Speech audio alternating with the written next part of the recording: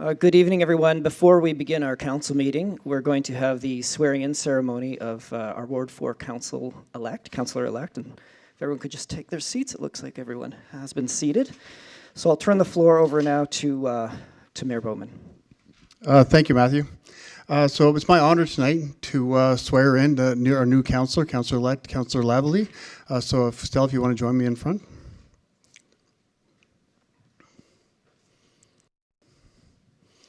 If you just want to put your right hand on the Bible and just repeat after me. I, Stella Lavalley. I, Stella Lavalley. Do hereby swear. Do hereby swear. That I will diligently. I will diligently. Faithfully. Faithfully. And to the best of my ability. And to the best of my ability. Execute accordingly. Execute accordingly. To the office of councillor. To the law, the office of councillor. For the Regional Municipality of Wood Buffalo. For the Regional Municipality of Wood Buffalo. So help me God. So help me God. Thank you. If you just want to...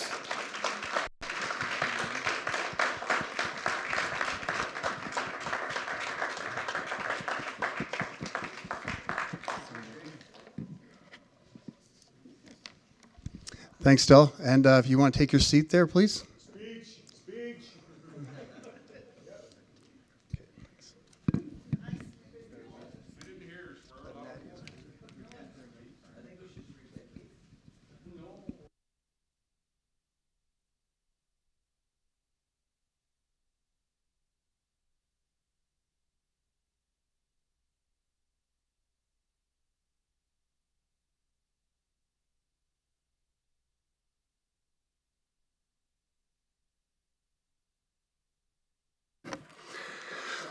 So thanks, everyone. We'll call the meeting to order. And good evening. We acknowledge we're on Treaty 8 territory. We humbly acknowledge we're on Treaty 8 territory, traditional lands of Cree and Dene, and unceded territory of the Métis people. We have no councillors online this evening. If anyone in attendance wishes to address council on any of the agenda items, please register to the legislative services to my right, and you'll be called on to speak when the agenda item comes up. And after you register, make sure you have 5 minutes to present. Remain on topic and seated after for questions. For adopting the agenda, anyone that wishes to serve a notice of motion, I have the first one. I, Mayor Sandy Bowman, serve notice of intent to bring forward the following motion for council's consideration at November 26, 2024 council meeting. That administration engage with the Royal Canadian Legion Branch 165 to develop proposed options for the installation of a crosswalk to honor and commemorate Canadian Forces veterans and active service members. And that any options included proposed designs, location, and capital cost estimates, and for these options to be presented to council in collaboration with the Royal Canadian Legion Branch 165 by March 31st, 2025. Next we have Councillor McGrath.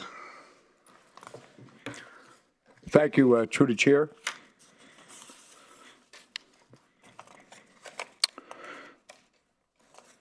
There's so many motions here this evening, I'm like a scribbler. I, Councillor Keith McGrath, serve notice of my intent to bring forward to the following motion for council's consideration at December 10th, 2024 council meeting. That council direct the CAO to cease negotiations with Allard Acquisitions Inc. on the North Parsons lands until such a time as administration brings a report on the status of the sale of those lands to council, and that report and any recommendations in the report can be publicly debated and authorized by council. The second one, I, Councillor Keith McGrath, serve notice of my intent to bring forward the following motion for council's consideration at December 10th, 2024 council meeting. That council strike a subcommittee composed of mayor and 4 councillors to work with the CAO and administration for the purpose of renegotiating the master land agreement between the Regional Municipality of Wood Buffalo and the Government of Alberta.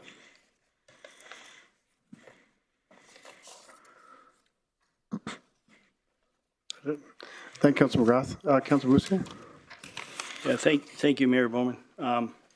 I, Councillor Lance Bussiere, serve notice of my intent to bring forward the following motion for council's consideration at the December 10th, 2024 council meeting. The council direct the CAO to immediately conduct a forensic investigation into the expenditures of the Wood Buffalo Economic Development Corporation. The investigation will be conducted by a specialist under the direct oversight of council to ensure independence, objectivity, and an unbiased result. Recommendations are to be presented to council as soon as possible. Thank you. Thank you, Councillor Boussier. Can I have someone make the motion to adopt the agenda as presented? You know what, your light's not on, so you, Kendrick? Okay, you're.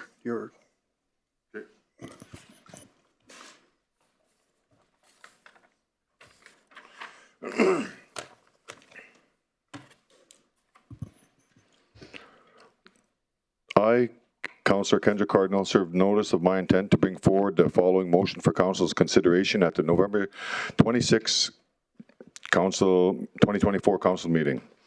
That administration explore opportunities to update the regional municipality of Wood Buffalo's brand standards to incorporate meaningful representation of Indigenous culture in the region. Thank you, Councillor Cardinal. Councillor Dogar? Thank you, Mr. Mayor, for giving me the chance. I, Councillor Shafiq Dogar, served notice of my intent to bring forward the following motion for council's consideration at the December 10, 2024 council meeting. Start over, I can't hear you. Dogar? Yes. Okay, thank you.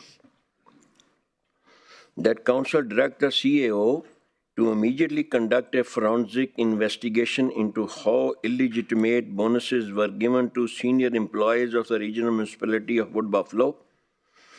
The investigation will be conducted by a specialist under the direct oversight of council to ensure independence, objectivity, and an unbiased result. Recommendations are to be presented to council as soon as possible. Further, that a CEO bring a report to council on how to immediately prevent the granting of an illegitimate bonuses until such time as the recommendations of the forensic audit can be debated, approved, and implemented. Thank you. Thank you. Can I have someone make the motion to adopt the agenda as presented? Councillor Cardinal? I move to make the motion, I move to adopt the agenda as presented. Thank you. Seconded by Councillor Weigel. We'll call for a vote.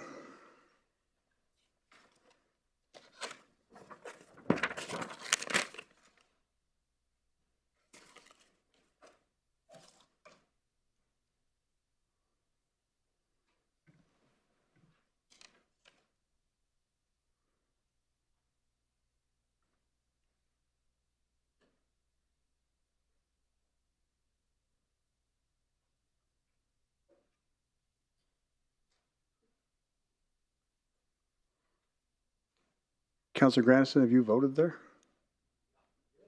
Okay.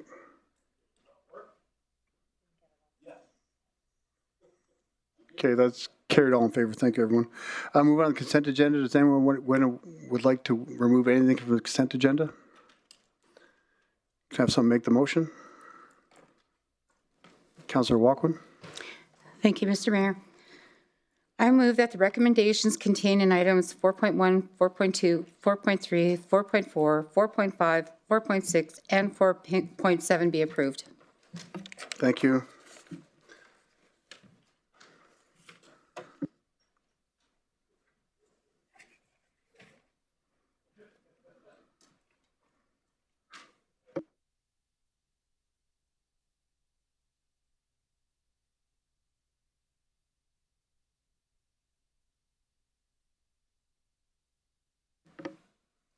And we'll call for a vote. Does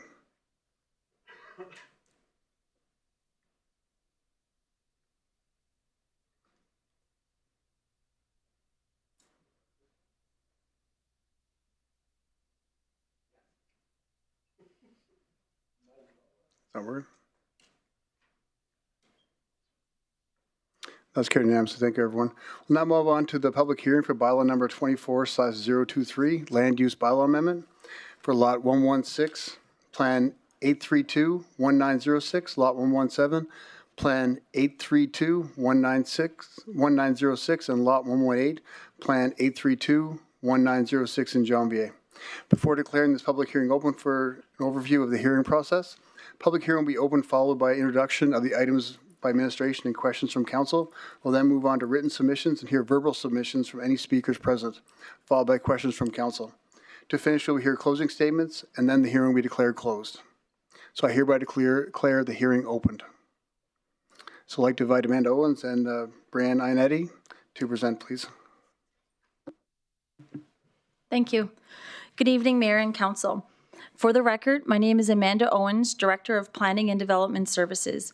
Before you this evening is a land use bylaw amendment for 3 properties in the hamlet of Janvier. Presenting the item this evening is Brina Ionetti, the lead planner on our file.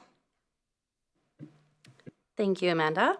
Good evening, Mayor and Council. Administration is recommending that lots 116, 117, and 118 on Plan 832-1906 be redesignated from public service to hamlet residential to assist the Chard Métis Community Association's plan to construct homes on the site. This redesignation will help alleviate some of the ongoing housing needs of the community. The Chard Métis hosted a public engagement session on September 5th, 2024, and there were no objections to this amendment. Additionally, these 3 lots were part of the 8-lot land sale between the municipality and Chard Métis, which was approved by council in June 2023. However, before the land sale can be finalized, these 3 lots must be redesignated from public service to hamlet residential, which ensures that residential development can occur. The item before you aligns with council's value of rural and Indigenous communities and relationships as identified in the strategic plan. It is also in alignment with the Truth and Reconciliation Commission's call to action number 47. Planning and Development Services recommends that the approval of land use bylaw amendment before you and will continue to support Chard Métis throughout the development process. Thank you. Thank you. Do we have any questions from council? I'm not seeing any, so thank you. Do we have Justin Herman here? Oh, sorry, Councillor Dogar, go ahead, question. Thank you, Mr. Mayor. So this is a bylaw going to be approved, some amount is going to be approved, or just for information this is presented? Through the chair to the question, this evening, this is a land use bylaw amendment to take 3 lots in Janvier from public service district to our hamlet residential, which will allow the community to put residential homes in Janvier on those particular lots. Thank you. Are you getting approved? You want some consent on the amount to be spent? Through the chair to the question, this is just a strict land use bylaw amendment. It has nothing to do with money. We're just rezoning the property. Okay, fine. Thank Thank you. Now I got it.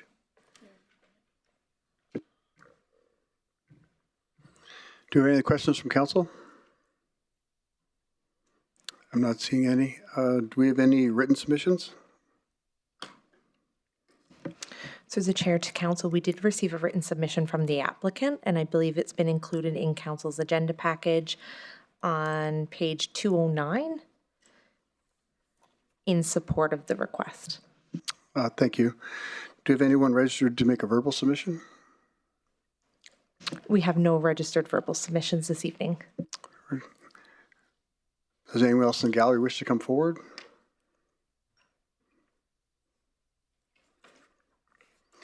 Any other further questions of council to administration?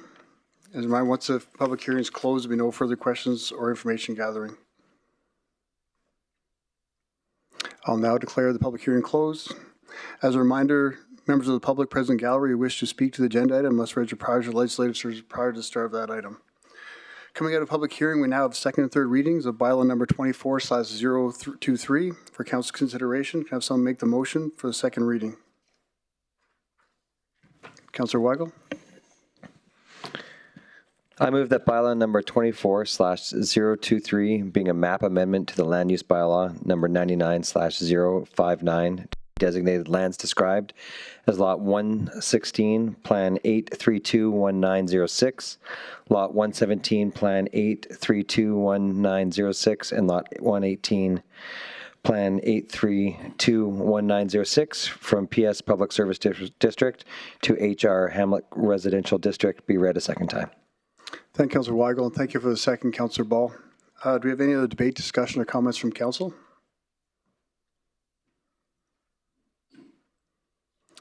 Councillor Cardinal? No, thank you for your presentation. Debate points for me are just, I'm glad that we're moving forward with this and just aligns with our council strategic plan. And I just want to say thank you to our administration for working with the Charred Métis Nation and moving this forward efficiently, and I appreciate it. So thank you very much. Thanks, Councillor Cardinal. Very well said. And I'd like to also thank Charred Métis for working with our administration on this, and also Synovus for their part in the helping with the housing in Janvier. Councillor McGrath? Thank you, through the chair, and certainly, Amanda, I know that through the ARF funding, we allotted some homes to different rural communities, and I guess I'm touching on that subject. That's why you're making land available, which is great. Have all these homes been? I know they've been moved out of Petamkin Park, but have they done the whole permit process and been put on their foundations? Through the chair to the question, they're all in different phases, but they are all in the process of being relocated and being made available to communities in Wood Buffalo. Okay, thank you. Thank you, Councillor McGrath. So we'll call for a vote.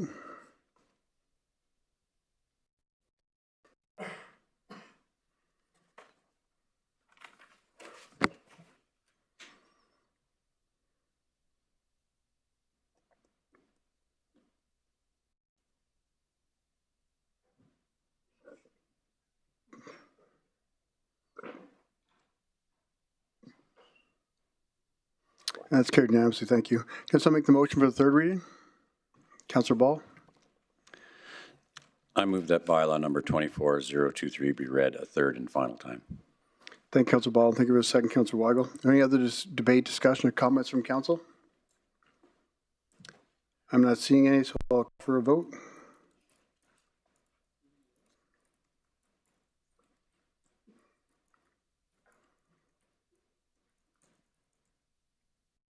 And that's carried unanimously. Thank you, everyone. Thanks, Matt. Thanks, Brianna. We now have the report on the skate park development in Gregoire Councillor's motion. I'd like to invite Keith Smith, Public Works, to introduce the report, please.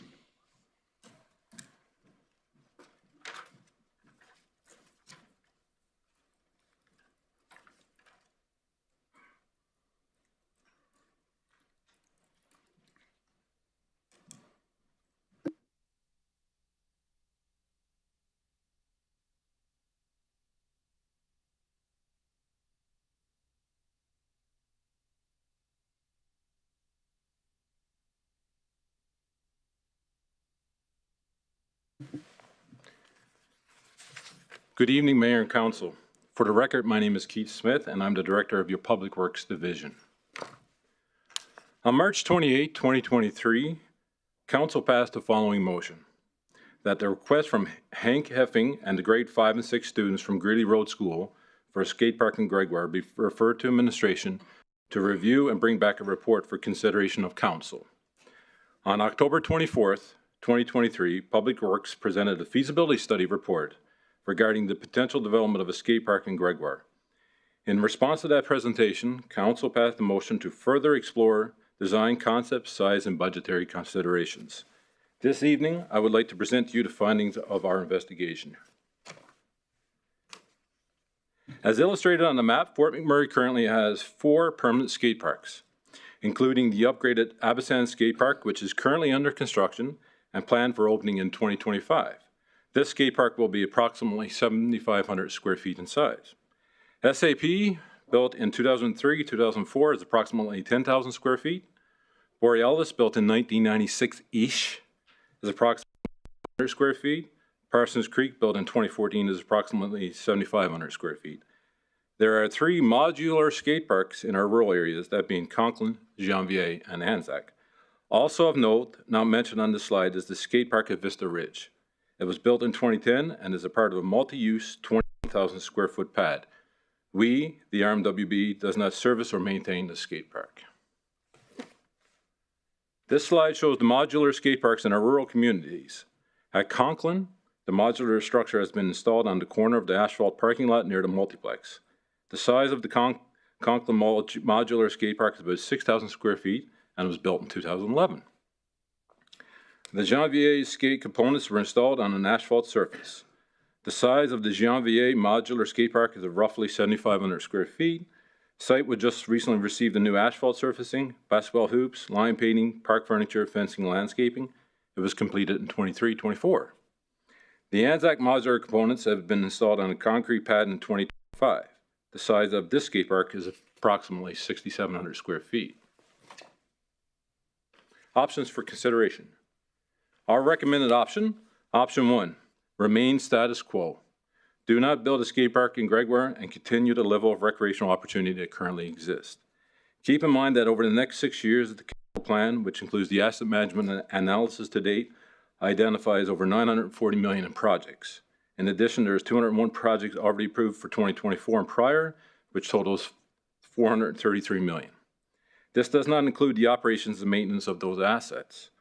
We are at a critical juncture in the region whereby we have over $7 billion in assets and limited revenue to address our responsibilities for municipal services and public safety.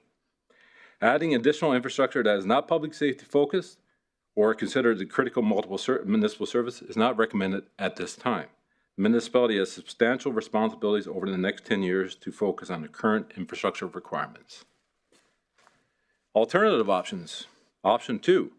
We'll consider the installation of a modular skate components on the existing outdoor ice rink located by Greeley. The picture on the right is an example of the modular components that can be installed on the rink surface. The modular components would need to be removed and stored each winter, then reinstalled in the spring. This option requires regular equipment inspection and maintenance to ensure that it lasts for 7 to 10 years. However, it may negatively affect the rink surface if skate park's elements need to be anchored to the concrete. According to the Canadian Construction Association guideline, Class D estimate is generally an estimate based on the initial function program and a broad concept approach.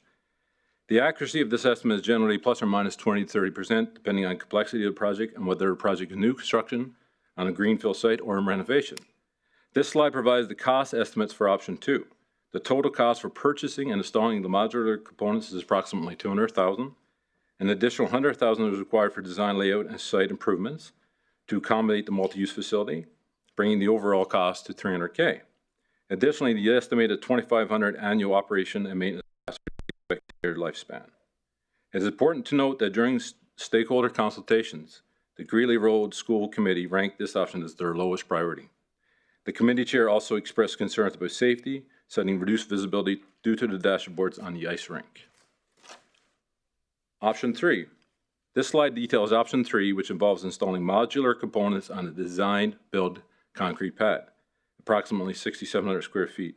This one is similar size to the Anzac Skate Park concrete pad. This option is projected to last for 20 to 25 years and requires less operational maintenance since the modular components do not need to be moved and reinstalled like they do in option 2. Option 3 represents a mid-level investment with relatively low maintenance and operational costs. It offers greater customization possibilities. As well, this option will also aligns with community expectations as indicated through the engagement and stakeholder consultation. This slide presents the cost estimates for design option 3.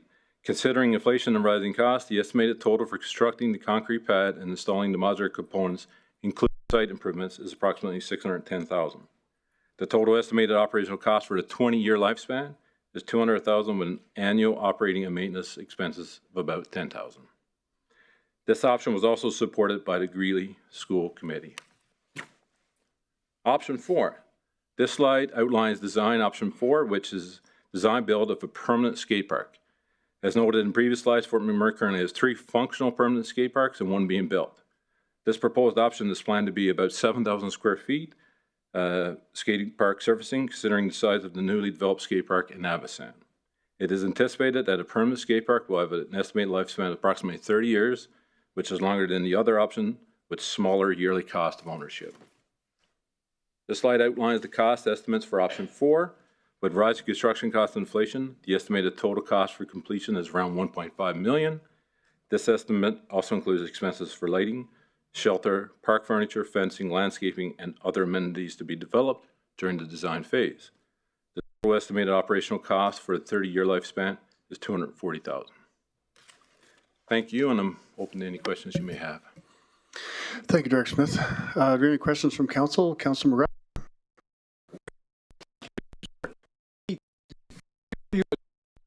On the skateboards as the parks today? Any idea? Through the chair to Councillor McGrath, we don't have anything that would do like a empirical data of what the skate use there are, but anecdotally, our skate parks are very well used. Okay, thank you, sir. Thank you, Councillor McGrath. Councillor Dogar? Thank you, Mr. Mayor, for giving me the opportunity. Thank you, sir. Keith Smith, very nice presentation, always, like always. I want to see the one thing that it was approved on March 28, 2023. It is almost 20 years, 20 months, and still we are in the planning stage. Mm-hmm. If, it's not a very big project, it is maybe, it could be completed in 1 month or 2 months. Only in estimation and planning, it took so many months. This CEO may be knowing it, why it took it so long. So can you put some light on it? Through the chair to Councillor Dogar. Excellent point. When it came forward in March, we did some research, came back with a feasibility study in October. In October, that was later October, we came with that feasibility study. However, we were asked to go back and look at more definitive numbers. And over the winter, even though we knew that we couldn't come back and ask for the money over during the winter months, we wanted to come back with refined estimates, some greater data, and come back at a time right before budgeting. So your budgeting is next month, December 2nd and 3rd. So this is right before budget. And if this gets approved tonight, then it can go into the 25 budget. Okay, thank you. My next question is, which option do you recommend? Through the chair to Councillor Dogar, administration's recommendation would be not to build. However, if professionally I was asked which of the three would be the modular skate park, option 3. Correct. Thank you. Councillor Grandison? Thank you, Mr. Mayor, through the chair. Mr. Smith, you made reference to the Greeley Road Committee. So we had a presentation from the students. Are you talking about two different parties as it relates to your comments? Was it the kids that you said this was a lower priority based on some previous consultation? At least I thought that's what you said. I think Greeley Road School Greeley Road Committee? As a lower priority? No, I don't think I said that. Okay, then I misunderstood. Can you say the context in which I would have said that? It doesn't matter. I guess my question is, do we have a standard that we function by that says, everybody should have access to this degree of recreation within this much time from their front door type of thing? I know that's a formula that's been used in the past. The only reason I'm asking is I actually commend the young people that brought this forward, but at the end of the day, do we build a skate park in every community? Or do we say every, small part of the community? Like do we build a skate park? Do we build a pool? Do we build a dock? Do we have a standard that says, everybody should have access within 15 minutes or 20 minutes from their home or whatever that case? Do we have something that guides us that way? Through the chair to Councillor Grandison, there's no standard that exists that I'm aware of. The only thing that we can connect it to would be the Parks Master Plan. The Parks Master Plan did benchmark our community to other communities, and our community currently has 4 permanent skate parks, whereas similar communities, that being Red Deer, Grand Prairie, only has 2. So we would have double what would be a comparative community. However, no, we don't have something that's a standard saying that every resident should be within 10 kilometers of a skate park. We don't have that. It just occurs to me that we're talking about, Gregoire today and Parsons North. We may be talking about tomorrow and Stone Creek, we may be talking about other days. Should we not have something that guides our decisions? Like that take it a little further, then the recreational master plan is kind of how old, and you know, what helps us as elected officials make decisions, like what's our comparison? I know we can say we got 2 more, but within the design of that community, the people have greater access. Do you know what I mean? I just find it's too much out there to really get a good understanding of what we ought to support. Through the chair to Councillor Grandison, I agree. The 2019 Parks Master Plan did say for Gregoire that we should build a permanent dog park, in which we did. It says that we should enhance the current playground, in which we did. And it did talk about enhanced trail connectivity, in which we are working on. That would be part of the active transportation plan. So we are working the plan that was approved in 2019. Okay, thanks. Thanks, Councillor Grandison. Councillor Weigel? Thank you, Mr. Mayor. Through the chair, thanks for the presentation. Director Smith, just following up on what Councillor Grandison was saying, after option 1, at the very end of your presentation on option 1, you did say the Greeley Road Committee, it was their lowest priority. And I had the same question. Was that made up of the same students? Was that parents? Was that school attendees? Yeah, through the chair to Councillor Weigel. Yeah, that wasn't meant to say that the committee was the lowest priority. The committee gave the skate park in the ODR the lowest priority. If they want, so essentially through their consultation, if they were to move forward, obviously they would take the skate park in the ODR, but that would be their lowest priority. The one that they would want is the modular on a concrete pad. So out of all of those options, that was their lowest priority out of all of those options? Out of the 3 options, yes. Okay, yeah. Thank you, just for understanding. Second question, and again, following up, I have the same ideas as Councillor Grandison, and maybe on a different idea. We're talking about, when we're talking about time from front door to park idea, I guess I didn't quite understand. Is there, because you were comparing to Grand Prairie, and I've never been to Grand Prairie, unfortunately. I hear it's beautiful, but I know that we're a very satellited community, and so if my 11-year-old wanted to go to the skate park and he lived in Gregoire, I don't know if I'd want him having to travel all the way down Highway 63 to Avisan on his own to get there. And so was there a way where, when we're talking about number of skate parks, that there was a time in a community to be able to get to a park, or how do we benchmark that? Through the chair to Councillor Weigel, my review of the Parks Master Plan and what I've read on skate parks and these parks facilities, there is no standard for distance or time that a neighborhood should be to a skate park. I don't think it gets to that granular. And I agree with you. In the Parks Master Plan, it does benchmarking, and benchmarking is not necessarily the best because, you have different demographics, different individuals. It did say that, compared to those similar, we are well above when it comes to skate parks. And that is what so in the Parks Master Plan, that benchmarking and what we did get from the public through consultation is kind of what framed that Parks Master Plan that was approved in 2019, in which we are working. So short answer, no, not to the best of my knowledge. There is no connection between distance to neighborhoods to skate parks. Thank you. I do appreciate it, and I'm just trying, this is just for understanding, I'm not. So when you're benchmarking, when you say to similar size, is that due to population? Is that due to land mass? Is that to, because I know if you went to Calgary or a larger jurisdiction, you'd have a larger population in one area. So even if you look at here, the population in Gregoire versus somewhere like Timberlea, just the density in itself, and so comparing those apples to apples, how are they compared? Are they compared by landmass, population? Chair to Councillor Weigel, yes, all the above, plus also what the community is really driven by when it comes to industry. So sometimes we could even be benchmarked against Prince George. Gotcha. So it really depends on what the parameters are for that particular study. Okay. No, I appreciate that. Thank you. Yeah. Thanks, Councillor Weigel. Councillor Benjoko. Thank you, Mayor Boone. And thank you for the presentation, Mr. Kidd. I'm looking at option 1, and I don't seem to see the TCOO for 10 years for option 1. I see option 1 says maintain the current skate parks already in place. I know that the structures or whatever is there, but what is the total cost of operating in comparison with the other options? I don't see that here. Is it free from this point for 10 years for option 1? Through the chair to Councillor Banjoko, absolutely not. There's a total cost of ownership with the existing skate parks within Fort McMurray. So if you look at option 4, which is the permanent skate parks, that is the 4 that we currently have, and the operating cost of those is roughly $8,000 per year.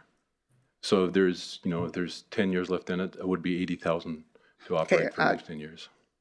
Thank you. I would have just loved to see that. And so this looks like it's at zero cost. So it would be about 80,000 in comparison with the other figures of 250,000 and right? Or 25,000 for the other years and all that. Through the chair to Councillor Banjoko, option 1 is not to build in Gregoire, not to build a skate park.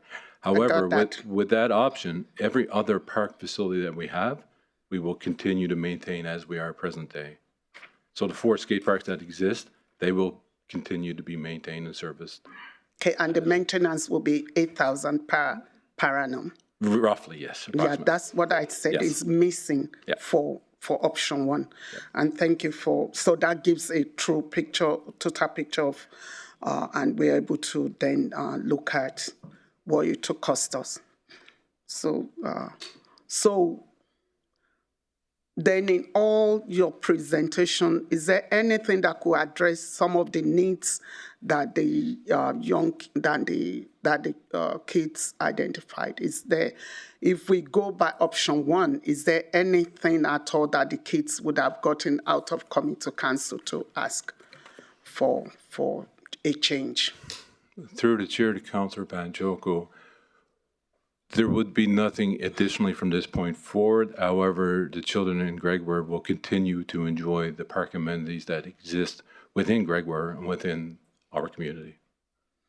Okay, thank you. Thank you, Councillor Banjoko. Councillor Dogar? Thank you, Mr. Mayor. Mr. Smith, very fine presentation. But I want to ask you that you have worked out 4 options. And as I discussed with you, you are recommending 3rd. Probably 4th in my mind. So did you do some consultation with the teachers or the students or the parents? Through the chair to Councillor Dogar, the students did and the teachers did come forward to council, present their case. There was interactions or consultations with the school, and we did do what we call what we heard, or we did do public engagement. And from that public engagement, we did get back feedback in the what we heard report. And just based off that report alone, I believe it's 78% of those that were surveyed said that they are on side with a skate park in Gregoire. So the public engagement that we did do came back and said that they were definitely in favor, and it also gave us some information on how many, like the type of user that would use the parks, what they would consider as priority, lighting, safety, accessibility. So we did get absolutely get some information from the community. Thank you. You see, with the option 3rd and 4th, there's a difference of material, construction material. And such like events, the students are sometimes crazy also, fall also, and get injuries also. So which option is less, sorry, I reframe my question. Which option is more safe?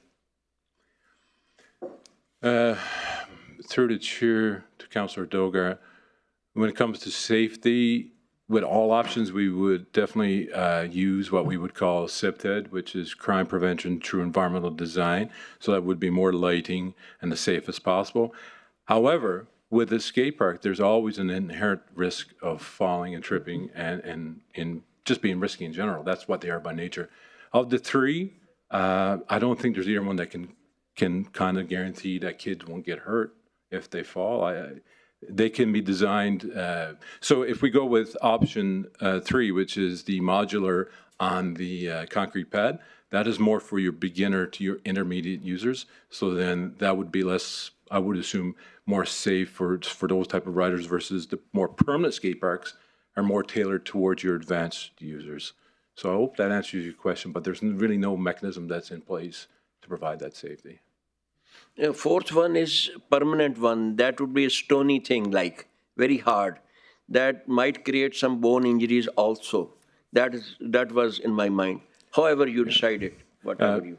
Through the chair to Councillor Dogar, I want to make it straight that all options are on a concrete pad.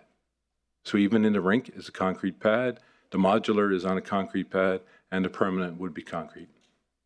Thank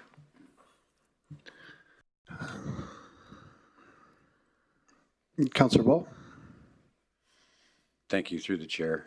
I guess I got a couple questions, maybe more of a comment, but one question for sure. The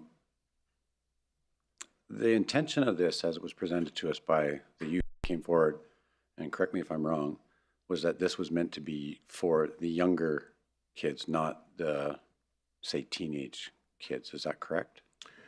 Through the chair to Councillor Ball, you're correct, and that is what the what we've heard reports said as well, is more for the beginner to intermediate. Right. 6 to 19, 6 to 18, somewhere around there. Okay. So with that, typically parks that are designed for the younger, the price goes down, doesn't go up, right? You're not building the ramps as high, you're not building the ramps as low. I don't know that that's been considered in these cost estimates or explained to the individuals that you got those cost estimates from. I think I have a bit of experience in building these because I've done that as part of my career. So I don't necessarily agree with these numbers, but I do support the construction of something there, and I'll bring a motion forward. Thank you, Councillor Ball. Councillor Lovely? I just have a quick question. Sorry, still press your button there again. Okay. Go ahead. So sorry, location on where this park will be built? And through the chair to the councillor, I'm very pleased to be your very first question, so that's awesome. It's being built right next, the plan is to be built right next to the outdoor rink that's located by the school. okay, thanks. You're welcome. Thank you, Councillor Lovely. Councillor Cardinal?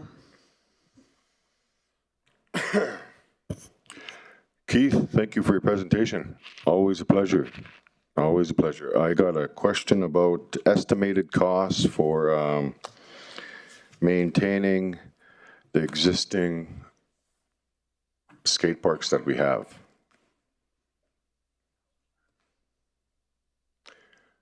Because in option one, we're gonna not build and stay status quo. So obviously we're gonna maintain the other ones. I just kind of wanted to get an idea what their overall operations cost for the 3 other parks. Absolutely. So the 4 parks that's located in the urban service area, they are permanent skate parks. Now, as I mentioned in my presentation, the initial investment is quite a bit higher, but they're less to maintain. So based upon our internal looking at this and what it costs us to for the total cost of ownership, we estimate that it would cost around $8,000 per year. So what that covers is the insurance premiums, which is around $1,500 per year, planned repair and maintenance, which is around $1,000 per year, janitorial services, which is around $3,000 per year, and also inspections is for $1,000 at least once a year. And then we also look at the on-plan repairs and graffiti, which is around $2,000 per year.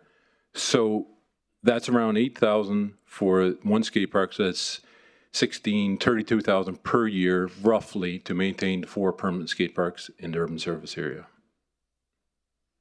Thanks. What was the other question? Remaining status quo, what would...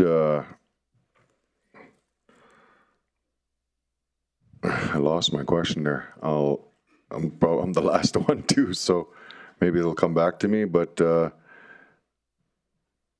I'll think about it. Sorry about that. No problem, Councillor Curran. There'll be an opportunity later to ask other questions. Do we have any other questions from council? I'm not seeing any, so thank you, Dr. Smith. Thank you. Do we have any delegates for this item? We have one registered delegate, Mr. Mayor. I was going to invite Chris Organ to the front. And Chris, you just say your name for the record and just remind you have 5 minutes to present and just remain on topic and remain seated after questions, please. Well, it's a good thing I talk fast, so they know. So my name is Chris Organ. I'm the principal of Gregoire Road School. And I want to say one thing that I noticed before I begin my speech. There's a lot of talk about Gregoire Road Council and Gregoire, and again, the conflux.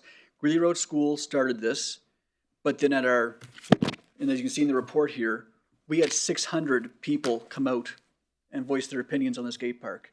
Gregoire Road School at the time had 72 students. So this has turned from a Gregoire Road project to a Gregoire project. So before I begin, I'd like to recognize the incredible work of Mr. Eufing and his grade 5-6 class of 2023. Some of them are in the back row there, who are now in grade 7 and grade 8. The skate park initiative is their project, born out of their passion and commitment. Though many of them have since moved on to other schools, and Mr. Eufing has relocated to Nova Scotia and is watching right now, I am here tonight to represent them. This is not my project, this is their project. Thank you, Mayor Bowman and Council, for this opportunity. My name is Chris Organ, and I am proud to be the principal of Gregoire Road School, speaking on behalf of our students, past and present, and their families. 2.5 years ago, Mayor Bowman, you visited Gregoire Road School to talk to our students about local government. They asked you how they can make a difference, and you challenged them. You encouraged them to believe that their voices matter, that their ideas and efforts could bring real change, and you encouraged them to unite as a community, even at a young age. Our students rose to that challenge with remarkable commitment and enthusiasm. Under Mr. Eufing's guidance, they presented to you, the City Council, and were interviewed by the media, and even held a well-attended community engagement session in partnership with RMWB. Again, 600 responses. That's huge for our community. This project brought our students, school, and neighborhood together, creating an increased sense of community pride. When the RMWB conducted a survey to gather community input, 600 community members responded, an impressive turnout that speaks volumes. Of these respondents, approximately 475 expressed strong support, 50 more agreeing that skate park should move forward. The Gregoire community is overwhelmingly in favor of this project. They believe it is essential for their children, their neighborhood, and the future of their community spaces. So why a skate park in the first place? Skateboarding is more than a sport. It's a creative outlet that is accessible and brings people together. Whether there's a skateboard, scooter, or bike, and ideally a helmet, kids can get outside, meet new friends, stay active, and feel a part of something positive. This skate park would be a safe space for them to grow, express themselves, and stay connected with peers. However, the first point, accessibility, is a major issue. In Gregoire, skateboarding is not currently safe or practical. Sidewalks are minimal. There are none in the trailer park. And kids are forced to skate in the streets, putting them at risk. While Fort McMurray has skate parks in other areas, none are truly accessible to children in our community. Parsons Creek, downtown, Timberley, and Abasand are simply out of reach for kids who don't have reliable transportation. If their parents work shifts or lack easy access to a vehicle, they're left without safe spaces to skate. And I'm going to add here, we happen to be one of the lowest socioeconomic areas in the city. A lot of my parents don't have cars. You don't put a 6-year-old in a bus to go downtown. They need a place to skate. Am I proud of the students who joined together to make their voices heard? Absolutely. Am I thankful for Mr. Eufing who encouraged them to turn their ideas into action? 100%. But most of all, I am proud of the Gregoire community. They rallied behind these young voices, uniting their support for a safe, inclusive, and accessible skate park for kids to be active. If you vote to support the skate park, you can help create a legacy for Gregoire's community, a place where children feel valued, heard, and safe, and I hope we'll be thankful for this next step forward in our neighborhood. Thank you. Thank you, Mr. Organ. Yeah, I will say 2.5 years ago when I went up there, the kids had a lot of questions, and one of them was this, and I did challenge them to do this, and I said, yeah, it'll be easy. Just put together a presentation, bring it to council, and here we are 2.5 years later, which is easy. So, and I've seen some of the kids here today after a couple of years in different grades, and I hope Mr. Eufing's watching online to see where this has gone. So thanks for all you do. I mean, you have an important job, and we value that in the community. Thank you. Councillor Grandison?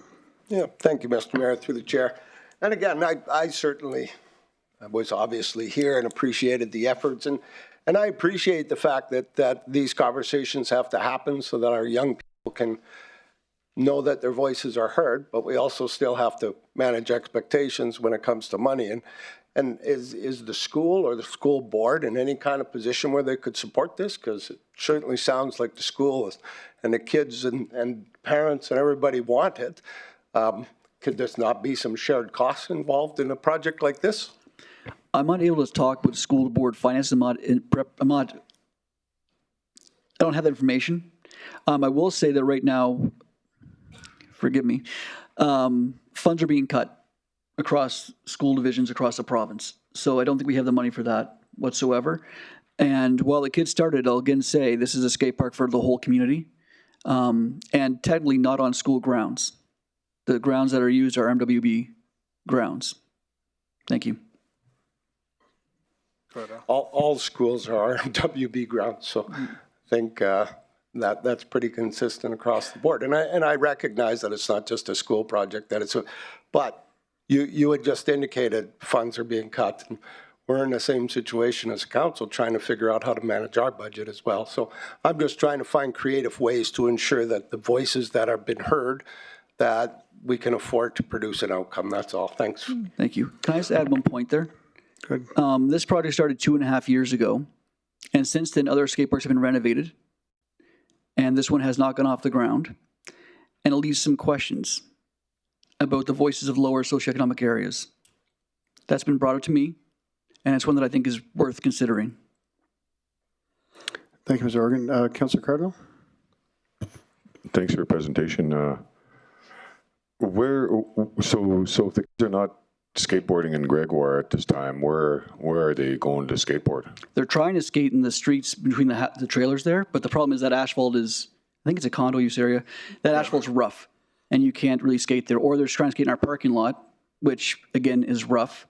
So the one they brought the skate park forward is they don't have anywhere really to try to skate smoothly unless they get a drive down to the downtown one, or they go to, I guess, maybe the water park in Gregoire. It's not really, or not Gregoire, Beacon Hill, it's not designed for that, or Abasand, and it's kind of far for our kids to try to get there. They're kind of isolated up there, to be quite honest. Where do they, I don't know if this would be a relevant question, but where would they go if they went swimming? They go to Mac Island. Mac Island. So if they wanted to go skateboarding, wouldn't they go to another skateboard place? Yes, but why would other neighborhoods not have to travel, but ours would? What's that? Why would other neighborhoods not have to travel, but ours would? No, I know. I'm just saying that in retrospect, we're talking about with Grandison was talking about budget cutting. I'm just trying to say that that you know, if it really need be, the children can make their way to another skate park, right? They can. Yeah, we can probably debate extra. that when it's debate time, Councillor Cardinal. Oh yeah, okay. Sorry about that. No, I've got no more questions for that. Thanks, Councillor Cardinal. Councillor McGrath? Thank you, through the chair. And replacing wallets is not an easy job. Mm-hmm. And would you say there's probably, I guess, between the other school, Mobley Hall School, is that still open? No, that closed about 17 years ago. So, and I think what's getting lost is that the parents have an association that do some fundraising and stuff, but nothing dedicated to a park. So if you're the kids, you're right, there is no sidewalks, but around that Mobley Hall property, there is some foundation. Mm-hmm. And did anybody ever talk to anybody, the owners of the park? You know, when I lived there, I think it was $250 a month. But did anybody have that conversation with the park to utilize? We used to park our lawnmowers and stuff just on the left-hand side of Mobley Hall, and that's all cement. And I think sometimes we build Cadillacs because we're in a community where we spend about $6,500 per head, and the provincial average is about $2,200. Mm-hmm. And somehow we got to ratchet it down. I heard earlier tonight there's an awakening going to happen. But have you made contact with the owners of the park from the territories? Because I think that if approached properly, you know, I think that is a good area. I know there's a ball field still there, but I think that there's a foundation there to work from. If there was a foundation there to work from and we put temporary things there, I'm fine with that. I don't need a Gregoire skate park. I mean, one, really, I need a Gregoire skate park. But I certainly know what you're saying. There's about, I don't know, about 6,000 people, including the condos. That's area 1. Area 2 over there, like, we have about 13,000 up the hill. And I just food for thought. I think if the owners were contacted of the park, I think there's some synergies. And the nicest thing about skateboard parks, if you're just talking about the teenagers, there's a lot of people here that actually build the ramps, as long as they're approved. And somehow, I think that the owners of the park would be our first go-to. And, we can shake our heads and dance and fiddle, but there's going to come a day where we're going to start saying no. But I would think, knowing the owners of the park, if they were approached properly, there's some vacant foundations that are not being used, that were used when the government owned it. There's actually some bare pavement there as well. But just because the easiest thing to say is, oh, well, you can't do it. But the question would be, I would suggest if you went to talk to the people that own the park, and if you done it, you done it. But I know the owners of the park, and I think that they would try to help the kids. Thank you. And I think we can go through that when it comes to debate with Council. I'm sorry. Councilor McGrath, thank you. Do you have any questions for Mr. Organ? Councilor Lively. How many students you said were in the school? Right now, on my side of the school, there's 85. In the neighborhood, because many of our kids go to Beacon Hill as well. And then we have another 400 on the other side, which is the Islamic school. We share a building. Okay. Okay, thank you. Thank you, Councilor Lovely. Any other questions from Council for Mr. Organ? I'm not seeing any. Thank you, sir. Thank you for your time. Do you have any other delegates to this item? We have no other registered delegates for this item. Can someone make the motion, Councilor Ball? I move that administration add $450,000 to the 2024 capital budget for a design-build project for the purpose of constructing a youth skate park for the residents of Gregoire located at the Greeley Road School. Thank you, Councilor Ball.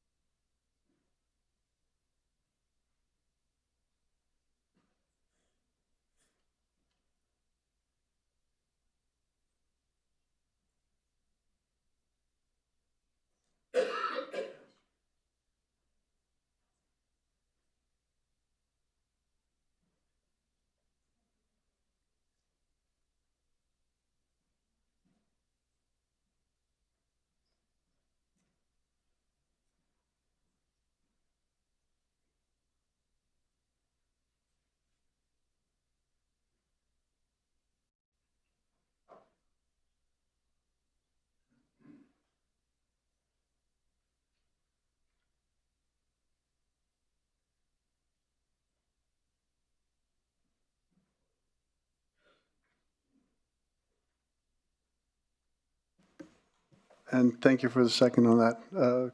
Councillor Ball, do you want to speak to that motion? Just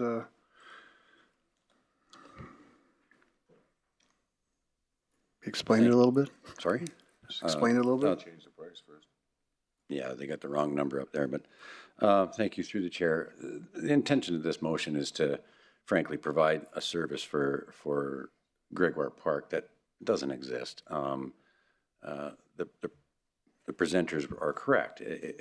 Traveling to a facility like that with youth down Highway 63 across a bridge, it's just not feasible, and it's unsafe. And I mean, I've built a number of these skate parks here in town, and I certainly know the cost and value of them. And if we do a design build, I'm sure we can make something work, whether it's a mixture of option 1, option 2, option 3, or option 4. It doesn't have to be the status quo of one of the options. It can be a combination of maybe some pour in place and some portable pieces.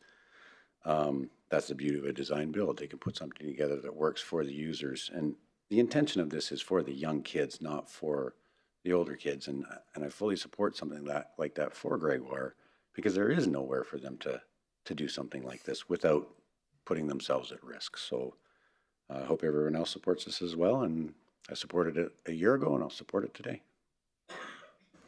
Thank you, Councillor Ball. Councillor Walker? Thank you, Mr. Mayor. Just listening to this presentation and going back, yes, the kids were here and they were challenged. They came up with some great ideas and even designed one.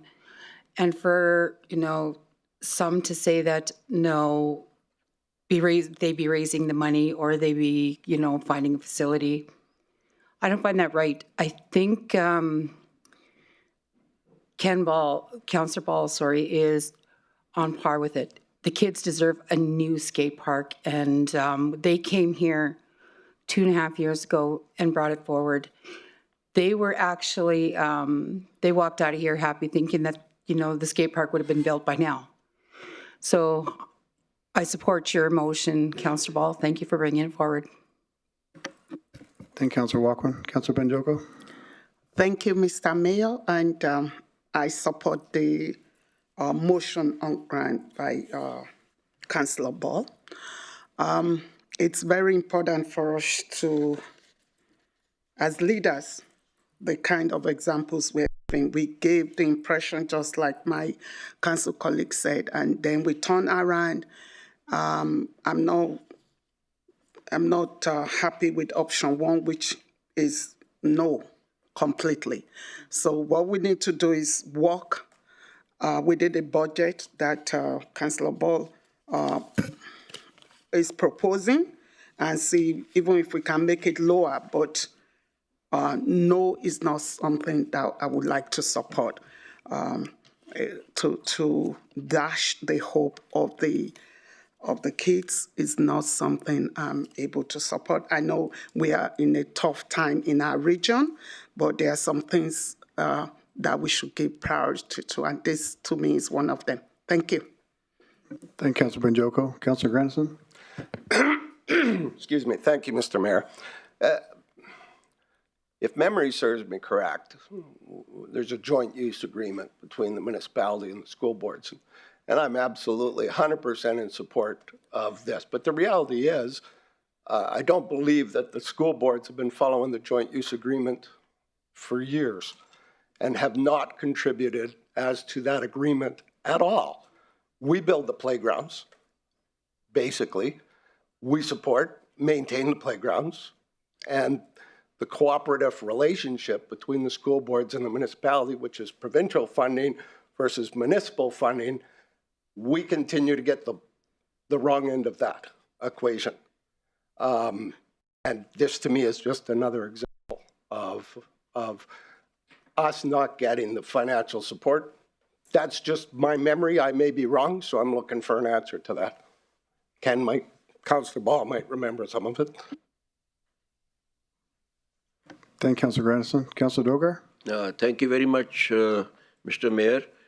Thank you, Councillor Ball.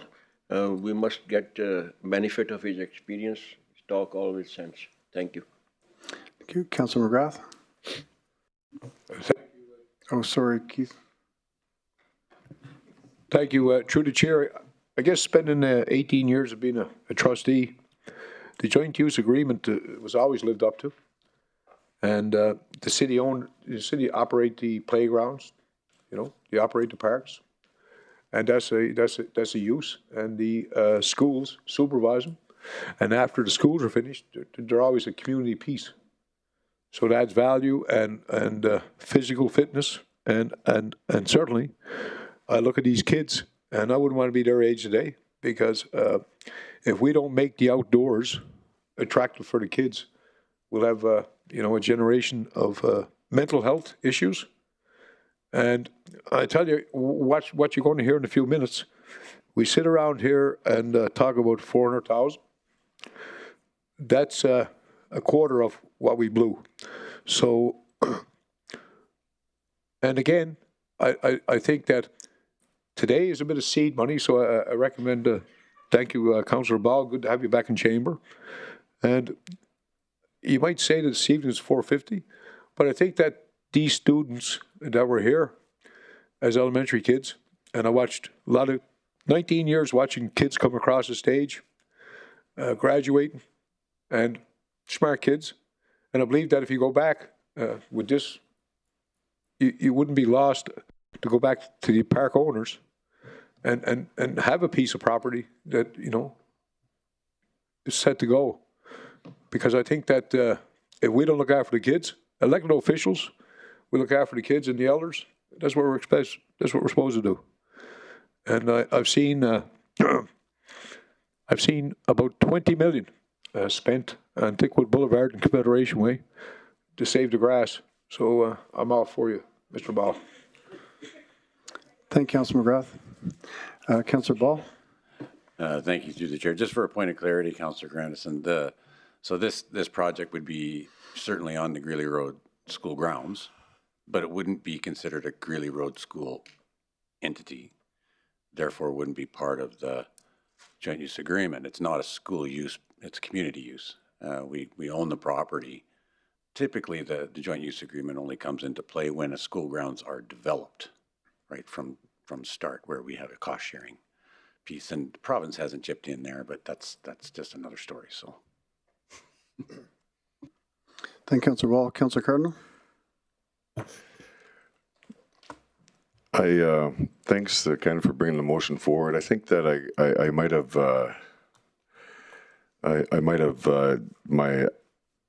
what came out of me there was I'll be supporting the motion. And what I was going to say is that just because we have a swimming pool or a skate park that's far away from the community, I just wanted to make sure that the kids that are listening, that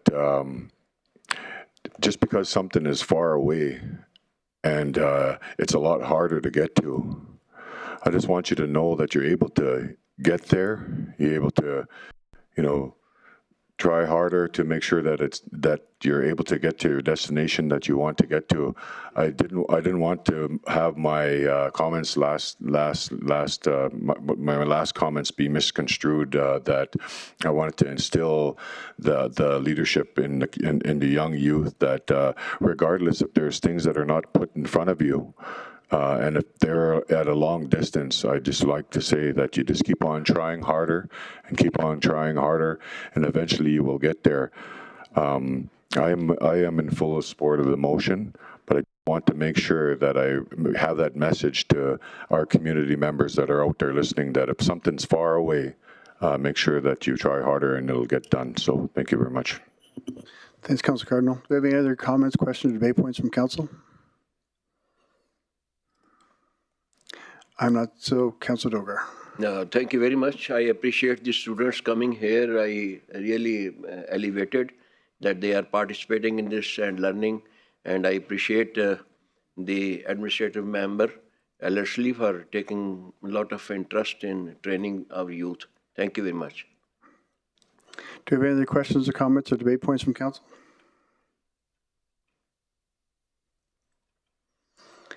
Not seeing any. Councillor Ball, can you clarify if this should be in the 2024 or 2025? Okay. 24? Thank you.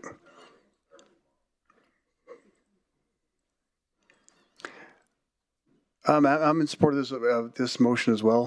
Obviously, I told the kids to bring this forward. I thought it was a good project for them. And just showing, as Councillor Cardinal mentioned, that you keep trying, and 2.5 years later, some of the kids are still here trying. So it shows the resolve of the community. As Mr. Organ mentioned, it's not just a school project, it's a whole community project. So I'm happy to support this. With that, I'll call for a vote.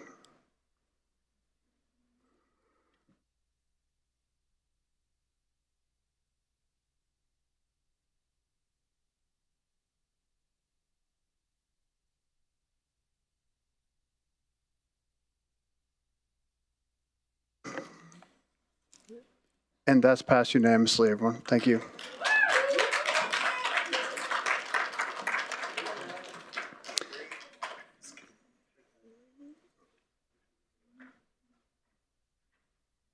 And we'll take a 10-minute break right now, Council, for bathroom break, and we're back in 10 minutes.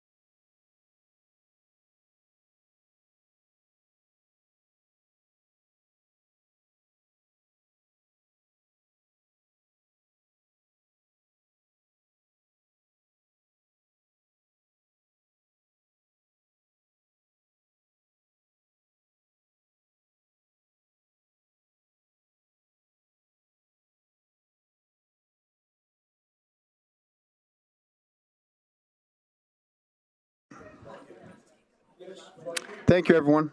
Next, we have the report of the 2025 Public Artwork Plan. I'd like to invite Deanne Pergy, Community Services, and Todd Hillier, Public Art Committee, to present, please. Good evening, Mayor and Council. My name is Deanne Berge. I'm the Director of Community Services.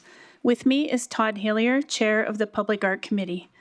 We are presenting highlights from the 2024 Public Art Program and the proposed 2025 Public Art Work Plan. All right. Our annual work plan identifies projects and activities to be undertaken by the Public Art Program. This aligns with the Wood Buffalo Public Art Plan and supports its implementation. It's developed in collaboration with the Public Art Committee as well as various municipal departments. It includes information on in-progress public art projects and outlines projects that are to be initiated in the upcoming year, and outlines the budget request from the Public Art Reserve. The Wood Buffalo Public Art Plan was approved by Council on May 26, 2021, and provides a comprehensive framework for the public art program with strategic outcomes, defined program areas, and capacity building. The mandate of the public art program is to strengthen community identity and sense of place through the creation and development of public art in the region. The strategies outlined in the Public Art Plan aim to expand opportunities to meet the needs of the broader art sector that increases capacity. This is to build the robust public art ecosystem, as well as communicate a detailed plan and vision with strong governance to ensure a balanced model for sustainable structures and supports. Also to find opportunities for public art to be included in plans, programs, strategic priorities, and community development to build a vibrant public realm. Explore opportunities and review process to encourage a more visible Indigenous presence. Utilize approaches that reflect diversity and inclusion between artists and community to increase the prevalence of art and encourage a more connected community. All right, acquisition. The acquisition program has a goal to acquire works of art that enrich communities and form a visual history to the region. 2024 highlights of this include artworks for Jubilee Lobby. The first installation will be a fancy bustle created by First Nations artist Bernadette Dumas. This includes 20 eagle feathers passed down from her father and other significant elements that connect this piece to Indigenous heritage. These items will be placed in a custom display case near the entrance to council chambers. Outreach to Indigenous artists have begun for 3 other artworks identified by the outgoing Indigenous curator and supported by the Public Art Committee. A series of 3 artworks by artist Dan Cardinal McCartney are scheduled to be installed in the Archie Simpson Arena in Fort Chipewyan. McCartney's work was first exhibited in 2023 in Jubilee Gallery, and his ancestral roots are from the Athabasca Chipewyan First Nation.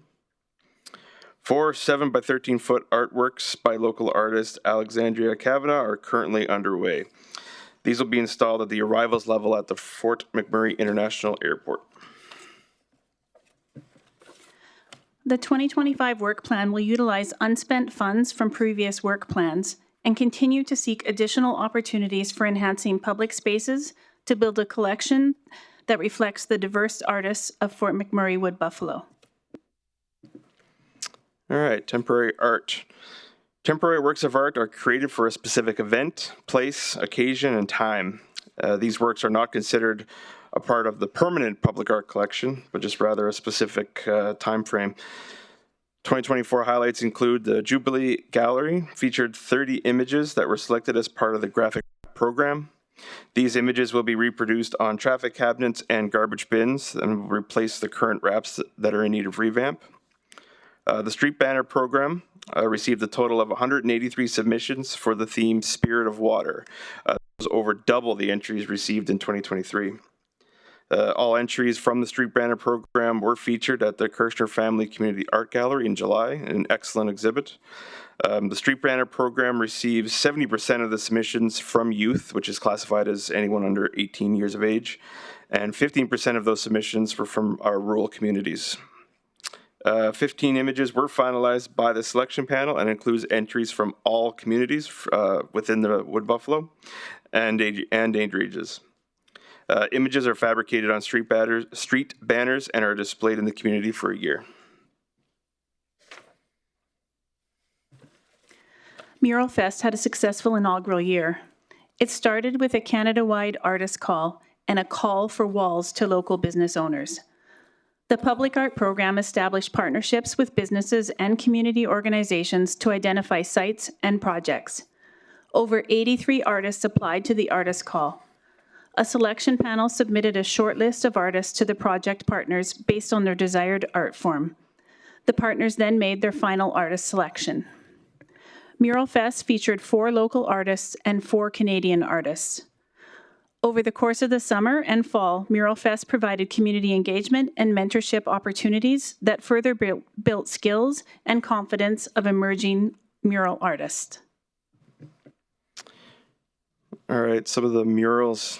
This is awesome. I get to say some of these really cool artist names. Public record. I wanted to do this all year. I couldn't wait. Mural Fest delivered 8 mural projects in total, including Bear and the Boy by Fast Patrol. This was in partnership with Ironwood Management. Wildlife, Where the Rivers Meet by Murals by Marg. It was a partnership with KPS Squared. Wood Buffalo Tapestry by House of Bellaflow. This was in partnership with Arts Council Wood Buffalo at the Future Arts Inc. building. This project included the mentorship of 4 local artists, Sarah, Jackie, Feather, and Renee. Girls Inc. selected artist Danielle Fairweather to lead 20 young girls to paint the remaining Jersey barriers at Kiam Community Park. As part of an outdoor enhancement project, Good Shepherd School selected local artist Ruth Perry to paint 13 rocks. She engaged First Nation elder Cleo Reese to inform her decisions, creating an educated tool for the schools on how to be a good ancestor. Mural Fest worked with the Fort McMurray International Airport to commission works by local artist Alexandria Kavanaugh. These are to be adopted into the broader permanent art collection, which will be unveiled in 2025. McCoy Youth selected artist Marie Rosa SZY to respond to the concept Unity Through Diversity, and is currently underway at the underpass in Parsons Creek. This one's slated to be completed in the spring of 2025. It's about half done right now. Fort Chippewan Waterfront Washroom was created by Fort Chippewan artist Jessica Powder. Just a note too, the redesign of the pop-up photography mural, which was featured in Kiam Park, will occur at the Community Policing Office in Jubilee Plaza as well for the spring of 2025. This project features the photography talents of Crystal Mercredi and graphic designer Sadif Uzer.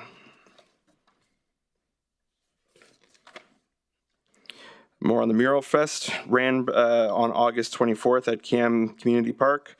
The event featured live mural painting by 4 of the mural artists, as well as cultural performances, live entertainment, food vendors, mini artist market, and an opportunity to participate in a community art project.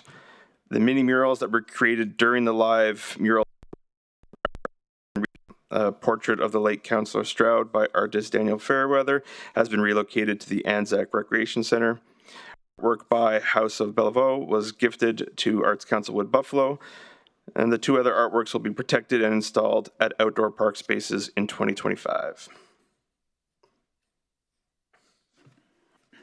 The 2025 work plan for temporary art will feature the annual Street Banner program and Ignite, which takes place every other year and features temporary light-based artworks.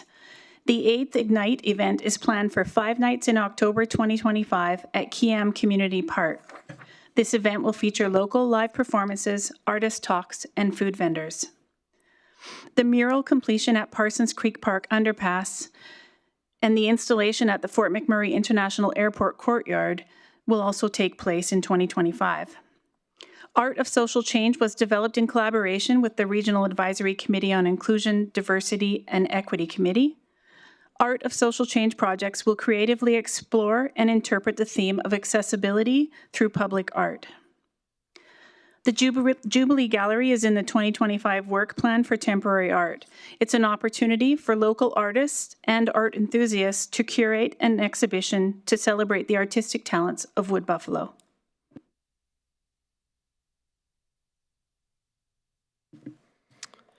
Public sites. Our public site program supports the creation of permanent art with permanent art with municipal infrastructure. Projects can take many forms, from a discrete sculpture, a functional element, or from the design of the building to the design of the entire infrastructure itself. Contemporary approaches that are being used more often are having an artist embedded within the design team, a public art residence within itself, or a curator-driven project. The Public Art Bench program aims to strengthen the visual connection between the rural and urban community.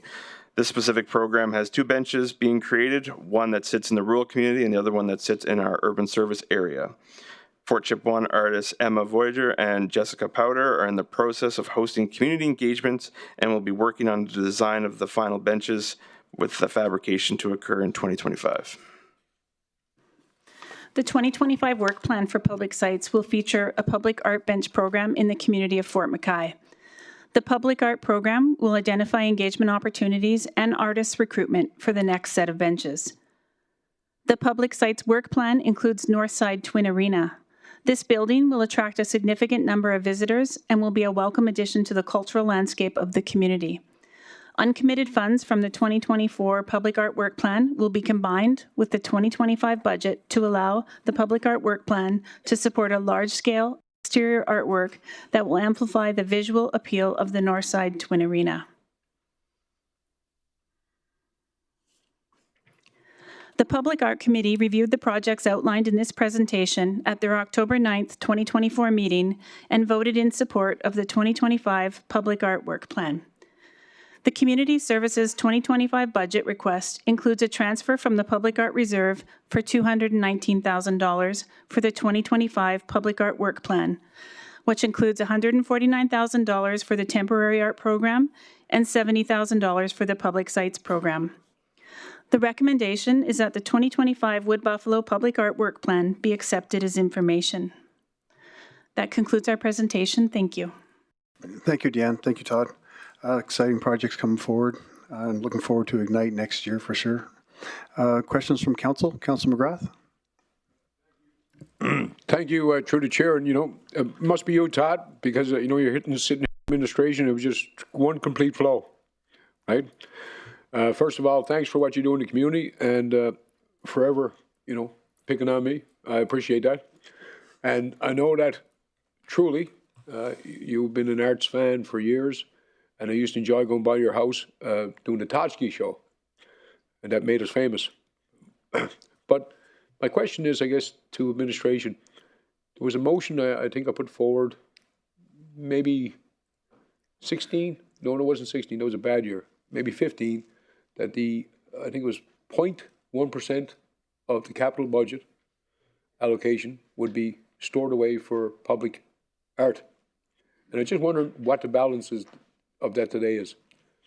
And while we're waiting, Todd, it was really nice that when you guys started on me, the night of Rolling Stones, we drove from Vancouver to I think it was Alberta Beach, and you were still at it. That's a long time beating up a fella. I appreciate that. There's a little commentary in between. I was going to say I can keep buying her time, but she's got the answer. So. Through the chair to Councillor McGrath. So as of October 16th, the Public Art Reserve sits at $2.8 million. And when the policy was passed, it's 0.5 of capital projects that goes into the Public Art Reserve. I think it was a great decision, but there was one commitment that some people kind of dropped off. We were going to have a first responders on the abutment walls, plates at Responders Way. And I know, Todd, you probably never got to you because I know it took this Indigenous art. I put that forward and it took 3 years because it got lost in somebody's hands, had better ideas. But I know I can go back to the day we brought it forward.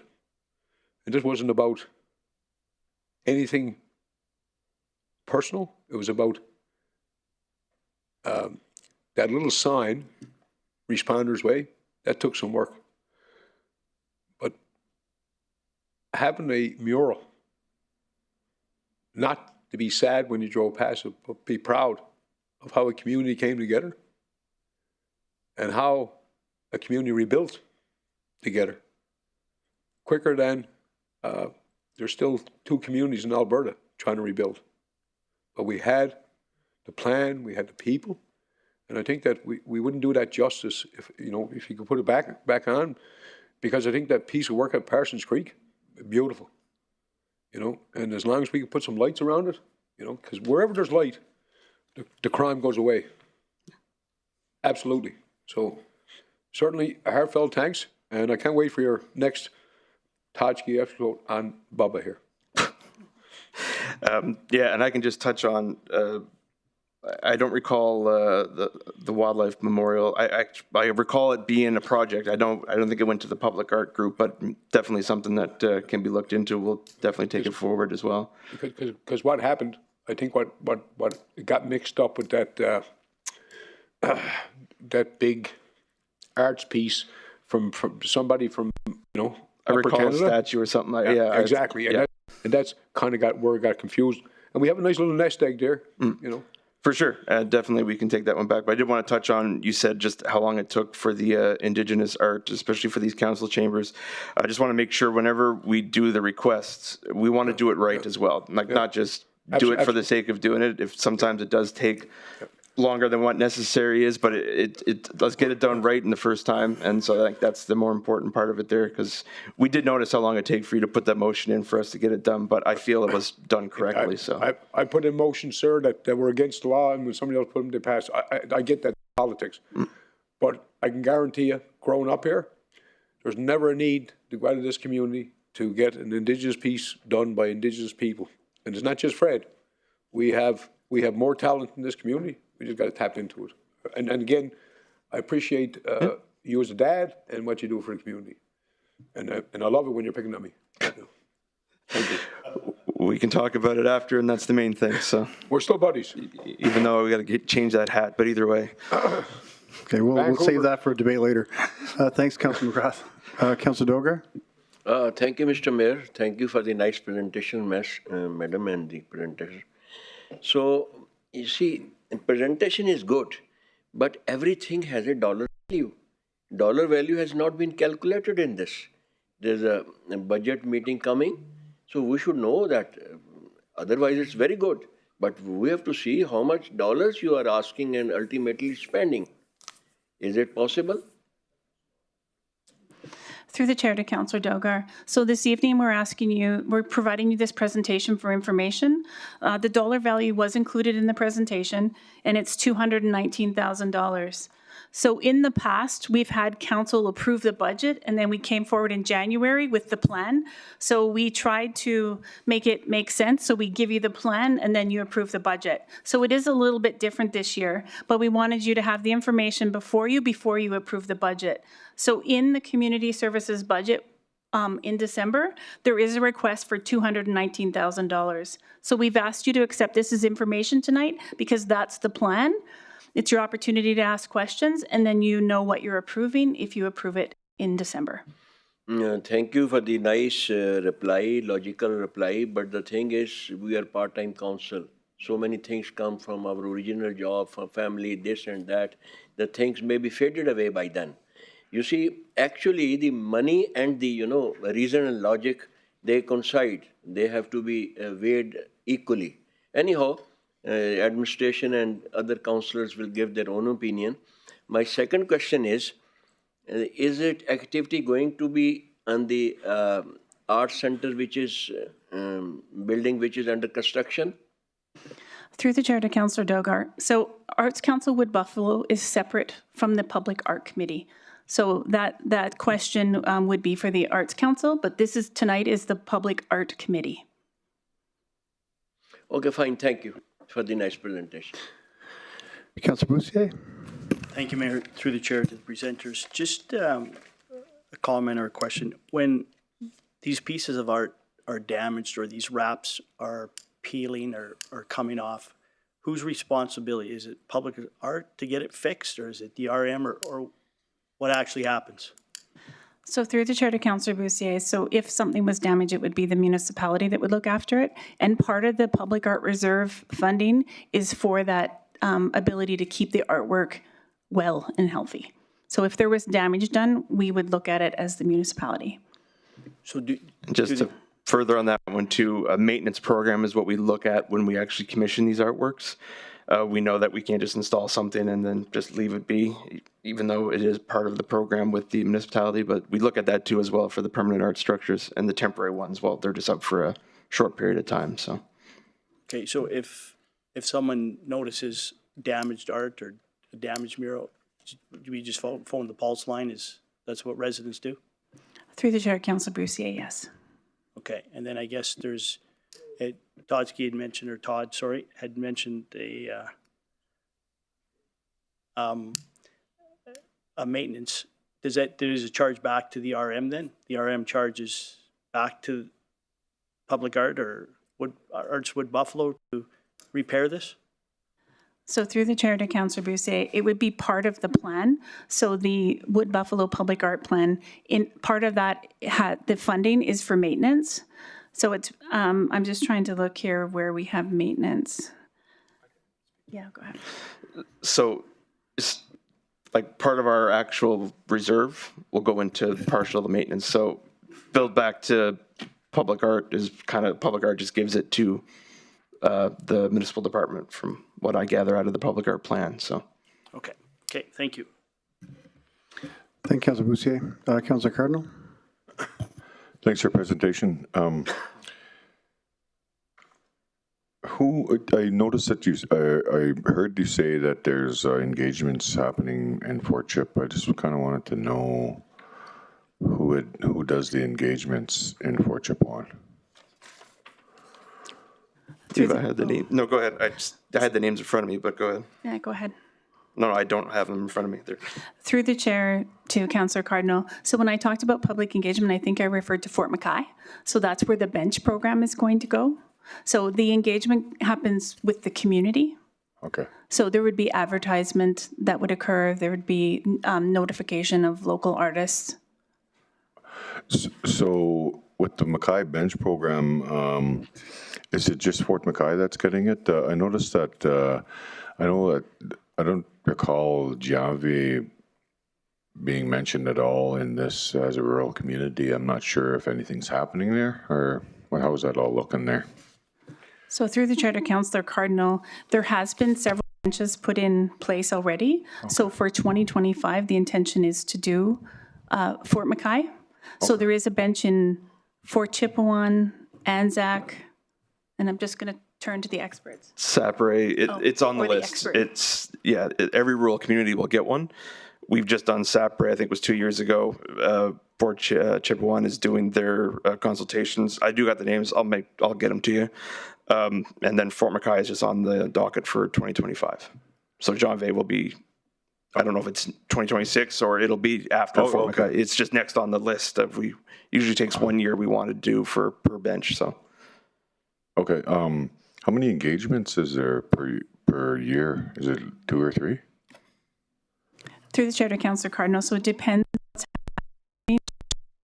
There's public art going, like if you recall back when the large piece of art on the way to McDonald Island, there was extensive public engagement. It was a large investment. So it depends on what the piece is, but there's always engagement that happens either through the Public Art Committee or through our social media or right to the community so that everyone's aware of what's happening and has an opportunity to participate. So besides the mural on the waterfront in Fort Chipewyan and the bench, what was the other plan in place for communities awareness for the public art plan for Fort Chip? So through the chair to Councillor Cardinal. So one of the public artwork plan was approved in 2021, and it's a long-term plan. So it's 2021 to 2030. Yeah. So each year, the Public Art Committee takes a look at what can be done. So they look at resources, funding to see what can happen and try to spread it across the community. So in some years, there might not be something actively happening in each community, but there is a long-term plan to ensure that every community is impacted. How much of a difference is the cost analysis for, like an isolated community of Fort Chip as opposed to around here? Through the chair to Councillor Cardinal, the cost analysis for an artist or for? Yeah, for an artist or just for the engagements or travel, right? I just kind of wanted to know format of the budgeting because of the isolation, of course. Yeah, through the chair to Councillor Cardinal, I don't have the exact dollar figure in front of me, but what I will say is there's a equal attempt, whether it's urban or rural, for the community to be involved. Okay, yeah, I kind of figured it would be the same, but I just know that it'll be more for chip one. It always does, and yeah, for staff to go up there or do face to face. I'm just trying to analyze it a little bit to where I can be as supportive as a councillor to make sure that the same, well, not the same, just more funds to be able to get the Fort Chip on, because I know it's quite a ways out, right? So. Yeah, through the chair to Councillor Cardinal. So if there wasn't something occurring in Fort Chipewyan, we would certainly make sure that administration was able to get there. And often we work with our colleague in IRR. So if they're chartering a flight, we're able to take staff up there as well. And we're taking advantage of that as much as possible. Sounds good. Thank you. Great job. Thanks, Councillor Cardinal. Councillor McGrath. Thank you, through the chair. Would it be right out of this world if, say if somebody wanted to donate a bench in memory of, or even somebody put a bench there before they leave, would there be something that you'd be entertained as a committee? I know, because I've seen them before, I know it's done through parks in the past. As a public art committee, we're open to viewing whatever comes our way. I appreciate that, because I lived here almost 40 years, and old Boots, Guy, he spent a few dollars, and he put one here back at the CIBC, and I thought that to pay him back, I'd like to put a bench somewhere for him. And I think that we do it on the golf courses, and I've seen it in other towns. Chief Louis has bricks on the bench. So if it's something that you're open to, I'd certainly start it. Yep, we'll bring it back and have a look. I know, and I've seen benches around the community too. I'm assuming that they're from the actual residents, but yeah, definitely something we can look at for sure. I appreciate it. Thank you. Thank you, Councillor McGrath. Councillor Walkman. Thank you, Mr. Mayor. Awesome presentation to the both of you. I just got a quick question. You guys are naming all of the rural. There's one that hasn't been brought up, and that's Fort Fitzgerald. Is there anything in there in the future that you guys are looking at doing for that community? I know they're on the list, as well as Draper, one that always kind of gets missed as well, but they are on the list, and we will get to them. Oh, okay, yeah, because it just wasn't on, and you guys never brought that up, so I was just wondering. Nope, for sure. Okay, thank you. Thanks, Councillor Walkman. Do you have any questions from council? I just got one more point, if I can make it. Yeah, go ahead, Tom. I know I said this in an email when we did this presentation. I think it was this year, just right before. I do want to say a heartfelt thank you, the staff, the administration team that you guys have working for council. I think is absolutely incredible, especially the ones that are working on the committees that I've been involved in with the public art group, as well as a few other ones I have in the past. So I just think it's better for me to say it in person. I think a lot of it with our public kind of goes without saying. People kind of make assumptions out there in the public realm, but they do excellent work. All of them do. So I just want to say on behalf of all of us in the Public Art Committee, and I think to let you guys know that you guys got some excellent teams on your administration working. So thanks, Todd. The comments are appreciated, and we appreciate the administration for all the work they do as well. So thanks for mentioning that. And also the Public Art Committee, thanks for all your guidance and your leadership and collaboration you've done over the years in the community. It's well seen, so thank you. Do we have any other presenters for this item? We have no registered delegates for this item. Can I have someone make the motion? Councillor Grandison. Thank you, Mr. Mayor. I move that the 2025 Wood Buffalo Public Artwork Plan be accepted as information. Thank you, Councillor Grandison. Thank you, Councillor Ball, for the second. Do we have any comments, discussion, debate points? Councillor McGrath. Thank you, through the chair. Just going to say, Todd, once again, you know that Holy Trinity became a home for the arts, and Father Merck became a trades, but certainly them kids are taking those trades and they're making art. And art, before anything's built, there's a picture. And art, I think, it's a good way to to just relax. And when you're doing something and you drive by a piece of art, and if you lived in the community long enough, it will bring you back to those times, and art is forever. So keep up the good work.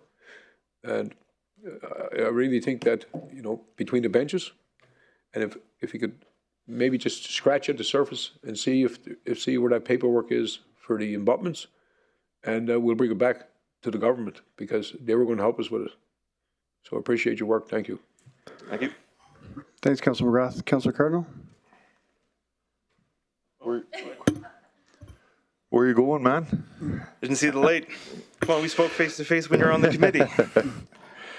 I'm going to support, well, obviously I'm going to be supporting, but I just want to say how much of value that this program brings to not only the artists in the region, but especially the Indigenous children that are recognized throughout the region, and especially in our rural areas. And it's influential to be able to see how much work that this committee is doing. I've sat on it, and you know, I applaud the committee, and I really admire the artwork that's there. Some of the artwork I don't even like the location. I don't know, but I wanna know now, because looking at the pictures. And look around and see the beautiful artwork, but I just think that it instills a culture in this community that's like no other, and it's a very important piece to our community here in the regional municipality Wood Buffalo, and I really admire the work that the committee's doing.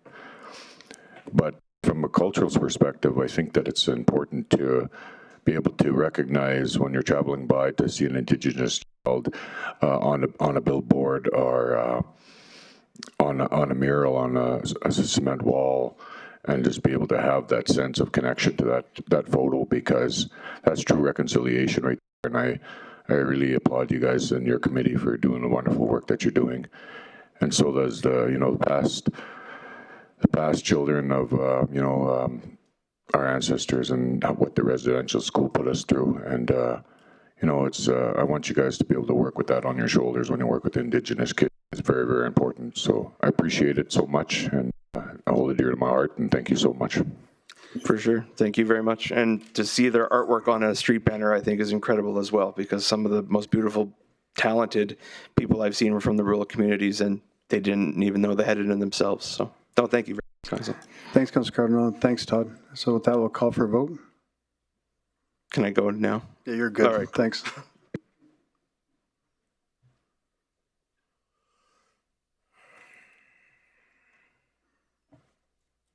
And that's carried unanimously. Thank you, everyone. Next, we have a report on 2024 capital budget amendments. I'd like to invite Laurie Ferguson, Chief Financial Officer, to introduce the report, please.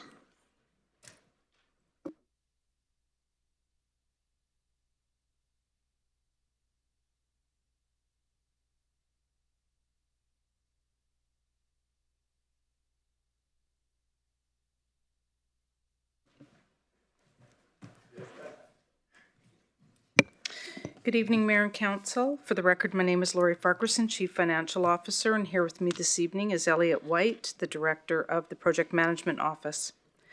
Administration has identified 3 capital project amendments to be submitted for Council consideration. Council is the approving authority for the capital budget, subject to the provisions of the Fiscal Responsibility Policy FIN 160.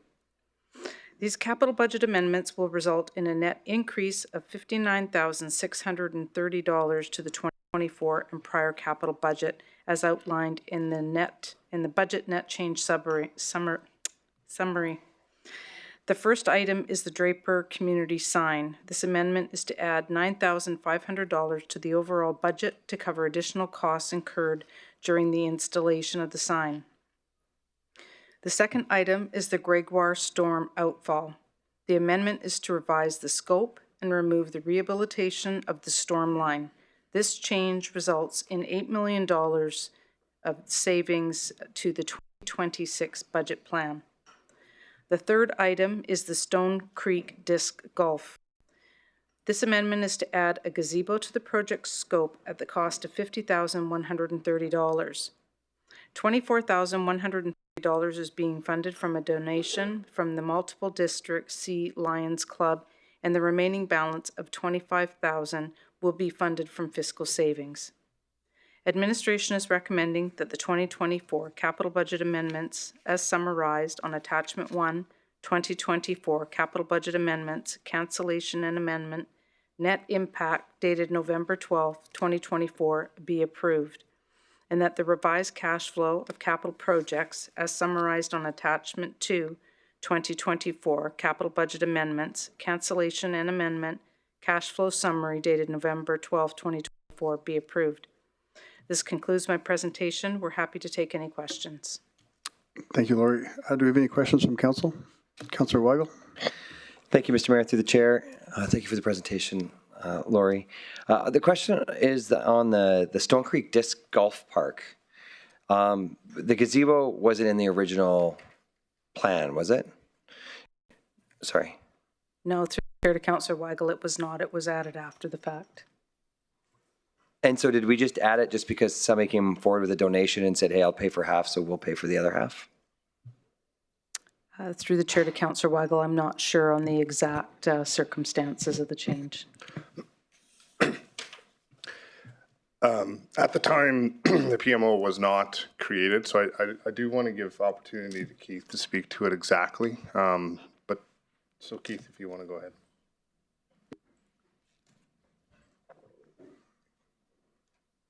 Turn it on again, Keith. There we go. Through the chair to Councillor Weigel, you're absolutely correct. The original business case that went forward in 2021 was very vague. It just said that we'll build the golf course, and it also talked about other parks fixtures and furnishing. It was very, very vague. So no, it was not included. However, this group moving forward, they wanted to build something such as some type of furniture or amenity in that area. Gazebo is always a nice, attractive feature that our residents use. That area is underserved when it comes to parkland, and a gazebo was chosen to move forward to serve that community and be attached to the golf course. With the gazebo, is it comparable to like a gazebo that we already have in the municipality? Through the chair to Councillor Weigel, I believe the gazebo itself is somewhere around 400 or 500 square feet. The pad is probably closer to 700 or 800 square feet. It is comparable to other gazebos. Can you list it so I can visualize it? Like what other gazebo would it be similar to? I know there's a gazebo in Thickwood. I can't think of any off the top of my head. Which one? Yeah. Would it be similar to top of Stone Forest Road? Yes. Okay. And so is there going to be like a barbecue area there, or just a place to sit under, or, and I think it's a great idea. Like, don't get me wrong. I don't know if there's I know disc golf is just gaining popularity, and so I don't know if there's a standard, hey, we usually have these type of amenities in there. My worry is just that if somebody's going to come forward and say, hey, I'm going to donate half of this, then the city just picks up the other half of the bill automatically. Through the chair to Councillor Weigel, at this point in time, there is no barbecue pit or anything such as that, and I don't think it's planned, but there is a seating area. Okay, thank you. Thank you, Councillor Weigel. Councillor Ball? Thank you, through the chair. Just wanted clarity. You said there was an increase in the budget of how much for this request? Through the chair to Councillor Ball, $50,130 is the total increase, of which $24,130 is a donation, and then we were required $25,000 in municipal funds for No, the total I meant cost. for the overall, because you've got one other one that's going up about 9,000. But do we not have an $8 million savings here? There's an $8 million savings on the other item, Gregoire storm outfall. Yeah, but overall, you said there was I think your first statement was an increase of yes. 30,000 or something like that. I think it's Yes. a reduction of like There's 7.9 million. Mhm. Okay, thanks. Yes, thank you. Thank you. Thanks, Councillor Ball. Councillor Doger? Thank you, Mr. Mayor. Thank you, Madam. Thank you, Mr. White. Very nice presentations. I just wanted to ask you, there is, 7 millions you are saving in one of the projects. Am I right? Okay. Correct. So when this estimate was given and when this amount, it's a good thing, positive that you are returning money. And who, you see, approved it and when the estimation was, feasibility was worked out? Okay. Through the chair to Councillor Dover. This particular project has a bit of a history. We received information from consultants on this project. When those consultants provide us advice, we accept that advice. So we accept these reports as stakeholders. When we started executing the project, there was sort of red flags that started coming up, not only from internal staff, but also from the contractor themselves that indicated that this pipe may have a bit more life in it than maybe what we were led to believe. And so it kind of led to further investigation by internal staff and determined that, in fact, that the line did not need to be rehabilitated at this time. Thank you. Okay. Have you physically gone on these capital projects on which amendments are done? To most projects, correct, yep. Fine. You know, that is a very good thing. The same thing I'm recommending to the council also in one of the motions. And, you know, physically, nothing like it to go and see the things. Thank you very much. Good job, you people are doing it. Do you have any other questions from council? Councillor Weigel? Thank you, Mr. Mayor. Through the chair. On all three of these projects, it states current budget. Is the current budget that's on these three projects the original budget that was on all three projects?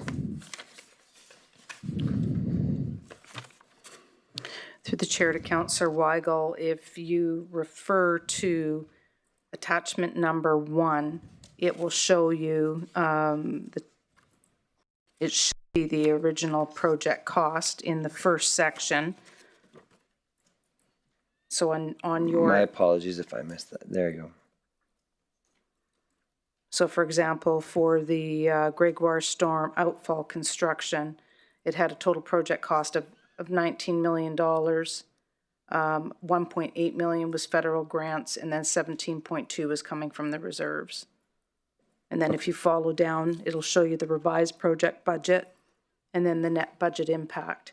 So in my error with my speaking notes, it should have said that the total would result in a net increase of, or decrease of $7,965,500. Okay, awesome. Thank you for the clarity.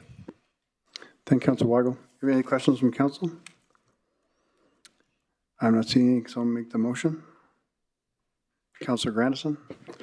Thank you, Mr. Mayor. I move that the 2024 capital budget amendments as summarized on attachment 1, bracket 2024 capital budget amendments, project cancellation and amendments, net impact dated November 12th, 2024, end bracket be approved, and that the revised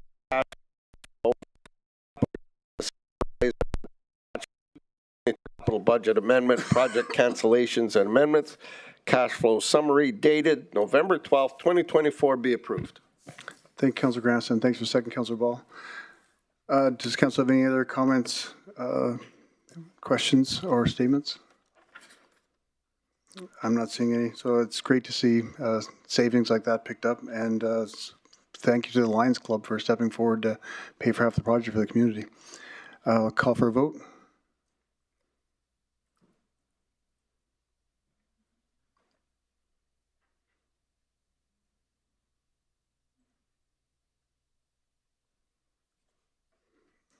And that's carried 10-1. Thank you. I guess 10 and 1 absent. Thank you, Ollie. Thank you, Lori. Didn't know we were missing anybody.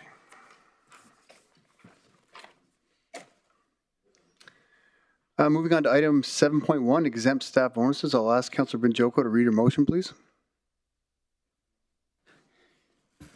Thank you, Mayor Bowman. I move that the Chief Administrative Officer be directed to inform Council prior to approval of any exempt staff bonuses. Thank you. Thank you, Councilor Banjoko.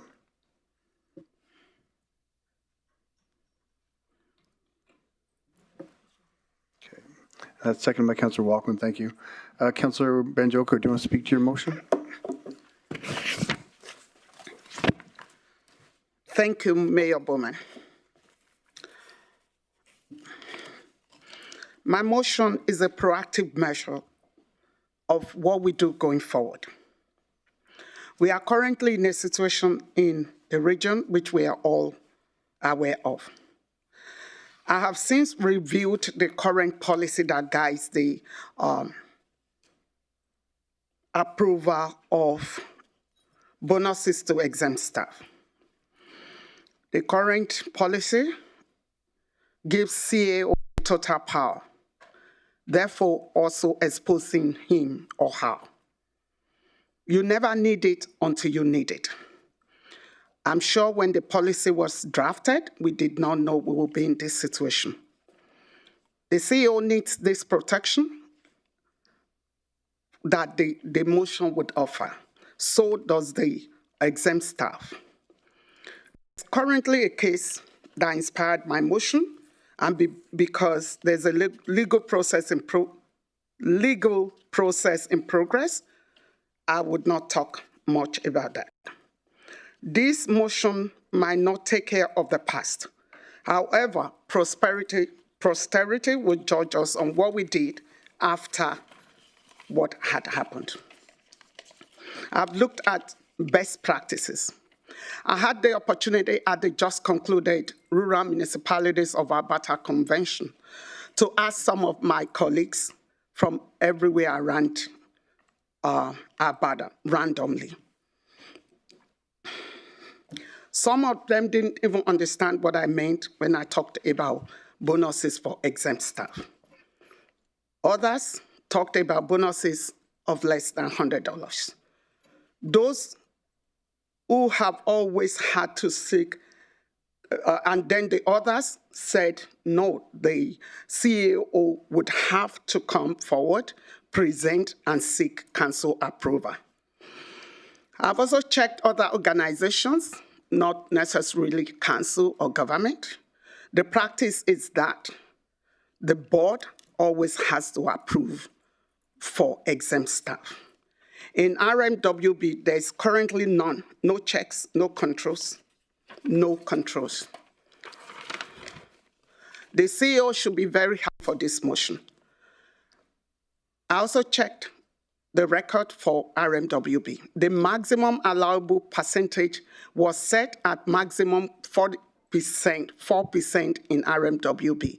That might have changed, but that's what I heard, and I have worked here previously for a short moment. In the situation that we are dealing with, there was no performance KPI or targets attached to the bonuses. It was vague, it was not clear, and some of those who received the bonuses didn't even understand what they were being given. We need to fix it. Council, you and I, my colleagues, would ultimately be held accountable for the use of taxpayers' resources. But in the current dispensation, we would have no knowledge of what is being given. My motion is that, at the very least, the CAO would come back to us and give us the information. And I want to believe that if we see something that is outrageous, we would speak up and we will kick against it and we'll speak up. So that is my motion. Thank you. This is being proactive rather than the current reactive situation that we find ourselves. Thank you. Thank you, Councilor Banjoko. Any questions from council? Councilor Dogar, you have a question? Thank you, Mr. Mayor. The question is not there, but my comments are there. Yeah, we're not doing comments yet. Okay, fine. Okay, Councilor McGrath, you have a question? I would recuse myself from debate and the vote. pending future litigation. Thank you, Councilor McGrath. Do we have any questions from council? I'm not seeing any. Okay, Councilor Dogart? Have you drafted any motion about it or? She read the motion. Hmm? She read the motion.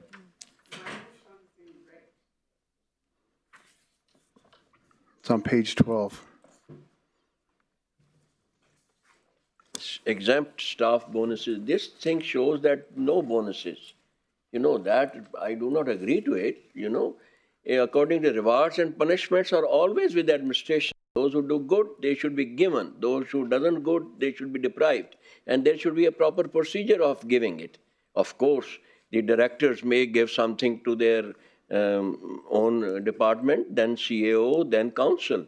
Sir, question, Councilor Dogart? Any? A question?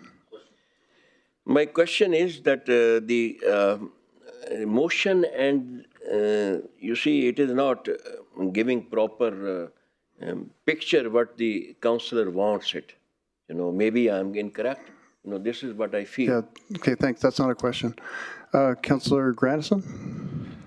Thank you, Mr. Mayor. And I guess this question is through to Jade or administration. Like, I think this crosses two areas. One, like, it's completely appropriate that this information, but is it, we approve the budget and the policies to execute the spending of such budget, policies, et cetera, but we don't tell administration where to spend the money, how much money to spend, so on and so forth. That's beyond governance, is it not? Through the chair, I believe that's a question that should be routed through legal services. Okay, well, whomever. It sounds to me like getting beyond governance in this. That's all. So I'm just asking, are we? Waiting for Caitlin. Through the chair, council can set any policy that they choose to. But that's a policy versus admin coming back and asking our permission to, like, once we have the policy and once we have the budget in place, we direct administration to do that. They don't come back and say, oh, we're going to spend $200 on this vehicle and so on and so forth. They execute accordingly. I just need clarity on this. So if it's legal to give it to me.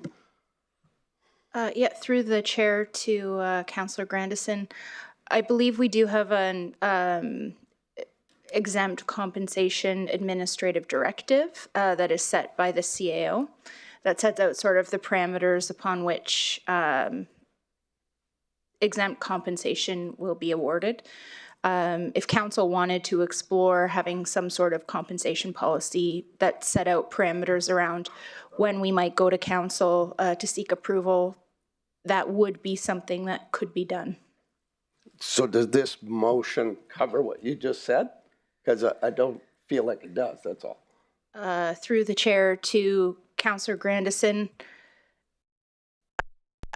agree, you could specify in that council policy perhaps that any compensation over a certain amount or a certain threshold had to go back to council for approval, bearing in mind that a lot of those conversations would happen in camera under certain provisions of the Freedom of Information and Protection of Privacy Act. So all that would happen in camera because it deals with people. Typically correct, yes. Yeah, as opposed to public. So I guess it just seems vague to me and it seems like it crosses both governance and operations to me. So. Through the chair to Councillor Grandison, council would not want to embark on determining individual staff members' compensation or, for instance, engaging in performance evaluations of individual staff. What you might do is have a policy that specifies that any type of bonus programs you wanted to be able to approve them in advance. So you wouldn't make individual decisions under that program, but you might, determine that bonuses are appropriate and they will range from X amount to X amount, for instance. But you're correct, you wouldn't want to embark on the individual decision making under that. All right, thank you.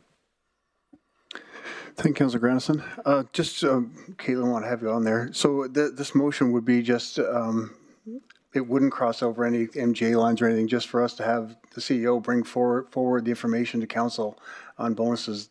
We're fine with that? Oh, sorry, Caitlin. That's correct. That could be done in camera. Perfect, yeah, and I think that's a way to keep transparency with the council and with the public as well then. Thank you. Councillor Banjoko? Oh, thank you, Mayor Bowman. I actually thought you were asking me. Oh, yeah, no, she's sitting behind you. That's... And I would have said, I actually checked. I checked before I moved forward with this motion. Thank you. Thank you. Councillor Ball? Thank you through the chair. And I guess I'm looking for a little bit of clarity on this as well, because in reality, the motion doesn't really do anything. It doesn't give council the ability to approve what the CAO is bringing forward, because as it reads, it says, I move that the CAO be directed to inform council prior to approval. Therefore, the CAO is informing us, and it's the CAO's job to do the approval. So in reality, they're just telling the CAO's job would be to inform council of his approval, not our approval. And I think you want something a little bit different than that.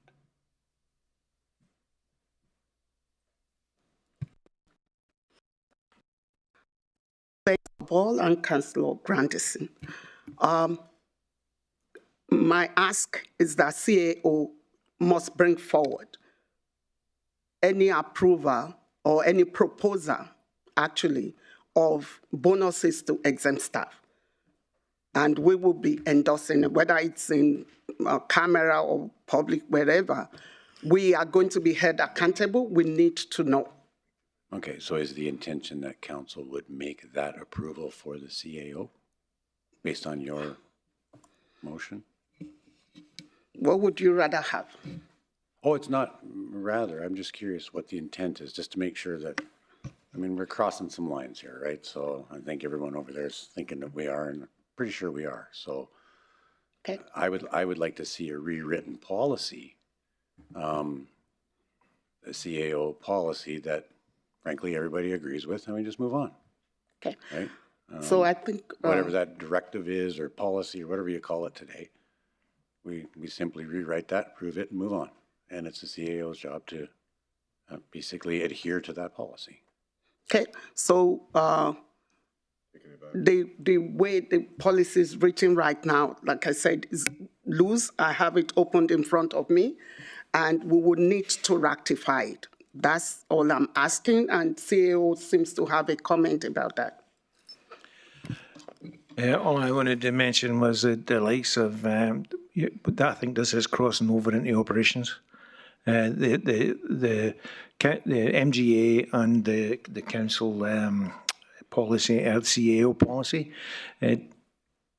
delegates the authority to determine what resources are needed and how those resources. That's what they're delegated to me at the moment. I have no issue with the motion as it's presented, because that way I would always bring forward any level of bonuses that were going to be paid. I'd bring them before council and discuss them before they were actually paid. I think that makes sense. Okay, and I think that will be good enough for me, because as I said in my opening speech, if we see 30% bonuses, I don't think we'll be saying go ahead. So I think we are going to be held accountable, and we need to know what is being dished out. So I don't know how it's going to be written, and if you want to make amend to the motion, but this motion needs to go ahead. We need to make changes, maybe to the policy or the way it's written. I'm good with that. Okay, thanks, Councillor Bioko. So for some clarity, CAO Hunter, based on what you've just said, you do not require the approval of council the way this is written, correct? That is correct, yes. You're only notifying us. That's correct, yes. So you can do whatever you want. That's correct, yes. Thank you. Thanks, Councillor Ball. Councillor Dogar? Thank you, Mr. Mayor. Now I am quite clear what Councillor Banjoko said. that proposal or policy. Simply saying that we should reframe the policy within the framework of MGA. Thank you. Councillor Boussier? Thank you, Mayor Bowman. Through the chair, I guess probably to our CLO. Can this not be covered in the CAO bylaw? Yes, it could be covered in the CEO bylaw, yes. It's the CLO, not the CAO. Through the chair, the CAO bylaw does have the delegated powers from council through the MGA. It does speak to resourcing and administration of the municipality. I don't believe at present it goes into specific details on compensation.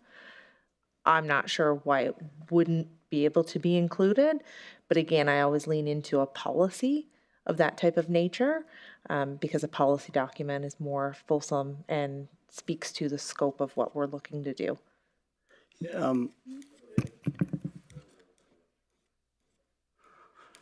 Through the chair to Jade, I believe last time the CAO bylaw was revisited was, what, 2017? Amended or? I believe it was 2017. It could have been 2018. Okay. So I was going to bring a notice of motion tonight, but there was enough on the table already. And one of them was to revisit the CAO bylaw. So that's something that can be done under notice of motion. We could probably adjust Councillor Banjaco's motion in that. The CAO bylaw can certainly be reviewed and updated at any time, no different than any other bylaw. Right. Okay. Because certainly I don't think it's in council's best interest to start distributing bonuses. I wouldn't want to be involved with selecting bonuses for certain employees, but I guess what council, unfortunately the Finance and Audit Committee got struck down a couple months ago, but that would have been one of the things that the committee would have allocated or brought back to council, was approving an amount of money that could be used for bonuses at the discretion of the CAO. So I guess if we can do it through the CAO bylaw, that might, I don't know if that helps Councillor Banjaco, but that might be the way to do it. Thank you, Mr. Thanks, Mayor. Councillor Boussier. Go ahead, Councillor Bertoga. Thank you, Mr. Mayor, and thank you, Councillor Boussier. I will take any.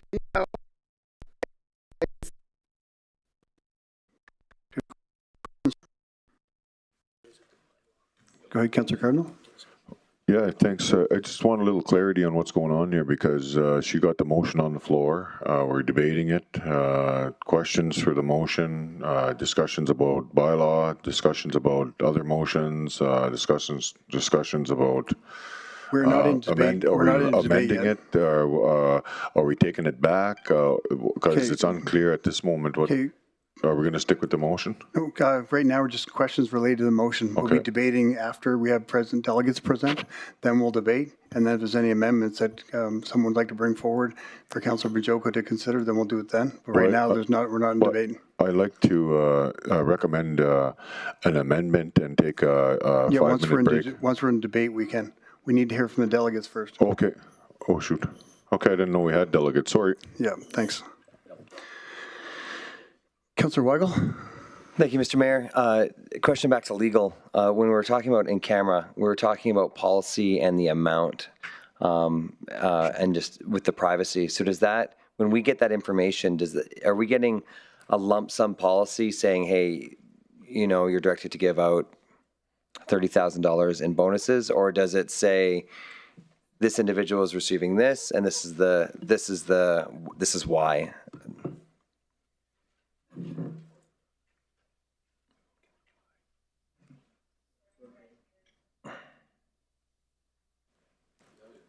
There we go. Through the chair to Councillor Weigel.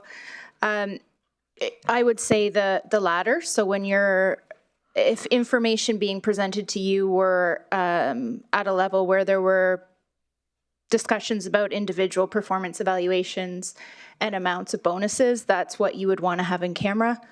A council decision such as, we council want to allocate $30,000 for exempt bonuses, that would be something that would be acceptable to discuss and debate publicly. Okay, thank you. Thanks, Councillor Weigel. Do you have any other questions? I'm not seeing any, and we have delegates. Mr. Craig Milley. And Craig, just a reminder, I know, but if you say your name for the record, you have 5 minutes to present. Please remain on topic and remain seated after for questions, please. My name is Craig Milley, and I'm the president of QP Local 1505. I scratched through my original presentation about 100 times, so bear with me here. I'm here to support this motion. With that said, I don't believe exempt bonuses of any kind are appropriate in any manner. In the interest of transparency, all of our collective agreements identify rates of pay, hours of work, and overtime entitlements. Exempt positions, on the other hand, have a broad range of salary, in some cases exceeding $60,000 per year. And no mention of potential bonuses publicly available documentation that I've seen to date.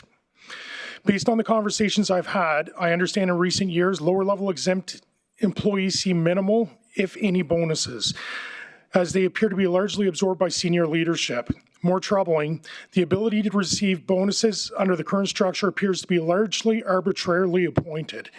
Members of exempt staff seem to be required to worry about their personal relationships with their superiors to establish if they're deserving of a few dollars extra at Christmas. If the potential bonuses are based on performance, I believe addressing underperforming exempt staff through education, coaching, formal notices of expectation when required, disciplinary action would be far more effective than any bonus structure.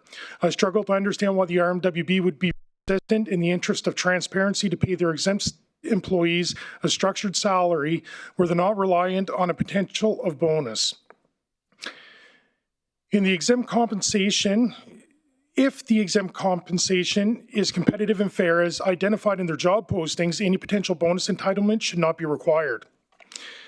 In my job, I have to sit and listen to committees of RMWB exempt staff continue to argue that QP members are more than fairly compensated, and you want to talk about how they deserve a bonus for doing so? Let's not forget the overall exempt compensation structure significantly exceeds that of the unionized workforce. I will reluctantly support this motion as it does not identify or address the issue, but it is a step in the right direction. It is my view that administration and council has no intent to address the overarching issues, and this is another band-aid to a situation. Now, I will say, approximately 7 months ago, during the ASDO conversations where there was a potential elimination of 459 unionized jobs on the table, the CAO committed to me face-to-face that he had ended any bonuses for exempt employees. They will not be receiving them moving forward. So I want to know from the CAO, are you willing to make that same commitment today in front of council and the public? Absolutely not. Absolutely not. So that was just made to the union. No, that was made at the time when we were in the negotiations over how we were going to move forward. And I made the commitment at that point in time that there was no exempt bonuses in this year, which is 2024. No, you actually quite specifically said there will be no bonuses moving forward, Henry. And that's what's troubling. So here's where the problem is. Henry comes in and he tells us one thing and he comes and tells you guys another thing. He won't sit here and tell you guys the same message he's telling us. It's very troubling that you guys are keeping him employed. That's everything. Do you have any questions for the presenter? Councillor Bouzier? Yeah, through the chair to Mr. Milley. You did, I believe you said, Craig, you're opposed to exempt staff receiving bonuses? Correct. Okay, I support bonuses to exempt, but it comes with a caveat that they're transparent.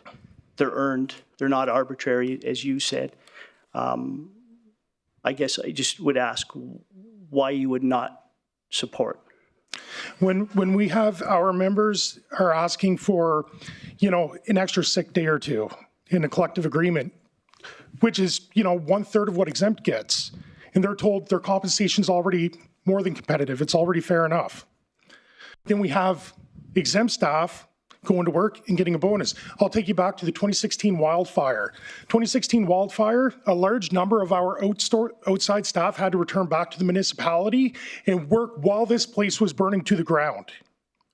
And when they were asked if they're going to get any additional danger pay for returning, they were told danger pay? That's what you get a paycheck for. During the COVID-19 pandemic, a large number of outdoor staff had to continue working day to day. I'll use our transit folks, for example, packing 85 people onto a transit bus that, trust me, I fought vigorously for months and months and months, saying you should not be putting 85 people on a bus during a pandemic. And we asked, are they going to get any additional compensation for showing up and having to put themselves in danger day to day? They said, your compensation is your paycheck. Keep showing up. Now you're telling me that bonuses should get paid out to exempt personnel because, well, they've done a good job. They were paid to do a good job. Our members are paid to do a good job. They don't get an additional bonus at the end of the year if they've done a good job. Okay. I certainly don't want to upset you. Is there any bonuses? Like, well, I'm a little bit frustrated that he sat there face-to-face, man-to-man and said, we are stopping this. And he sits in here today and says, I will absolutely not make that commitment in front of council. okay, and unfortunately, I wasn't in that conversation. Are bonuses at any time in the RM acceptable? No. Okay. One last question. I mean, I understand you went through some negotiations, and unfortunately, the names and the recipients of the bonuses was published. I'm assuming there were probably a few people, or one person or two people in the negotiations that were recipients of the bonus? Absolutely, and I'd like to state that there were also multiple members of the bonuses that were involved in the ASDO conversations, as anywhere between 10 and 30 QB members sat across the table from them day after day after day, pleading for their jobs, and these individuals are telling them we need to find ways to cut down expenditures. We need to find ways to save money. Okay. But I'm going to be limited on what I speak on that topic because of current litigations as well. Okay. Thank you, sir. Thank you. Thanks, Councillor Boussier. Do you have any other questions for the presenter? I'm not seeing any. Thank you, Craig. And next we have Michael Ferreira. And Michael, if you just say your name for the record and just remain seated after 5 minutes for questions, please. I hit the center button, Craig. Michael. There you go.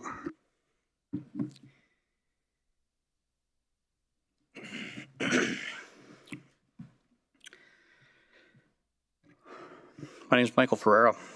I've got no ties to the RMWB other than being a citizen and taxpayer and stuff. I'm not employed, not a union member, just a citizen. I'm assuming the seeds of this motion were a result of the bonus fiasco earlier this year and the pending lawsuits that we've heard mention of. So I applaud you for bringing this forward because at least it's something. But I'm unsure how this is going to help the public or council. That said, I think you all should unanimously support it, but know full well it's just a mere pittance of what needs to happen.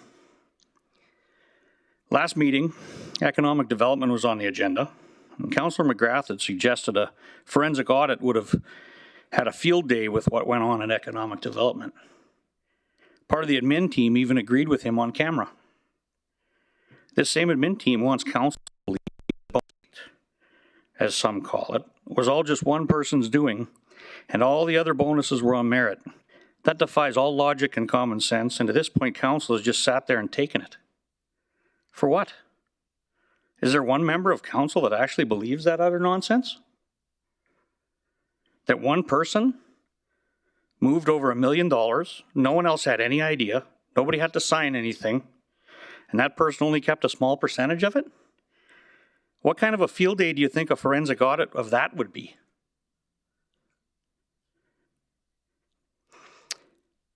And that's at the admin and exempt staff level.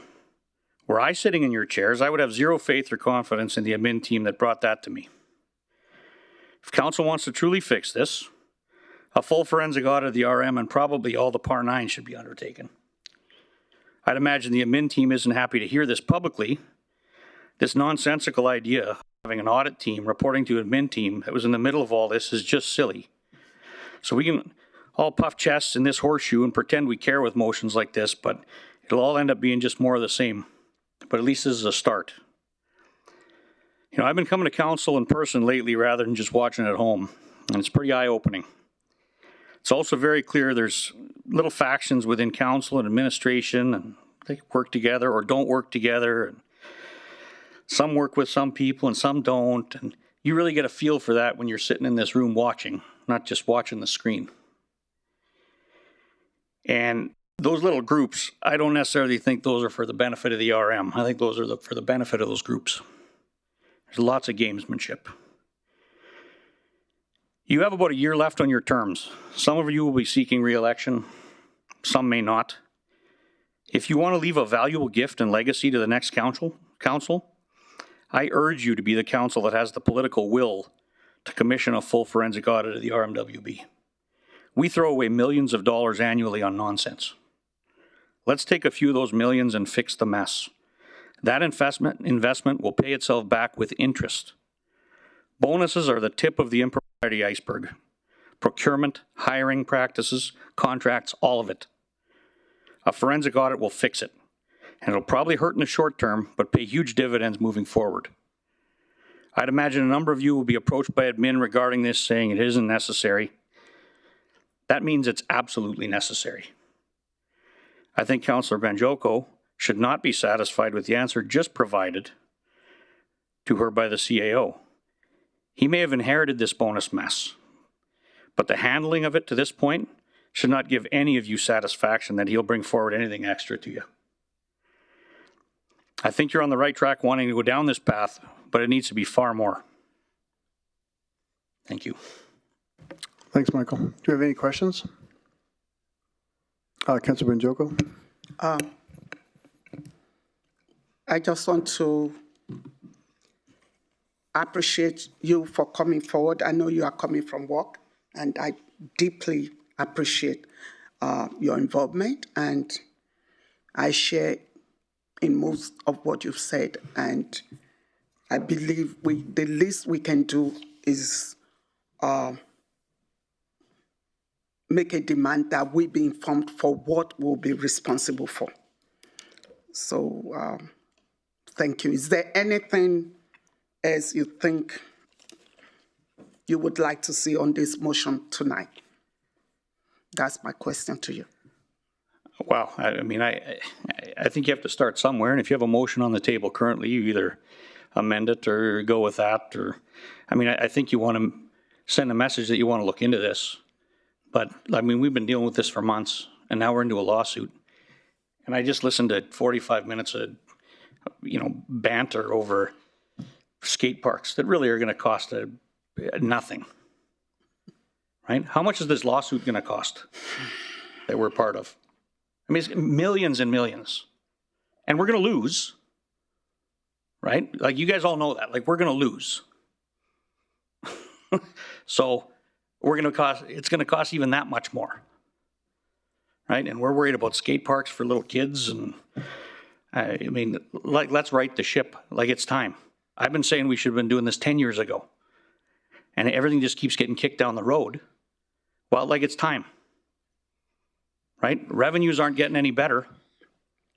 So something's got to change. Right? You listen to the scuttlebutt around town. Somebody knows a guy that all of a sudden this got done and this contract gets awarded. And I don't know if that stuff's all true. Maybe it is, maybe it isn't. Forensic audit will fix all that. And I'd be willing to bet that if a forensic audit were ordered for the RM, I don't know how long it took the lady that we're involved in the lawsuit with, how long it took her to sell her house and get out of town. I would imagine it would make people's heads spin how fast some people would leave town. Okay. Thank you again. Thanks, Councillor Banjoko. Councillor Dogar. Thank you, Mr. Mayor.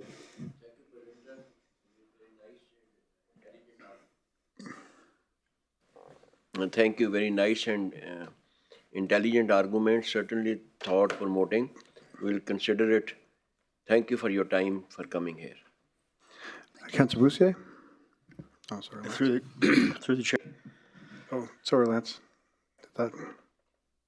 Sorry. through the chair to the presenter. Mike, I'm going to ask you the same question I asked the last. Do you support bonuses for exempt?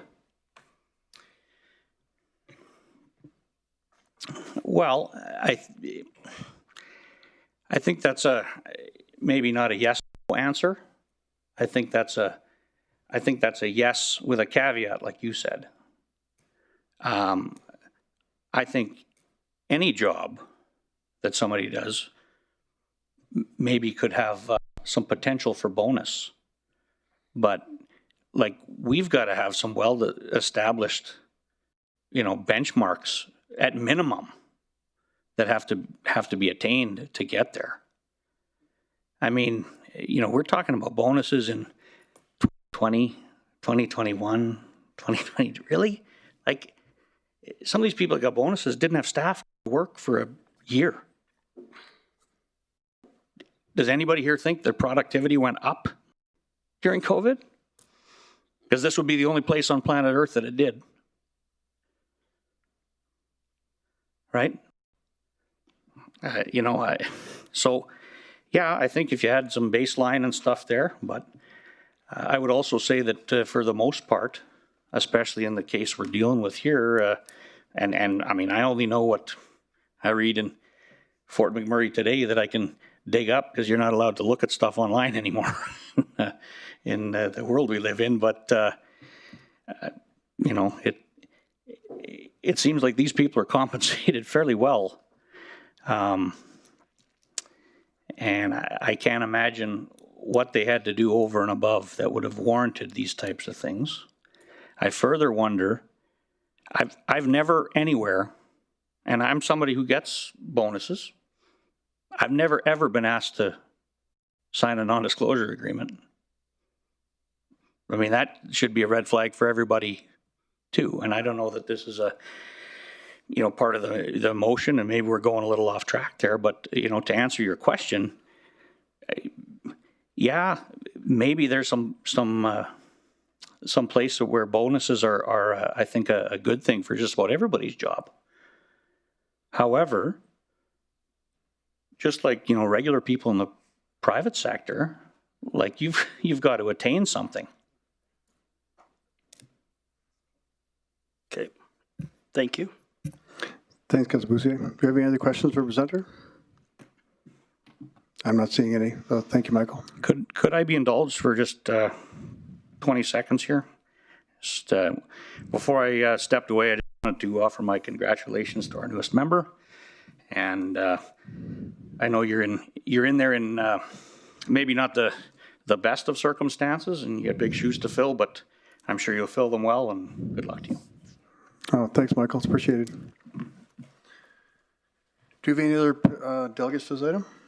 We have no other registered delegates for this item. Thank you. Thanks. Do we have any other questions or debate points from council? I'm not seeing any, so I'll call for a vote.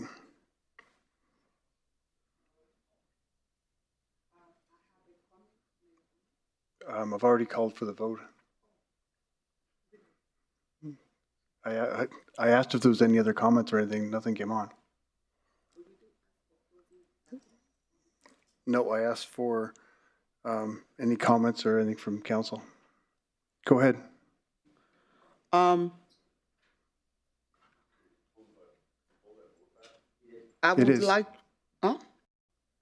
would like to have a 5 minutes break, and I needed to get the point from Councillor Boussier and to amend.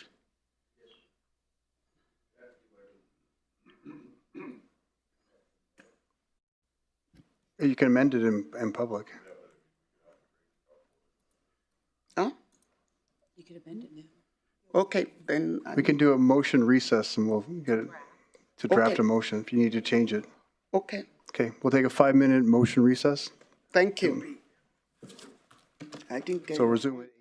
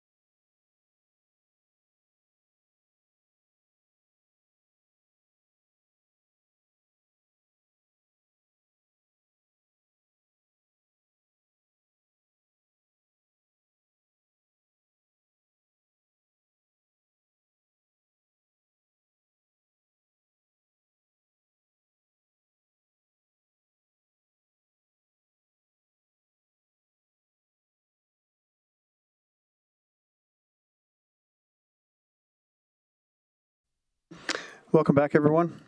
As per that, I'll let Councillor Bajoko make a closing statement.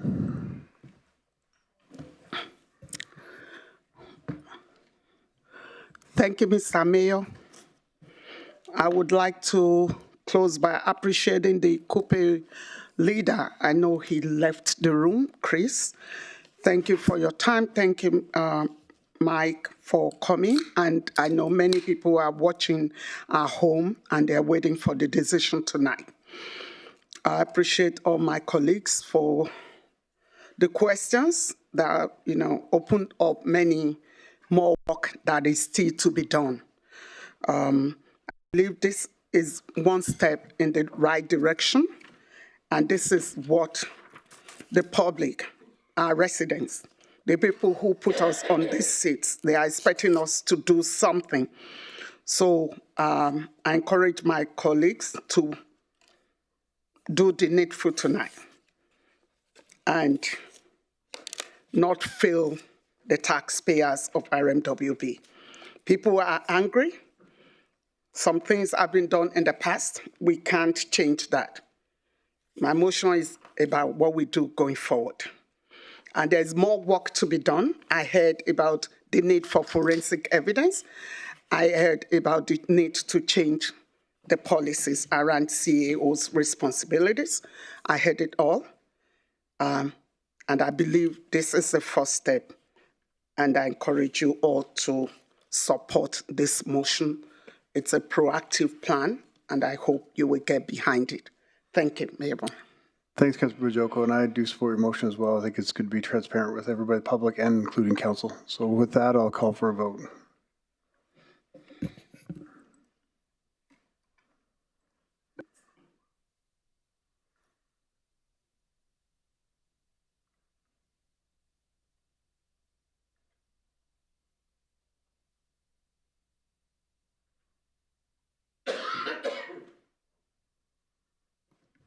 And that's carried 9-1. Thank you, everyone. Can we see if Councillor McGrath is still in the back there?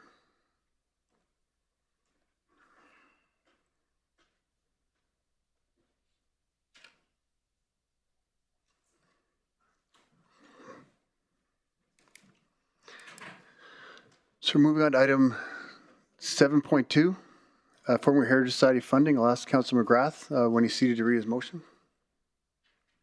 Just whenever you sit down, just read your motion, Keith. For sure.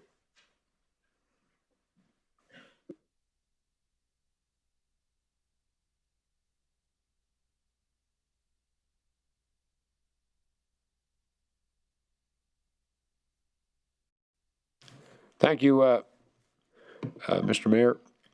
I move that the Regional Municipality of Wood Buffalo forgive the Fort McMurray Heritage Society of the 2023 audit being completed so that they can apply for their funding in 25, and that the remaining funding granted to the Fort McMurray Heritage Society be released. And if I just want to break into that, I'm not looking for any. Oh, sorry. Okay, we have Councillor Wago seconded it, so go ahead, Councillor McGrath. I know that it flies in the face of policy and procedures that we have, but if we don't fund you don't cut the we allocated the second part of the motion, and things happen. They never got their audit done, but they still have a big service to the community. And I wonder what it would look like if we don't give them the money. And it's not to override policy at all. It's just that there's going to come a time where all these societies, nonprofits, I mean, we heard it from the Premier, no different in a business. We're going to have to bring the silos home and not have, the duplication of I guess, human resources or physical assets. So I'll be very clear that, they reached out. And I got a soft spot for Torchy Peden, Mr. Peden, because I see Torchy move that park, and a lot of volunteers. They've been through floods, they've been through relocating, They've been through kicking around the berm. So I just, and if it doesn't fly, but I have always felt if you give somebody your word, it doesn't matter if you die tomorrow, they'll always say that what he said in public, he said in private. And what I said, when people call and lobby municipal councillors, it could be any time of the night. And that's why I got a big joke out of full-time councillors. Well, it could be 12 o'clock in the night, you're getting a call. So I got a call on this subject. Because I sat in this chair last year, watched the councillor and the person from the society get their numbers mixed up. And I think this is where some of it came from. I think it was, if I'm correct, it should have been 270 instead of 160. I watched it in this chamber. So that's why I brought this forward. Because if we had to, let me say, tear up contracts and do all this stuff, we would have done it that night. We would have took a recess, called a point of order, and probably gave that society a second chance, because I think the number they were getting at. So the second part of this, it's money they earmarked to run their business, a grant. And, there's weddings, there's people, and there's heritage. I don't know the correlation between the L1100 Laterno or 800 that's at the Interpretive Centre, but we have a couple of heritage points. And this one here kind of strikes home because of all the, I guess, headwinds they faced the last few years. And now again, they shifted around. So I'm not going to beg and plead, but I gave a few people my word that I'll bring it forward. And that's what I'm doing, guys and ladies. And I guess after 30 years of public service, if it doesn't get carried, I'm still going to love everybody tomorrow morning. That's the way she goes, boys, ladies. So that's the way she goes. Thank you. Thank you, Councillor McGrath. Council have any questions? Councillor Dogar? Thank you very much, Mr. Mayor, for giving me a chance. First of all, about this motion, in the word wood buffalo forgive the Fort McMurray heritage. Forgive is to any individual who does something wrong and you make some correction. My English is not so good, but this word here, forgive, cannot be there. It should be exempted or overlooked. Something of better word. And you may consider it right or wrong. And the next is that I had gone to follow up for this motion to Heritage. Varna was busy with her son, and she requested for more money. And I would ask now the question, how much money are you asking? Just what they usually get in the grant. I think it's about 170 left for this year. Okay. And the second part of it, probably two, but the second part of it is to allow them to do the grant process in 25, because they never got their audit done. But the audit is in action. So there's two parts of it, Councillor Dogar. And you talk about forgive. I forgive you 10 years ago, 5 years ago. Forgive is a real word, and heavens knows, over 40 years in McMurray, I've been forgiven lots. With being forgiven, there's hope. And I think if we forgive these people, for not getting their audit in time, there's a host of items why. And don't forget, we had some people affected again this year by a fire. And even though some people were miles away from fires, it affected the people. It took people out for a couple of months. And it probably set back people for a couple of years. So I'll forgive them. And I'm certainly not going to try to buy your vote. But I always think that humanity is something that we all have.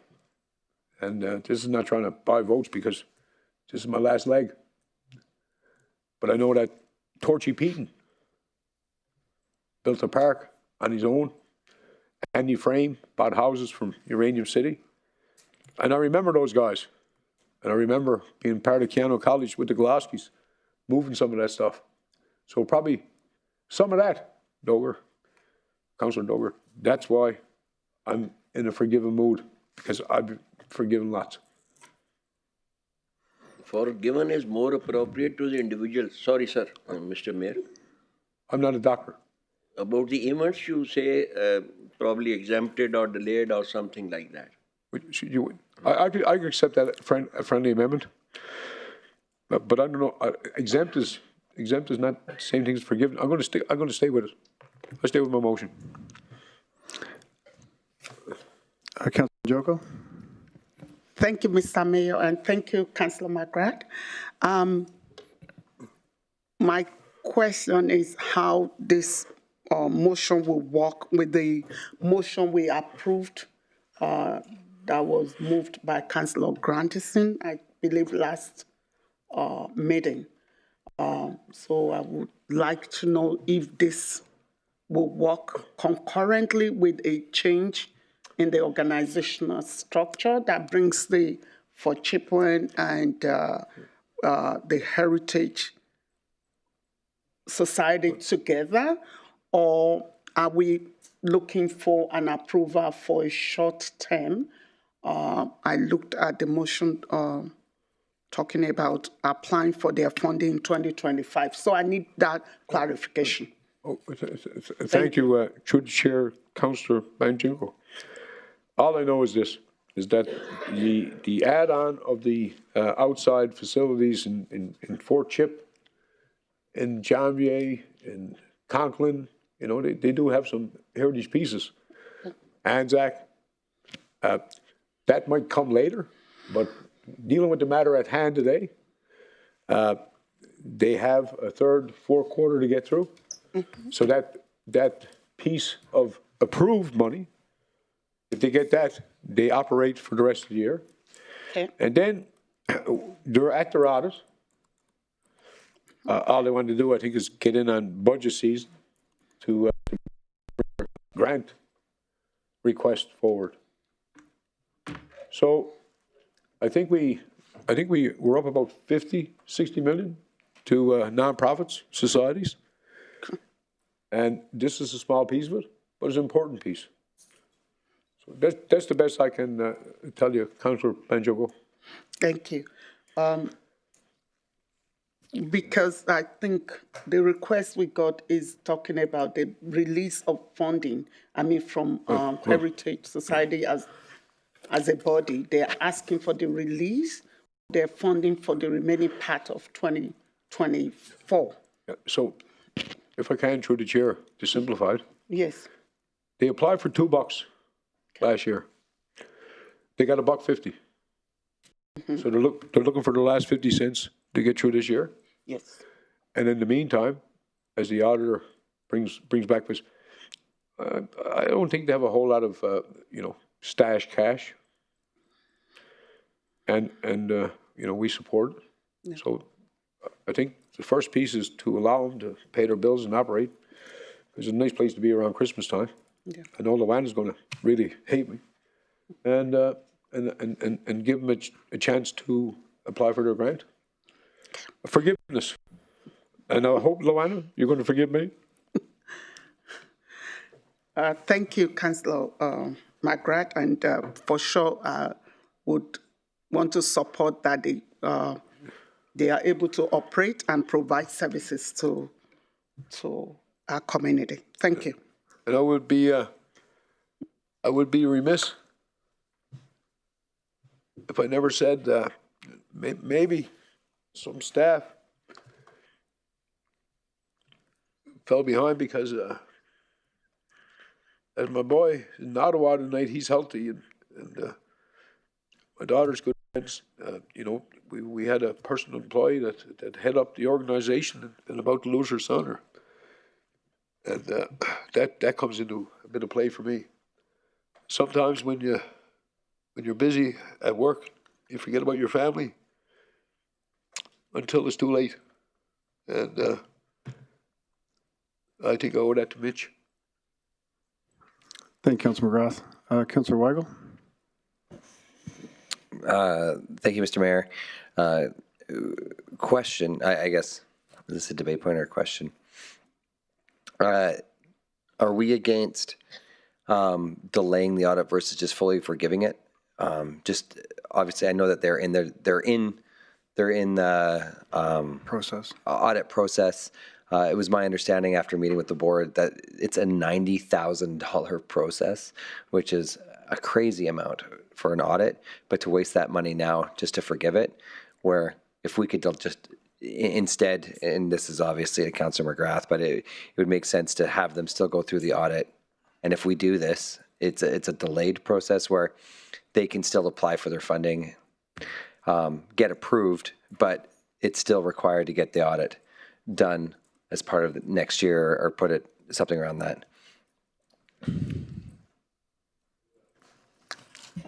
Through the chair to Councillor Waggle. I don't know why the audit would cost so much, because to me, it's something like using Mac Island. If we have internal auditors, if we had services, shared services, these audits would be all blanket. But again, when they get looked at, we're going to have to stop the silos and let the granary run in one drain, and you'll get savings.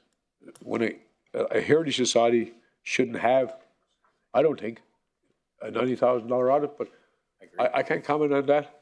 But I can comment on this motion to give them, like, their funds for 24 were approved in our budget. And, this is not to kick Deanne or team. I know this is a special request, but I think there's some special circumstances. And when I see the hours of volunteerism that went into that place and what they went through, this is the first time in my 12 years, I think, that they came and asked for this. If they were slack, tardy, or done this every year, I wouldn't be so confident in bringing it forward. But to my knowledge, in my 12th budget, I've never seen them, being late or delayed. Thank you. Councillor Lovely? Hi, no, I just want to echo what Councillor Weigel said. And when do we start to, I'm a process person, so who do we forgive and who don't we forgive? And why do we forgive certain non-for-profits and non-certain non-for-profits? Like for myself, Heritage Park, half the histories in there is my family's. So, it is dear to me. But once again, there's a process that's in place. Right?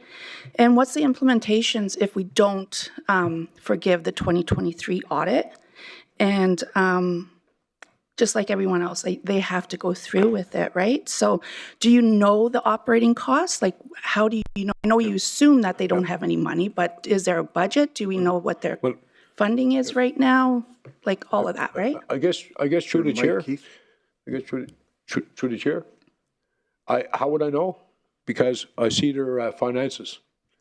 Every year, we see their finances, we see their sheet, see their balance sheet. And we're not forgiving them not having a budget or an audit. The time lapse. Because I think, through the chair to admit, I think that these should have been in maybe, I think, the summer. I don't know the exact date, but they got behind. So it's not a forgiveness of bringing the audit, because obviously the budget and their balance sheet would actually constitute what you give them in a grant.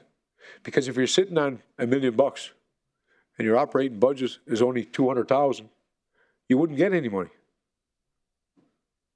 I think they're just about flatlined. And what really made it tough was the two floods.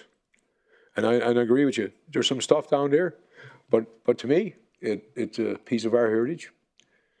And I still say, motion's on the floor, and at the end of the day, democracy, you see it here every day, if you can support it.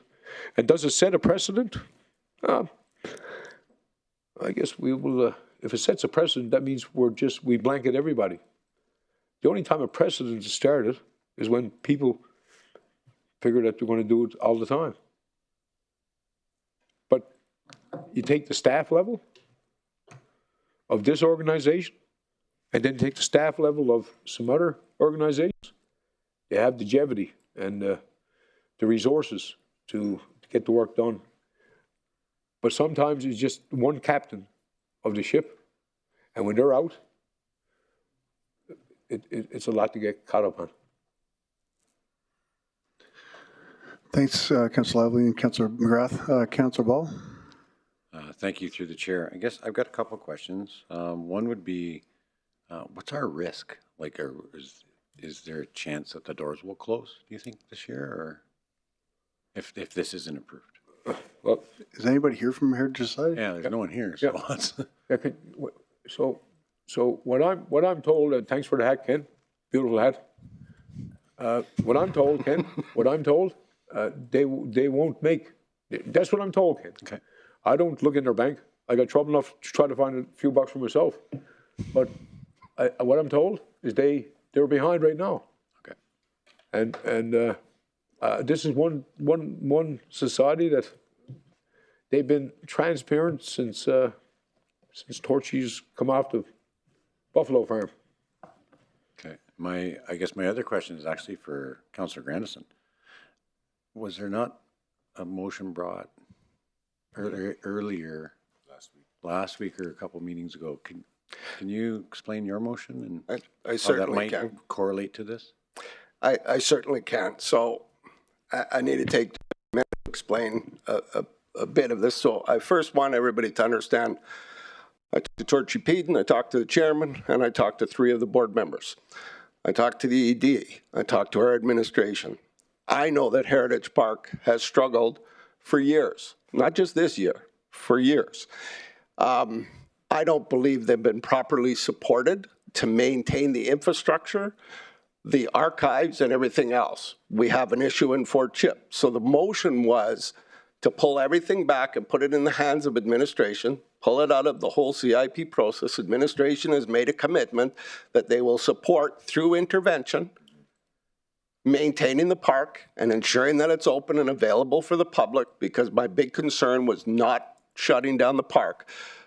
But we need to manage it better. So it was to create or look at the possibility of creating a heritage society for the whole region that encompasses all of the new expectations through the heritage report, that addresses the shortcomings that are existing at the park as we speak. We have stuff in storage that's exposed to air that will be destroyed by the moisture in the air. We do not have proper maintenance of our history and our cultures in this community. So the intent of this motion, and administration, I think, has made the commitment that they will continue to support Heritage Park. The problem with doing it this way is we brought forward a motion to create the CIP committee.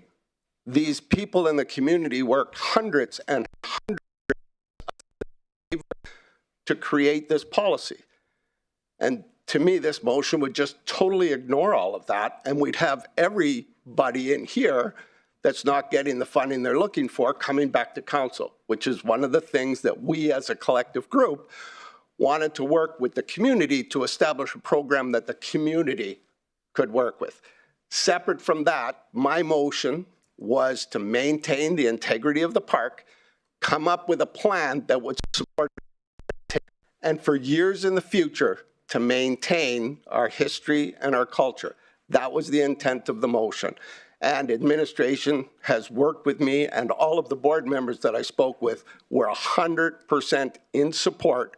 I even had 2 of them at the last event at Keanu come up and thank me for the motion, because they know that we have to do better. Heritage has to do better working with us. We have to do better working with them so we can maintain our culture and our history. That was the intent of my motion. Okay, so I guess one question to that, you use the terminology maintain and whatnot to assist with the operations of the park and ensuring the integrity of the park. But was the motion's intention to operate the park?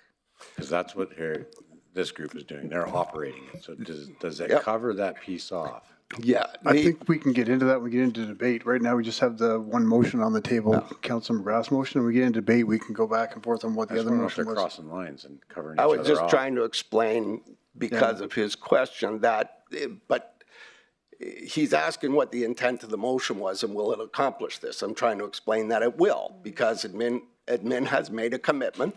Yeah, I just want to know, work with and maintain. Al's motion cover this motion is what I Yes, it does. Is what I want to know. Yes.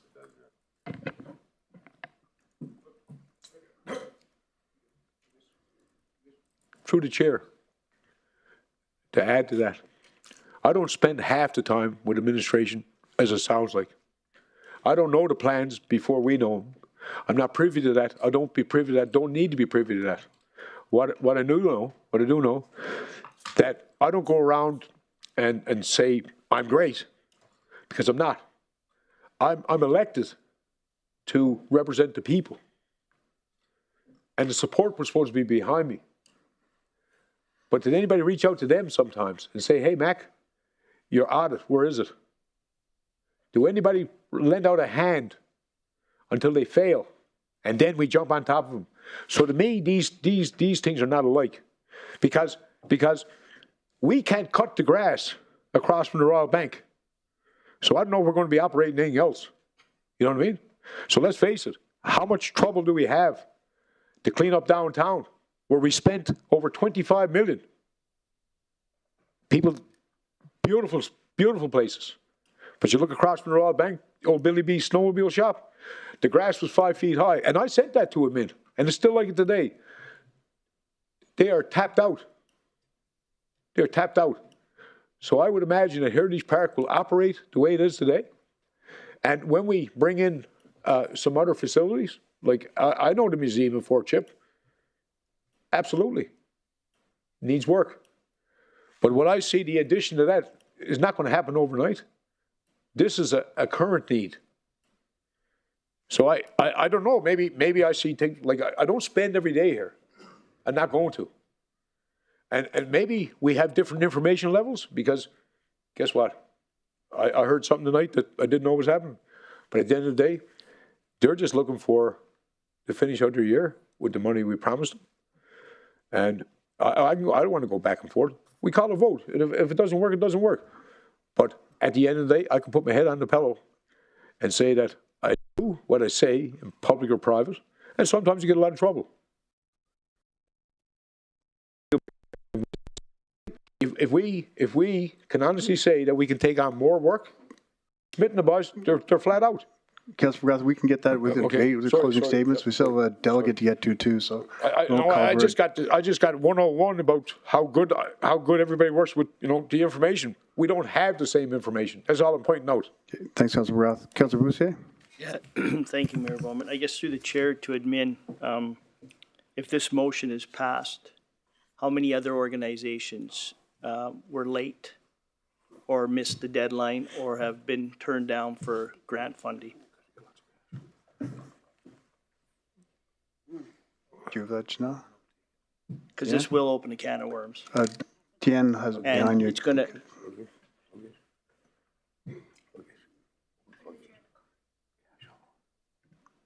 Through the chair to Councillor Boussier.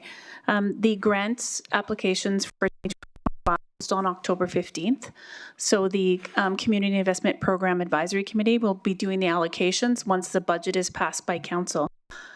So at this point right now, this organization is the only one that has not submitted because of the audited financial statements. Through the chair to Director Berge, GYS emailed me and said they missed a deadline as well, and anything I could do for them. I just said no, unfortunately, missed a deadline. So what's the difference between GYS and Heritage Park? Through the chair to Councillor Boussier, the intent of the policy was to move the allocations into a committee. So the committee follows the council-approved policy, which relates to the eligibility, which is clearly laid out. The grants were open for 6.5 weeks from September 1st to October 15th. There was plenty of information sessions, social media, and the administration also reached out to organizations to support them with their applications. Through the chair, I agree. The folks I talked to, GYS, acknowledged that they dropped the ball, and they were advised by the RM and your team that deadline was coming, and unfortunately, for whatever reason, so they missed it. So this motion, to me, if it passes, unfortunately, will undermine the good work by Mrs. Fleury, and yourself and your team. So I'm just wondering how many more other organizations are going to be coming here with the same request if this motion passes. Like, I do know GYS, I'm not going to speak on behalf, but there's probably a good chance that they're going to come forward seeking their funding given that they missed a deadline. So I'm assuming there's some other organizations. I guess just my only comment is, in an organization, are we prepared to have everybody else that missed deadlines come forward? And are we going to be open to that? That's all I need answered. Anybody answer that?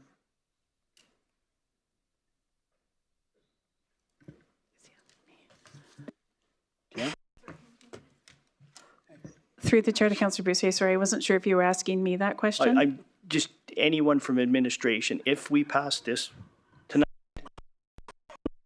organization that may have missed the deadline to come forward seeking their grant request. Through the chair to Councillor Bussier, I think if this motion passed tonight, it certainly would open the floodgates of anyone that wasn't happy with their allocation or had missed a deadline or any other reason. Okay, thank you. Councillor Dogar. Thank you, Mr. Mayor, for giving me a chance. Mr. McGrath, I have the question. The main point you said is because of the paucity of the funds, the audit cannot be done. You see, this could be an integral audit from municipal staff. We have very competent team with Lori, and maybe 2 managers go and they can audit the things. The idea is that the transparency should be seen, and calculation that there's no incorrect things, and that could be done. That is number 1. Number 2, my point is that I know Varna Murphy is very busy with her son. You know, Councillor Dogar, I think Councillor Dogar, you're getting into debate. We just need to the question is that can't the integral team from our own municipality, accountants can go and check the things, audit it is done. CEO can help it. Through the chair to the question.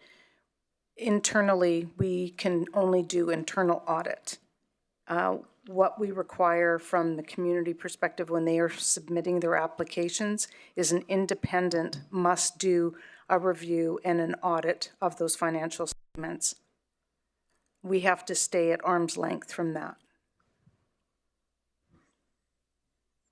Thank you, Laura. Thank you, Councillor Dogar. Councillor Benjoko. Thank you, Mayor Bowman. Thank you again, Councillor McGrath. And my comment is also in line, or question is in line with Councillor Bussier's question.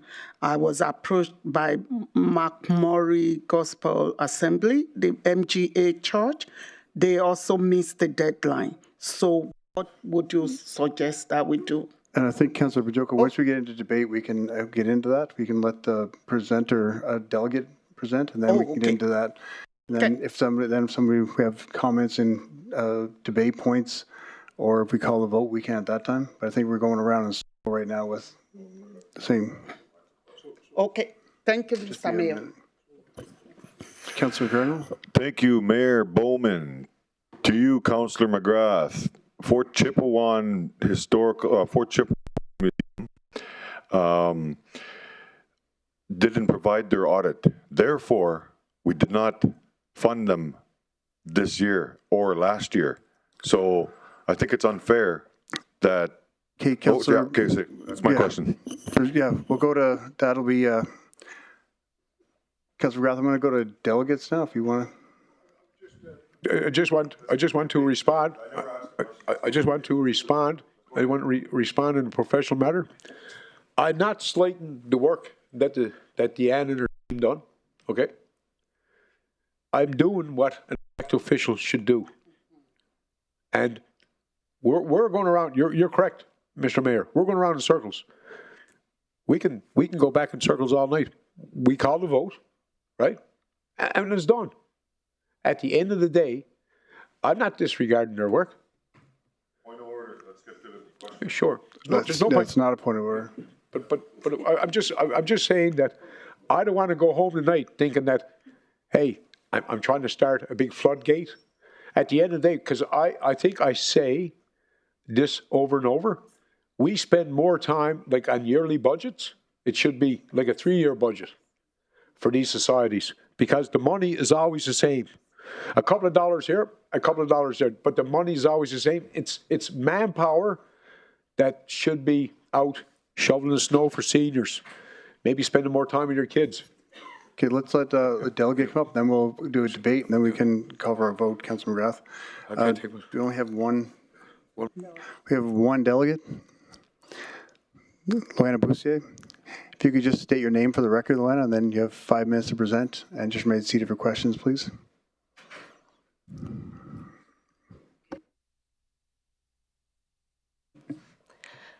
Good evening. For the record, my name is Luana Boussier. I'm the Executive Director of St. Aidan Society, also Land's sister, for you to know. This is incredibly difficult. This is not about Heritage Park for me.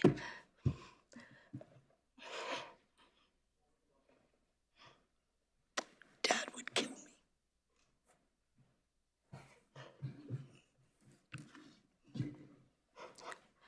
My apologies to Torchy and Verna, but this is wrong.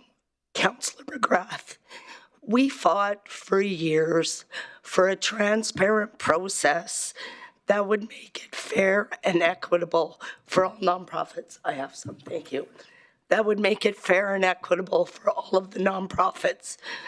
I sat before, not this council, but the previous council, what I feel as a victim of a process that wasn't fair.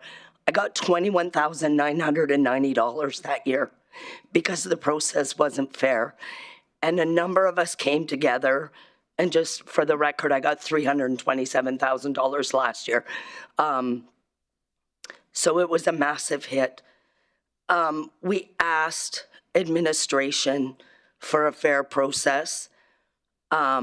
Spoke to Councillor Grandison, a number of you, about getting a fair process so money could be distributed to the people who are making an impact for the vulnerable citizens of this community. And we're responsible for reporting on outcomes, doing what we need to do to show that the taxpayer dollars are being used in the best interest possible. Love Heritage Park. Lance and I cleaned my dad's house and gave a ton of stuff to Heritage Park. They absolutely need help. Our dad's house was a storage facility, the entire basement for Heritage Park, because they don't have the resources that they need. But this is about process, and it needs to be fair and equitable. And Councillor McGrath, with all due respect through the chair, you sat around this horseshoe. Well, every one of the agencies came forward that got denied and brought people and cried, as like ironically I call that out like it's a bad thing, but cried and dragged people in front of you to beg for money, to beg for forgiveness for not meeting expectations. We're required to meet expectations. And this needs to be respected. You have community volunteers who have given hundreds of hours to go through applications and make this a fair and transparent process. I play by the rules and am evaluated like everybody else based on our outcomes. And that's how it needs to be. I don't know what the solution is. And I'm sorry, Torchy, and I'm sorry, Verna. I wish them the best. But this process needs to be respected, in my opinion. Thank you. Thank you, Alana. It's very much appreciated. Questions from council? Councillor McGrath? Through the chair, Red, I appreciate everything you do. I still think that you just wrap up one process and you're back in council chambers again. I think the longevity, I think it should be a 24-month or a 3-year plan. And I'm not trying to break any rules. I bring them to the board. You know, obviously, it's probably dead. But at the end of the day, when you give somebody your word, you're going to keep it. And if that means I'm the bad guy tonight, I would never discount your work in this community. I go right back to 65 Roses Beer Ball with Norwich Ball and McAllen. I appreciate everything you do, your parents done. When we were broke, my family, we used to drive around the Crescent, watch the Christmas lights, and we done that lots. I know who real people are in the community, so don't ever think that I'm doing this to be sly. I'm not. I got the call, and I said I'd bring it forward. And I would call the vote. And you know, at the end of the day, Red, love you. And I know, because you're right, I sat through, but I just wonder why your budget don't change that much. But you're getting into a big growth of responsibilities. So that's one that's going to change. But Heritage Park, unless we move them again, it should be plateaued. And I don't know the ins and outs. All I know as a councillor, when I tell somebody I'm going to do something, I better do it. You know why? Because then I'll be just like the rest of the scumbags. They got 7 faces. And I'll never be like that. I got one face, and I can tell you, I got a lot of trouble for it. But don't think you're not appreciated. I'm not trying to do nothing here underhanded. And I just call the vote. We'll have the delegates for questions first, Councillor McGrath. Once the delegates finish, then we'll go to that. May I say something? Absolutely. Go ahead, Lana. Through the chair to Councillor McGrath, there is no question that audits can be challenging. I'm one who used a very large company before and kept getting knocked to the bottom of the pile, and my audit didn't get done on time. I know what Heritage Park is going through. I've been there, and I had to deal with the CRA over not meeting the legislated timelines. And for those who are suggesting the city could do the audit, we have, it does have to be at arm's length, and we have to meet charitable expectations for those that are charities.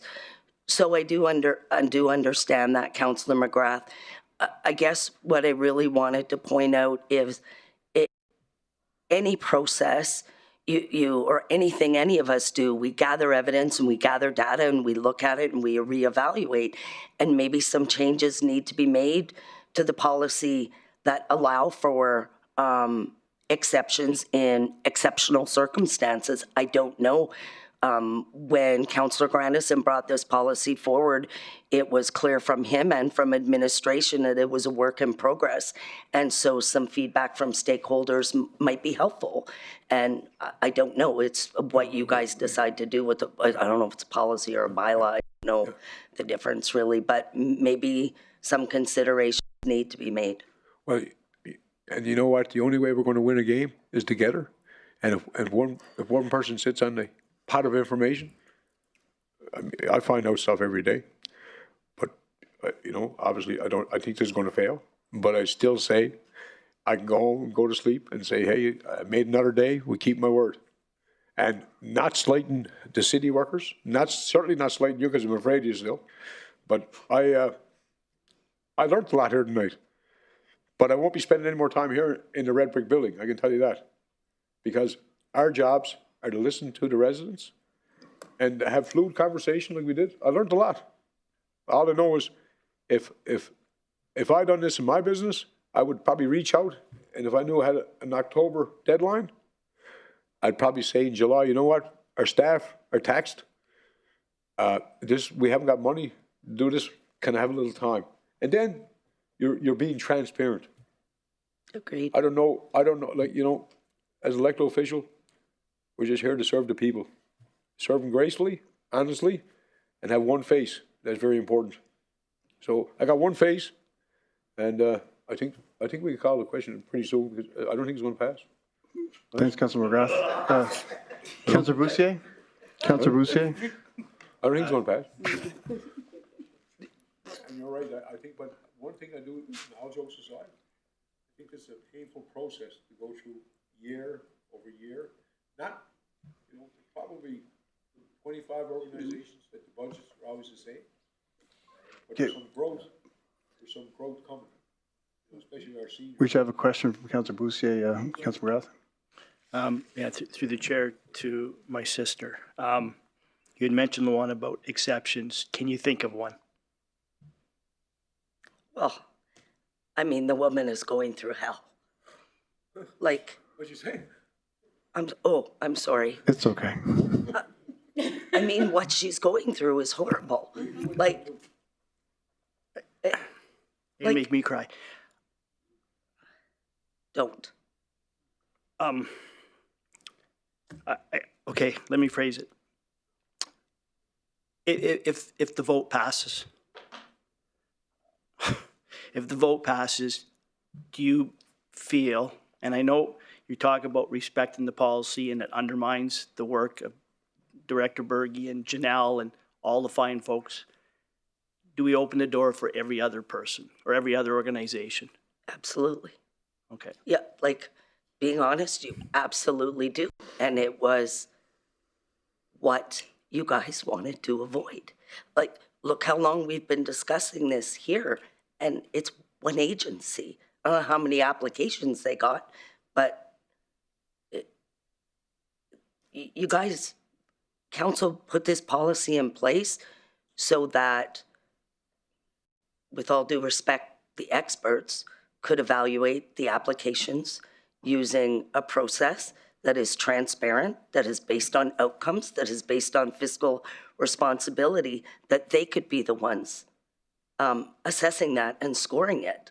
That's why it was implemented. It's your guys' decision what you do, but will you see other people? There's no question you will. Okay. I'll leave it at that.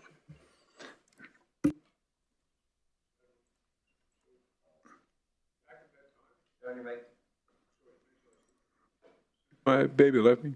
So back in that time, we had a nod and budget committee that you guys used to come to before it came to council, and I think it was rather fruitful because it got a couple of looks.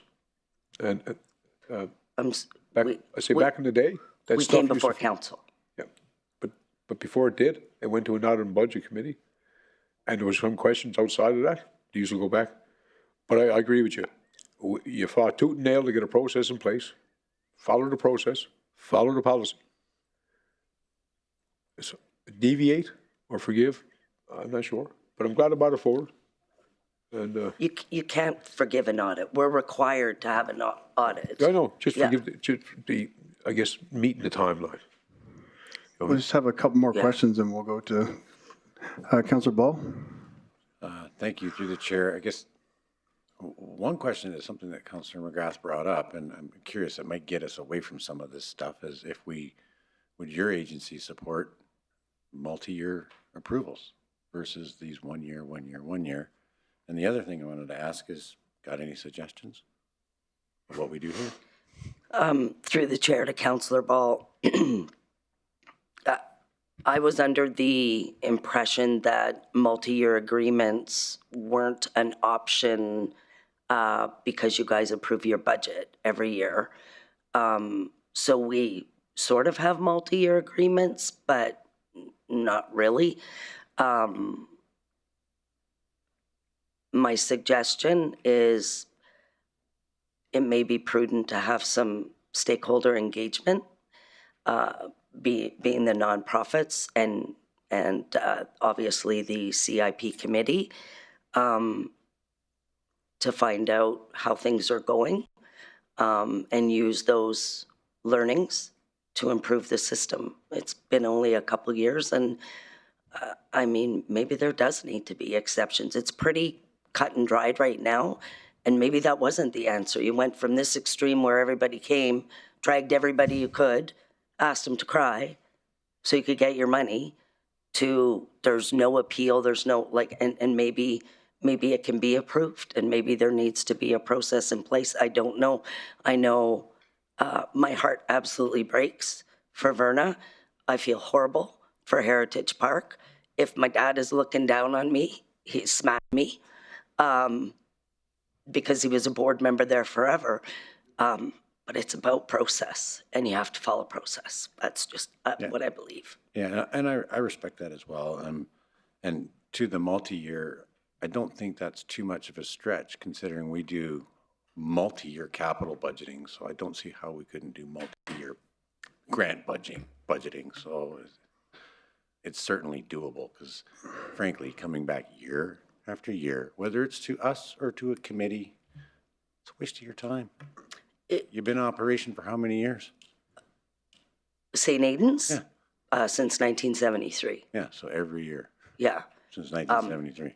Except it's important to that tax dollars are being used to make an impact. Like, I'm not making any friends up here tonight in my sector, obviously, but I'm a huge advocate of outcomes and data collection, and I think it's imperative that we report on that every year and let, these are donated dollars and tax dollars in this case. Like, we have a responsibility to report to people who give us our ability to serve and let them know what the impact of our dollars are. So I actually don't have a problem reporting every year. Oh, didn't say not to report every year. Oh, okay, sorry. Right? Yeah. Still got to report. Yeah. But just get the grant out of the way. So it's used. All right, cool, thanks. Thanks, Councillor Paul. We have the last question from Councillor Grandison. Thanks, Mr. Mayor, through the chair. Luana, I guess as I was listening to you talk, I'm thinking of two things.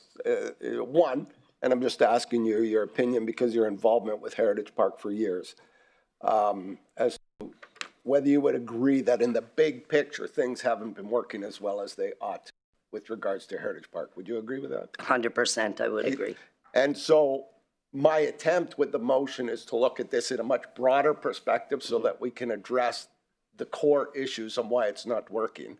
So I just wanted your opinion on that, because I know that you and your brother and your father, you know, were involved for many, many, many years. And as I've said, this has been, so the whole idea is to remove it from this process, to allow admin to support and work with it, to try and fix it. That's one question, and thank you for your answer. I guess the second one is, do you agree that the best source of looking at any policy amendments and stuff would be back to the committee that's doing all the work to say, this isn't working, this is working, can we take this back and fix it? Would that be a really strong source of information versus the people sitting around this desk that aren't doing the work? They are. Through the chair to Councillor Grandison, not necessarily. Okay. I believe the committee absolutely needs to give feedback. So does your administration, who deals with the brunt of this. But I think whatever shapes the policy needs to satisfy the various interests around the table. So that would minimize the chances of being back here. But I thought, like you said, it's a living document, so it's always got to evolve. Right. In my mind, the problems and successes would start with the committee and the feedback they get, and then it would evolve back to us, who are the decision makers. That's all. Correct. I just thought that they're the ones that are listening to the people who are putting in the applications and hearing everything that's going on in the social profit sector, so they can be a good conduit of voices back to us as to what's working and what's not working. That's all. That's the point of my question. Don't miss our voice, please, in the sector. Yeah, that will never happen with me, but thank you, Luana. There, thank you, Luana. Thank you. With that, we will, if no one has any other comments or debate points, we'll go for a vote.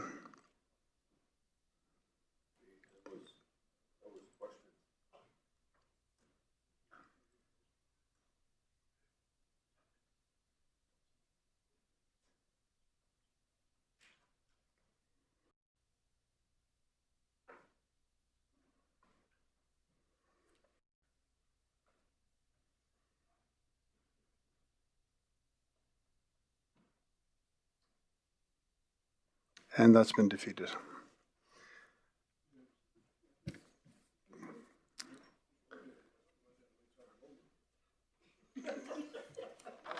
Let's take a 5-minute bathroom break. It's 10 o'clock and see where we're going to go.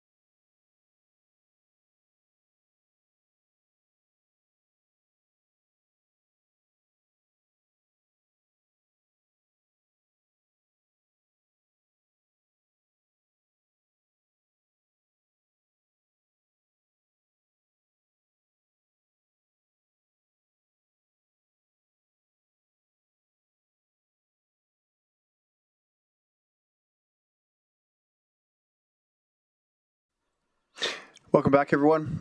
Moving on to item number 7.3, Snipe dredging. I'll ask Councillor Cardinal to read out his motion, please.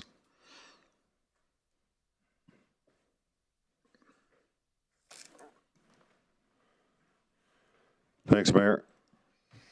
I move that administration be directed to bring forward a report on Snipe Point dredging, including advantages, risks, and budget impacts of discontinuing dredging at the Snipe Point and surrounding area.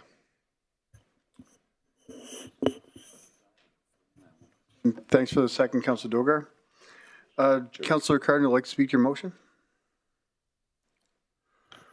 Okay.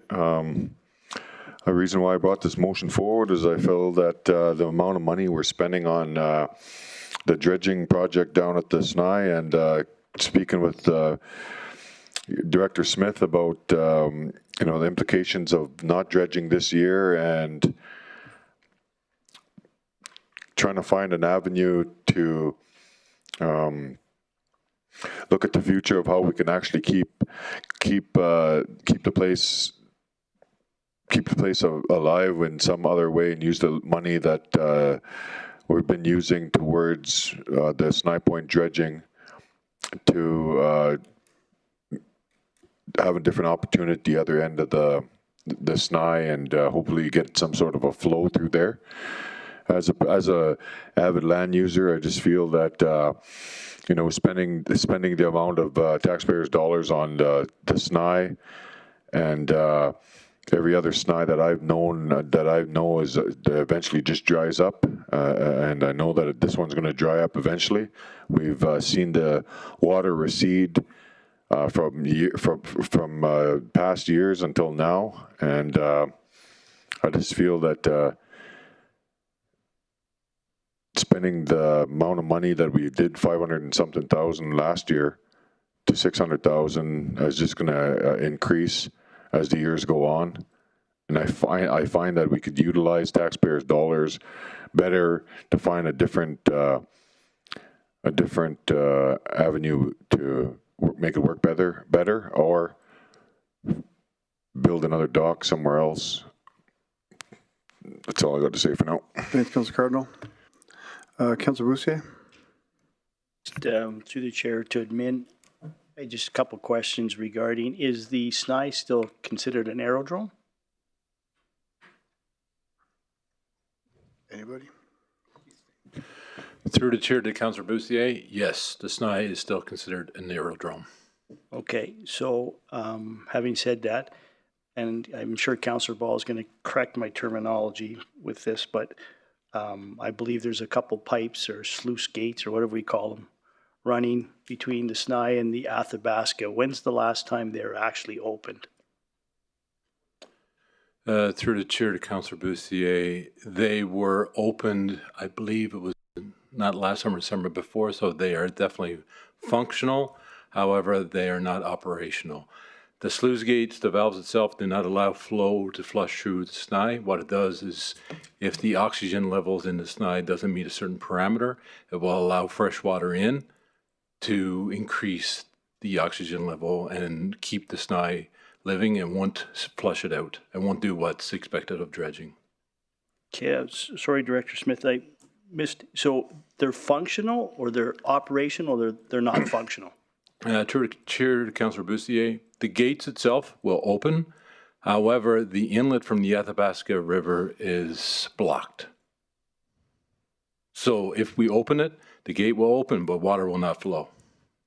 Okay, I guess it's an asset that we maintain or own, or I guess we don't own it, but has that never been fixed or corrected or allowed to function or operate?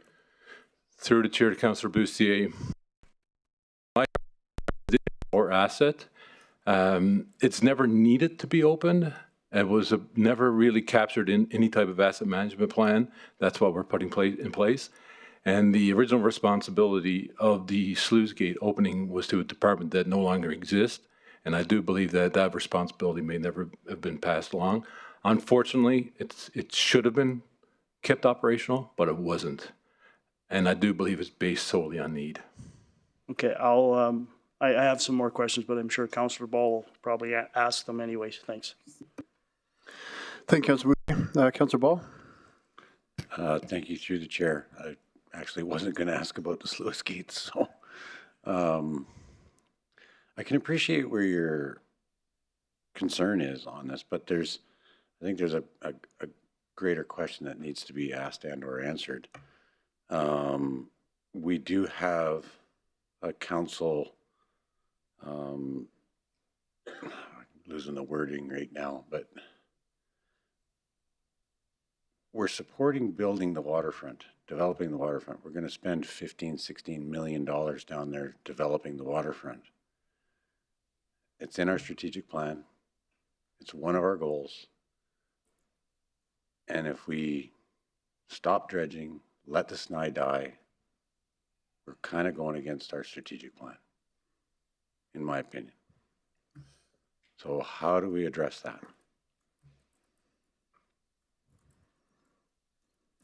That's to you, big guy. Thanks for the great question. I really just think that, the whole concept of, downtown, no, not the downtown, sorry, the waterfront rehabilitation, strictly just adheres to our strategic plan with reconciliation with the Indigenous community and making sure that the place is well respected, that it aligns with how our strategic plan goes with reconciliation. And I just feel that the Snipe eventually is just going to dry out, and I'm just making sure that hopefully we could utilize the funds in a different area and mitigate the planning and make sure that we can go on the other side to get some flow going, because we're not going to get the flow from Clearwater River. It's going to keep on plugging up, and I just feel that it'll just end up being a safety concern where a jet boat tries to go over there and somebody gets hurt, where there's just a bunch of sandbar there, and it's every year that it fills in. I know how the river operates. It's always moving and plugging, and I just feel that as a land user, it just needs to be stagnant at some point and reevaluate our whole situation. Sorry. Okay, so I guess to that, I guess one of your suggestions, and correct me if I'm wrong, based on what you just said, was stop the dredging but increase the flow. Is that what you're suggesting? Yeah, I want to work. I would like for support on working on a different plan from the other end and utilizing the funds to come at the other end of the Snipe, because the Athabasca flows into the Snipe if we do it properly, and that sluice gate is about 8 to 10 feet above the water level on the Athabasca, and that sluice gate is completely useless to where it's sitting now. So there needs to be some different ideas through planning and development or through Keith Smith and his crew to make sure that we can make it work from that side, because all it's going to happen is it's just going to end up receding. We know that the last 20 years, the Snipe used to be deep. It used to be leveled with the top of where the boat ramp is. And that's 10 to 12 feet of a drop, and it's going to eventually just drop. So I'm trying to make sure that we, our plan as a government is to look 20 to 25 years ahead, and that's what I'm doing here. I really think we need to start working on a process for making sure that the future looks good for the Snipe. Okay. Well, I can agree to disagree with you on that, and that's fine. I started in about 2006 doing water modeling on that facility, and there's certain things that unfortunately the federal government and the provincial government will not allow us to do, and one of those things is increased flow. So that's why the pipes are there, for, as Director Smith mentioned, for increasing the dissolved oxygen levels only. They won't allow us to increase flow. There was a report done in, I believe, 2006 by Golder, absolutely refuted by the province and the federal government, which was basically a full flush, and they wouldn't permit it. So it's one or the other. Maybe the feds and the province will reconsider. I don't know. Maybe that's something administration can look into. But back then, that was not the plan, hence the reason the pipes were put in. So, all right, appreciate it. Thank you. Councillor Paul, Councillor Roussier? Yeah, thank you. I mean, I certainly support Councillor Cardinal's motion, but what I would like to see is maybe further to what Councillor Ball has said, that maybe we approach the other levels of government to look at other options. I would like to see, I mean, I think the Snipe this year was the worst it's ever been. I mean, I used to water ski in there in the 60s, 70s, and we had a prop, and there was lots of water, and all you had to watch out for was float planes, and there was a lot of them back then. But I would just like to see one summer where those pipes or sluice gates or whatever are functioning and operational. I'd just like to see the change in the Snipe, like what impact. This year, I don't know why it was so bad, if it was just the lack of moisture or whatever, but this was one of the worst years. So I don't know if this motion covers that, or if Councillor Cardinal can add to it that maybe administration works with the province or the feds and looks at different options. But certainly I would ask administration to make sure the pipes or whatever you call them are functioning, they're operational, and it's cleaned out and ready to go next year. Thanks, Councillor Boussier. With that question, what, Councillor Boussier was mentioned there, but just for administration, my question, what is the purpose of those gates? Councillor Ball mentioned you can't flow from the Athabasca, so what's... No, you can. He said...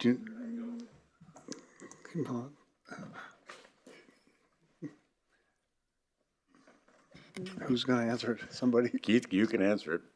Well, you know more about it than I do. You forgot more about it. I mean, all we were allowed to do was, it's a 24-inch pipe. There's only one. There's not two. There's not five. There's one. It's 24 inches in diameter, and it allows a certain amount of water through the pipe to add dissolved oxygen into the Snipe. Its only purpose was to increase dissolved oxygen and water quality, not quantity, quality. I think the water travels at about, I'm trying to remember, Vanderswag will probably slap me around if I get the wrong number, but I believe it's 6 inches per second. So it takes a good week for whatever drop of water comes out of the end of that pipe to get to the end of the Snipe. So it will never push the water. It's basically a straw in the end of a bathtub. That's what it's intended for, dissolved oxygen levels only. Okay, so my second question is for Director Smith. You said that the reason it hasn't been addressed really because it was missed, but it hasn't been needed. Through the chair to the mayor, Councillor Ball is exactly right. And when in the 1960s, when we built the dike to Mac Island, what we did was we changed that habitat, and that habitat now is more for spawning of northern pike and multitude of different species. So those sluice gates are exactly that, is to open if there's issues with dissolved oxygen.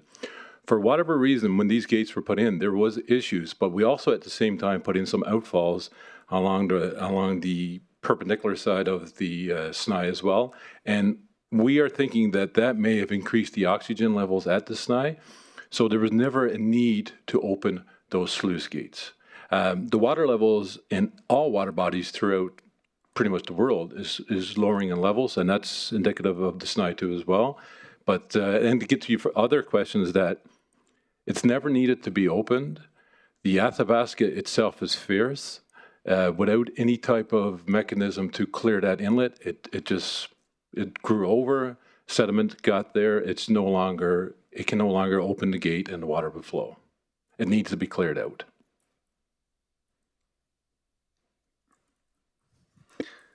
Anything else, Lance? Well, I guess, does it take a motion or something to have that work done next year? Or can we include in Councillor Cardinal's? Once we get to that, we can make once you get to debate, we can make an amendment to it. Councillor Grandison? Thank you, Mr. Mayor. Through the chair, just to follow up, Mr. Smith, I'm assuming that at the point the oxygenation requires it, that's when you would put the effort to clear that. And would that be a huge task, or is that just putting a crew there to clear it so it can be opened? Through the chair to Councillor. There you go. Oh, through the chair to Councillor Granson, you're absolutely right. Since it's been built, it's never needed to be used. Who knows? It may need to be used this summer. It may not be for 10 more summers. When the time comes that it needs to be used, then would be a better time to clear it out. We could clear it out next year, but if it's not done repeatedly, a substantial amount of money to do that, it will only fill back in. So it really doesn't make any sense to spend the money and do that unless it's actually required. Is that what I hear you saying? Through the chair to Councillor Granson, that would be my recommendation. We haven't needed to open that sluice gate at this point to increase those oxygen levels. Now, with that being said, that doesn't mean that next year we won't need to, but we haven't historically. Right. So, and I guess the next part, I think you spoke to the fact that we do have water levels down. I mean, I look at the money that we spend on dredging, and I don't disagree with you, Councillor Cardinal, in terms of that. But I think that every council has been faced with dealing with the SNI at one point or another, going back 20 years, because I remember these conversations 20 years ago. And I think every council goes through the same thing until they get the same amount of information. The reality is, it's not what it used to be. And probably nothing we're going to do is going to get it there. And we'll save that for debate. Well, I guess, yeah, fair enough, Mr. Mayor. Yeah. Councillor Cardinal, do you have a question? How many? Oh, get it in, Kendrick. This one's for Keith. We've had how many feet above the water is that sluice gate? No, it's not. The water's too low. Through the chair to Councillor Cardinal, the pipe itself would be under the water, so it would flow from Athabasca to the Snipe. The gate itself, the manhole, is definitely above ground. So I've been there. You open up the manhole, you look down. It could be 20, 30 feet to the actual gate. So it would be under the water level. Oh, is it? Yeah. Okay. When you did the presentation, when you showed the gate on the southeast of the Snipe, no, southwest of the Snipe, no, sorry, west of the Snipe, that sluice gate was above the water level. So how would the water come in to the sluice gate if it's below the gate? Through the chair to Councillor Cardinal. If we leave here now and drive towards McConnell, the sluice gate is on the left-hand side. Yes. So in the presentation that I gave in camera, what you see above ground is the actual opening that you would open. It's almost like a wheel. You wheel it open, but the gate itself is quite a ways down, maybe 20, 30 feet down. So that would be connected to the pipe that's under water level that goes from the Athabasca to the Snipe itself. So I guess my next question would be, if you're to open up that sluice gate and the east end of the Snipe was plugged, would that sluice gate fill up the Snipe? Through the chair to Council Cardinal, when it was built, if you open up the sluice gate, the water would flow from the Athabasca to the Snipe. In this current situation, the Athabasca inlet is plugged. It will not flow. Yeah, but we could unplug it to where it could flow, and there would be a little bit of flow as opposed to it just sitting stagnant, right? So it would create a stream eventually that there wouldn't be no low quality air or low quality water there, where it would end up flowing. Am I correct? Through the chair to Council Cardinal, what that was installed for is to allow fresh water into the Snipe, just to up the oxygen levels. If we open it completely, it would not cause flow, so it would not flush out the Snipe. In reality, I think the only thing that would flush out the Snipe like it was pre-1965 would be an oversized culvert or a bridge. That's your only option. So the waterfront, what's it called now? The Waterfront Advisory Committee is planning to start, when are we starting to work on the SNI at the waterfront? Exactly.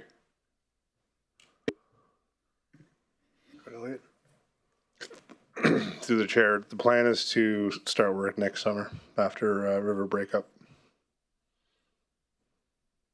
Okay, well, then hopefully, I don't even know, the water might be lower. It's hard to say how Mother Nature is going to be, but it's hard, like, is the plan to continue to work while there's going to be dredging, or what's the plan there? Through the chair, excuse me, in 2025, we're planning on postponing dredging for the simple fact that we have so much activity going down on the waterfront. See, that's what I figured. So we're going to postpone the dredging for 2025. So there's not going to be no dredging.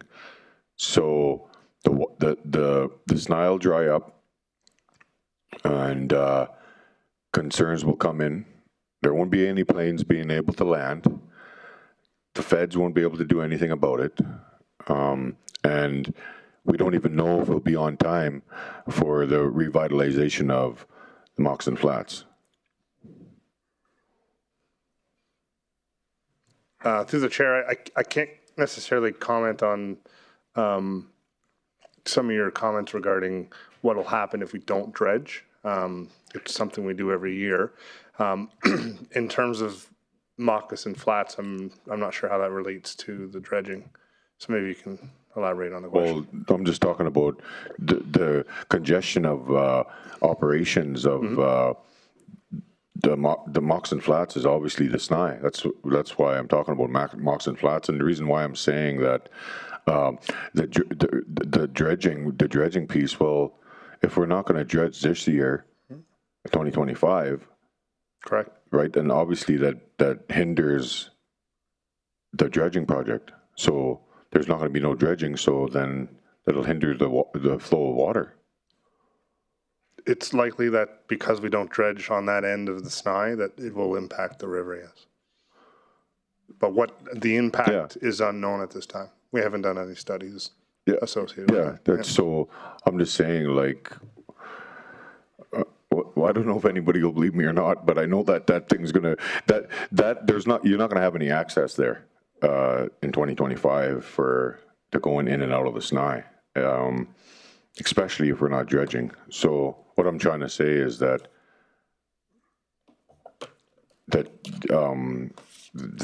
us not dredging this next year or the next year after, I think is kind of solidifies why I'm bringing the motion forward and just having it keep on going, because I think we can find a better avenue. Okay, thanks, Councillor Cardinal. We can we'll get into. Do you have anything to add, Elliot? Or through the chair, I just want to clarify, we're only planning the 1 year pause on dredging because there was a comment about 2 years. Just to clarify, we're just doing the one pause. So, yeah. Thanks, Elliot. And Antoine? Through the chair to Councillor Cardinal. I do have a background in water engineering as well, so maybe I can add a little bit of context to your question and to the debate here or the conversation. The SNI right now is a sediment pond, so like the pipe we have is not gonna restore flow sufficiently to flush it.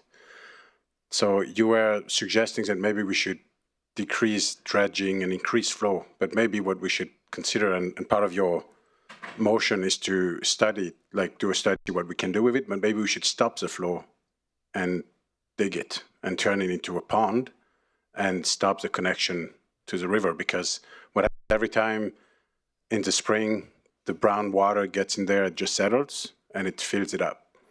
So if we stop the connection to the clear water by blocking it, and then you could dredge it and not have to dredge it every year, but dredge it once, and that depth would remain if it's not connected anymore to the brown water that comes from the clear water. So that could be something, obviously, we would have to get approval from the province, from Alberta Environment, because we're impacting a body of water, but that could be a solution that would still give you a waterfront, but it wouldn't necessarily be connected to the Clear River anymore. It would be a lake, if you want, or a pond, and you dredge it once, dig it up, and then it's going to require a lot less dredging over time because it's not going to be connected anymore. So I think that the motion talks about studying it and looking at a better way of moving ahead, and I think that would be something that could be explored as part of that study. So you support the motion? Thanks, Antoine. Councillor Boussier? Yeah, thank you, Mayor Bowman. I don't want to beat this to death tonight, but just follow up with what Director Antoine said. When does the obligation to maintain an aerodrome stop? Like if Director Antoine's right, we become a pond, which I'm not saying is a bad idea, you're not going to be able to drop a float plane in there. So, like, do we not have any obligation to the federal government to maintain an aerodrome? Anybody? Well, I don't think we'd be, yeah, I don't think we'd even have any jurisdiction to maintain it unless we had an intermunicipal collaboration with the feds or whoever needs to be involved with it. Well, that's why I was asking, is there an obligation? Does anyone know it, administration? Yeah, through the chair to Councillor Boussier. It is a certified aerodrome. It's not a registered aerodrome. The aerodrome itself is not in the name of the municipality. It's in the name of the flying club. So if the flying club itself wanted to remove that designation as a municipality, all we would have to do is write a letter of support. Our obligations when it comes to the aerodrome is to work, if we are putting anything in place that may obstruct them from flying there or using that aerodrome, that's when it becomes an issue. And if you can recall, a few years back, maybe 5+, there was issues with the light standards down on Mac Island, and because of the aerodrome, we had to work with the flying club to, I can't remember, we removed them or reduced the height. But the aerodrome itself is not in the name of the municipality, it's in the name of the flying club. Okay, thank you. Thanks, Councillor Boussier. Councillor Dogar? Thank you, Mr. Mayor. My question is, I don't know who will reply it. It is, what is the rough estimate for this project?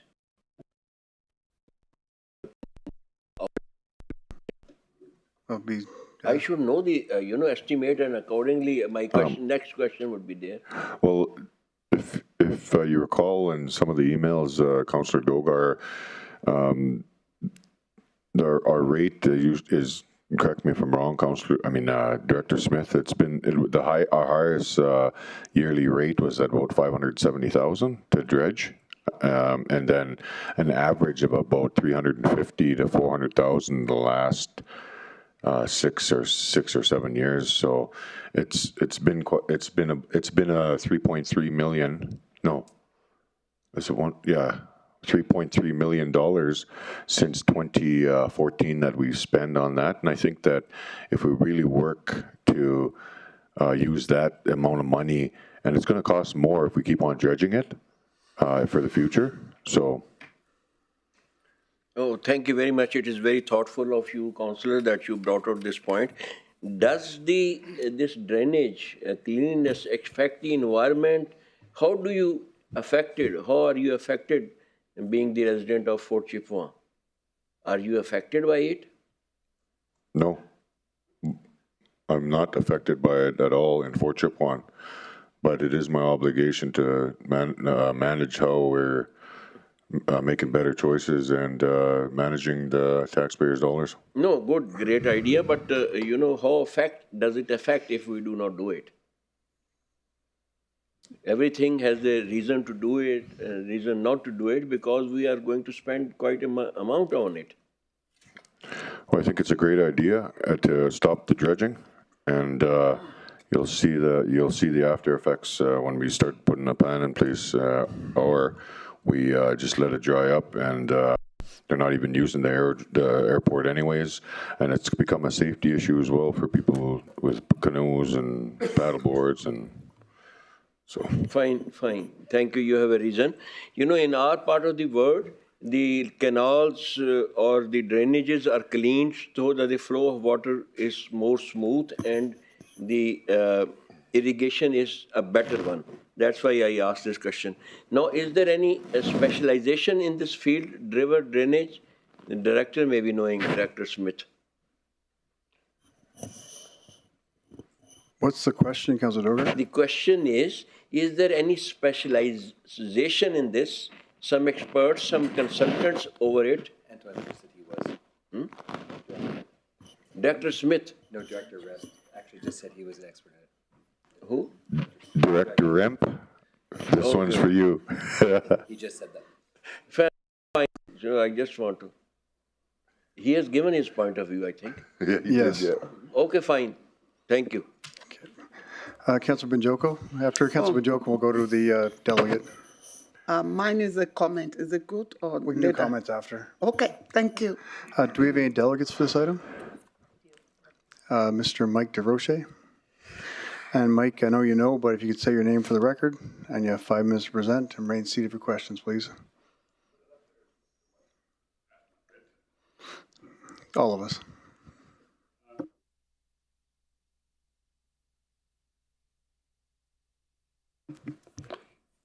My apologies, Mike DeRocher. I'm here to speak against the motion. I've heard an awful lot of discussion for council tonight, and there's been some very good points. I actually like the pond. I never thought of the pond, but that solves a lot of issues.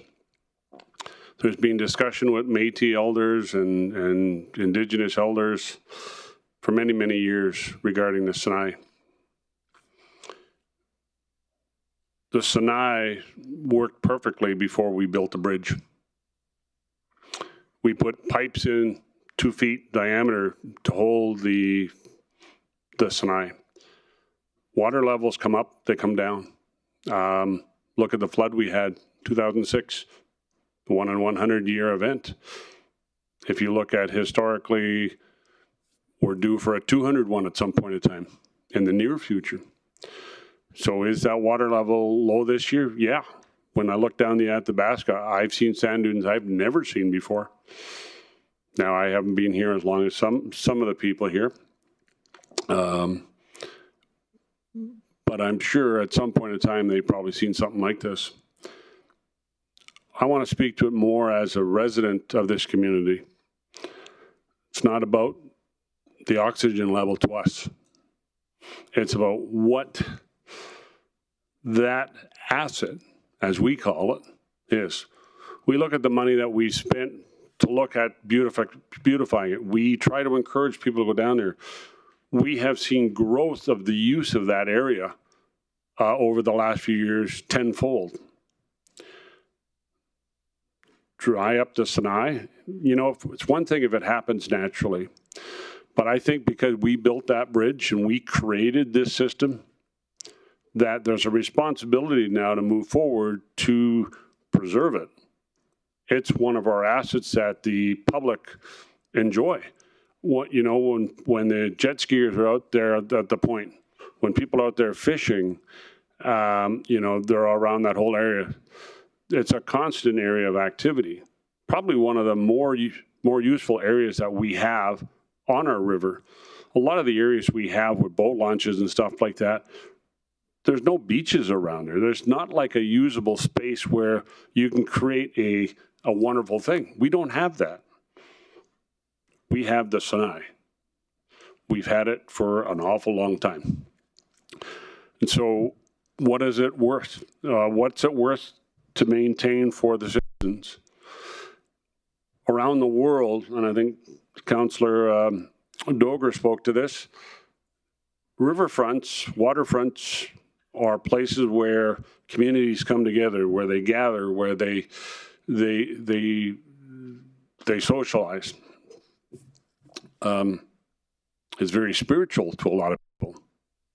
And I'm sure Councillor Kendrick can understand that point about being spiritual and being part of the water. So, you know, what are we looking at? You have a choice as a council to make a choice. Luckily, it's not mine, But you guys have to make a decision. Do you want to get rid of all the history because it fits a budget? Does it fit the budget this year and maybe not next year? Maybe you find a solution. You know, I think if you try to allow that to dry up the next 5 to 10 years during that process, you're going to turn that riverfront area, excuse the expression I'm going to use, a hellhole. You're going to have mosquitoes. You're going to have everything as it's drying up. You're going to create a huge problem that I haven't heard anyone speak to tonight. And during that process is one thing, and as it happens, the muskeg and everything else that's in there is going to rot. It's going to smell. You're going to drive people away from there. You're going to drive usage away from the public. And you're here to protect the public interest. So I go to you as a councillor, and I go to you from a citizen, and I say, you have a responsibility. How you move forward is up to you. But the citizens want to, we talk an awful lot about saving fishes. What about something for us? I haven't heard one person gripe, really, about the cost of dredging. It's a necessary evil. Yeah, it costs money. And yeah, this year it's been horrible, and we've talked about that everywhere. But don't let 1 year's short-sightedness ruin the longevity of something that could flourish and be an asset. Because let me tell you, if you have to replace it down the road, or if you want to replace it down the road, it's going to cost you a heck of a lot more. That's just my opinion. Thanks, Mike. Do you have any questions for Mike? Councillor Ball? Thank you, through the chair. To your point, all those things you mentioned about the smell and so on, I was going to bring that up during debate because, frankly, the death of a snai is not a slow process. It's a long process. My question for you, though, is, so I've spoken to some of the, let's say we'll call it the elders. I mean, Bruce Goloski, Torchy Peden. They've all described that area as the jewel of our community. Would you agree with that? Good point. Yes, I do. That's one of the reasons I'm here. One of the reasons I actually came back from leaving to a prior commitment to speak on it, because I thought it was important. I didn't hear a lot of direction from council that dealt with the people, that dealt with it as a jewel. It was spoken about as if it was a thorn in her side. It's like, oh my God, the snai's up again. What are we going to do? Well, if you treat it that way, it becomes that. But if you treat it as a jewel, it can become a jewel. Agreed. And to that, I'd like to add that the reason this council had it as a strategic initiative in our strategic plan is because we also agreed that it was a jewel of our community, and I support your comments. Thank you. Thanks, Councillor Ball. Councillor Kendrick, you have a question? I do. Thank you, Mayor. Through the chair, thank you for your presentation and your passion for the community there, Mr. DeRoger. Thank you, Kendrick. We share the same values. I'll tell you that right now. I have a vision of the SNI, and it's a very, very good one. You said that yourself in your presentation that the SNI was very bright and vibrant until they put in that dike or that bridge. Well, my mission is to eventually get rid of that and put a proper bridge across there. And, and utilizing those funds towards the dredging just takes away from the funds from eventually building a bridge that's proper to where we give back to the Indigenous community for the flow of water and the connection of the flowing water as opposed to a stagnant SNI. So that's why my mission is to look at 20 to 25 years ahead of time to make sure that we get it back. And I appreciate it all, but that's kind of where I was going with that. Thanks, Councillor Cardinal. Through the chair, if I could Go reply ahead, to that. Mike. So I actually applaud the bridge. I would like to see that open up again. And we don't have to get rid of the entire land because a bridge of that length would be quite costly. But certainly by opening up the middle section of that large enough to recreate that flow, and that is plausible, I think a bridge would actually add to a bit of the atmosphere, you know, seeing that you're actually going to an island, and that's what it is. It's McDonald Island is an island. Right now it's connected by a land bridge, and people don't see it as an island. They just see it as, oh, it's just that part off downtown. So, but I mean, don't kid yourself, bridges are expensive. Shall we mention the $70 million walk bridge? Thank you. Elliot, is on. To the chair, I just want to speak to the causeway. The causeway was installed in the 60s as a flood mitigation measure. So by removing it, the consequences of every high river event would be much more higher than we would see. So what it does is actually lowers our high water events by a full meter. So we got to be careful discussing removing the causeway because that's a very vital piece of infrastructure for us. I never heard that before. Thank you, Elliot. Councillor Dogar, do you have a question? Thank you. Very little question. Thank you very much, Mr. Mayor. And thank you, sir, for coming and spending your time here and also to help to me time to time. My question is about the fishing. Does it affect somehow to the fishing portion of it? You said something about it. Oh, through the chair, through Councillor Dogar, that's not my area of expertise. However, as a fisherman and a fisher person, I guess, whatever's correct nowadays, the oxygen levels do have a major impact on what species of fish that can survive in that. But our whole region has gone through major changes. You've heard me speak before about the nitrogen levels, how it's changed in our, and how it's changed plant life and actual animals' migratory routes. And will it have the same effect on species if the oxygen is lowered? Yeah, certain fish species that require more, they'll disappear. Those that require less will populate. It's kind of a balancing act. As you remove one, you gain another, and as you gain one, you lose the other. You know, so I mean, if we keep the oxygen levels or we increase the oxygen levels, then the species that thrive on that will flourish. So unfortunately, it's not a one-way street. Thank you.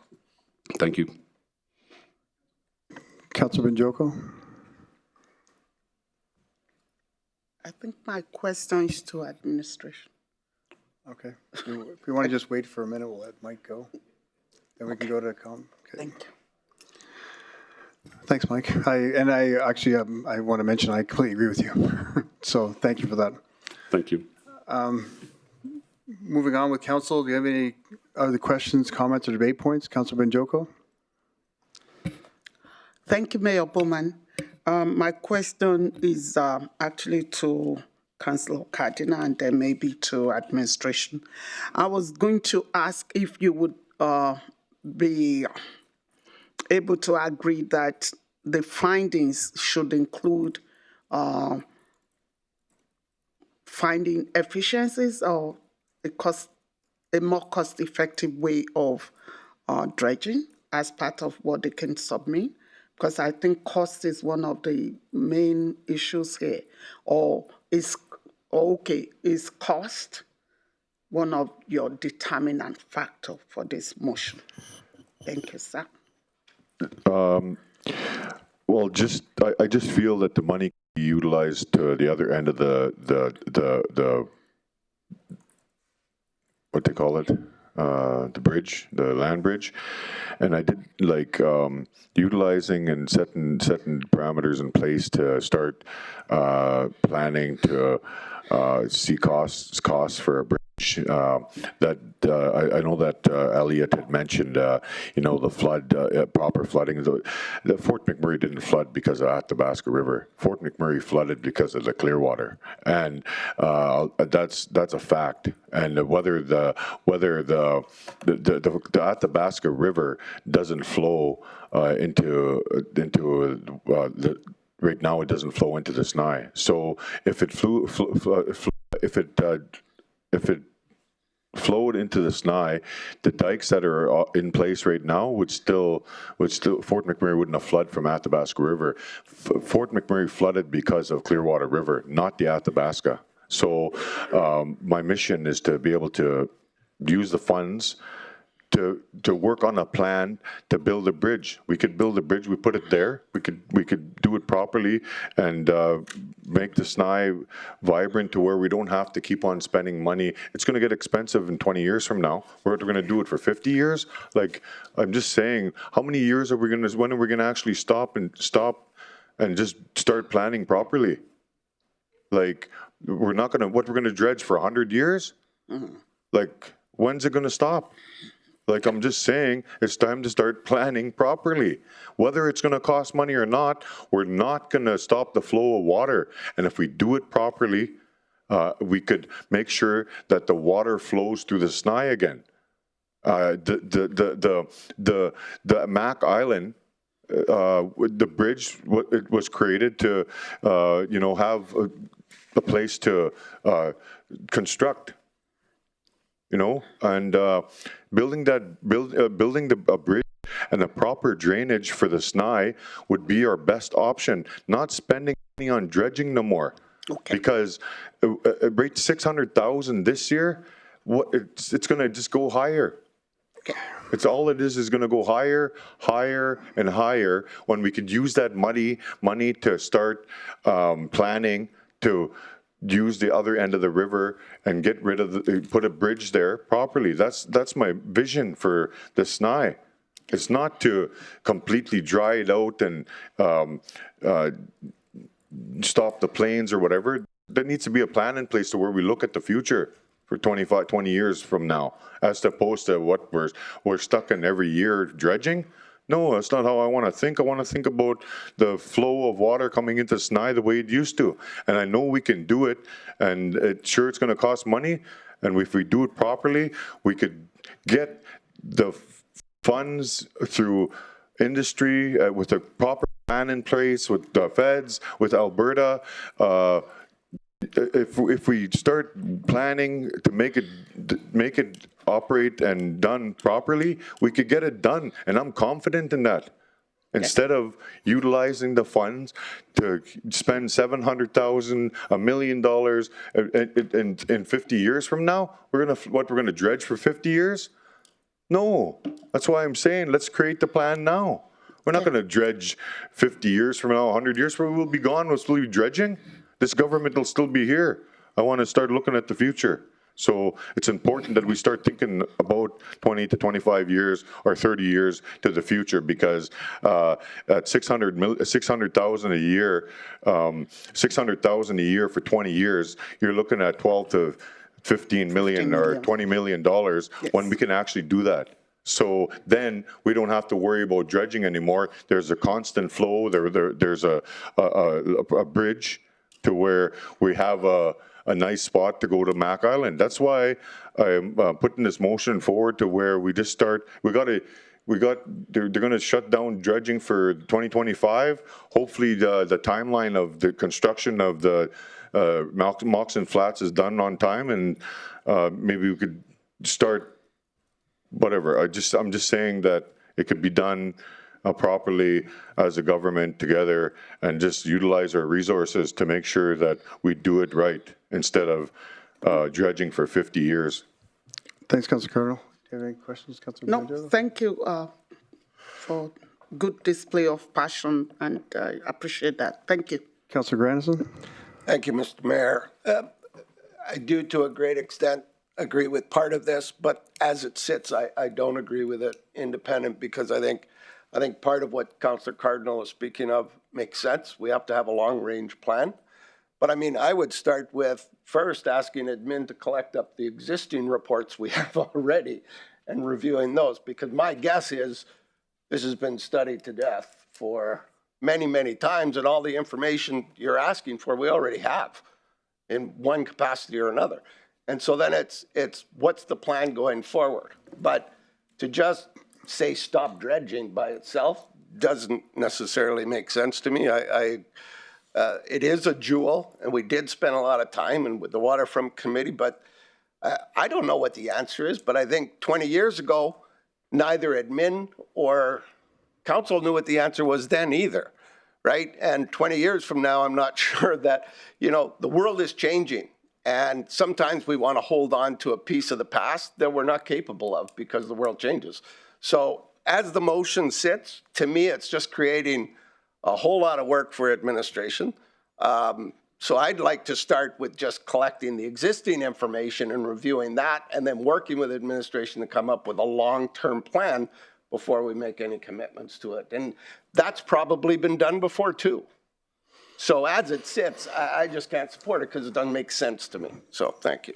Thanks, Councillor Grandison. And I don't see anybody's light on, so I also don't support the motion the way it is right now. I mean, I spend a lot of time on the Snipe kayaking down there, and there's hundreds of families that spend their afternoons and evenings on the Snipe, joining the Snipe. Like Mr. Droche had mentioned, it's a jewel in this community.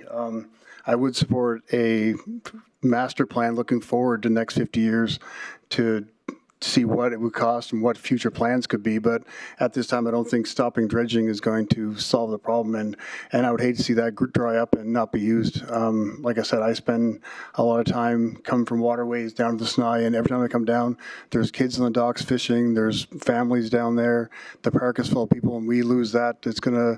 That's our downtown. That's, as Mr. Droche had mentioned, a jewel of the community and something we're proud of, and we want to show off to the people that come to this community. So I won't be supporting the motion the way it is here. Councillor Grandison? I just have one more point that I forgot to make, Mr. Mayor. I've flown out of the Snipe, I would say at least 20 times in my lifetime. Not once did we have to exit the Snipe into the Clearwater. I've flown out in an otter where the pontoons were underwater. I've flown out in a beaver, and I've flown out in a Cessna. Like, it doesn't always have to be 6 feet of water going from the Snipe into the Clearwater.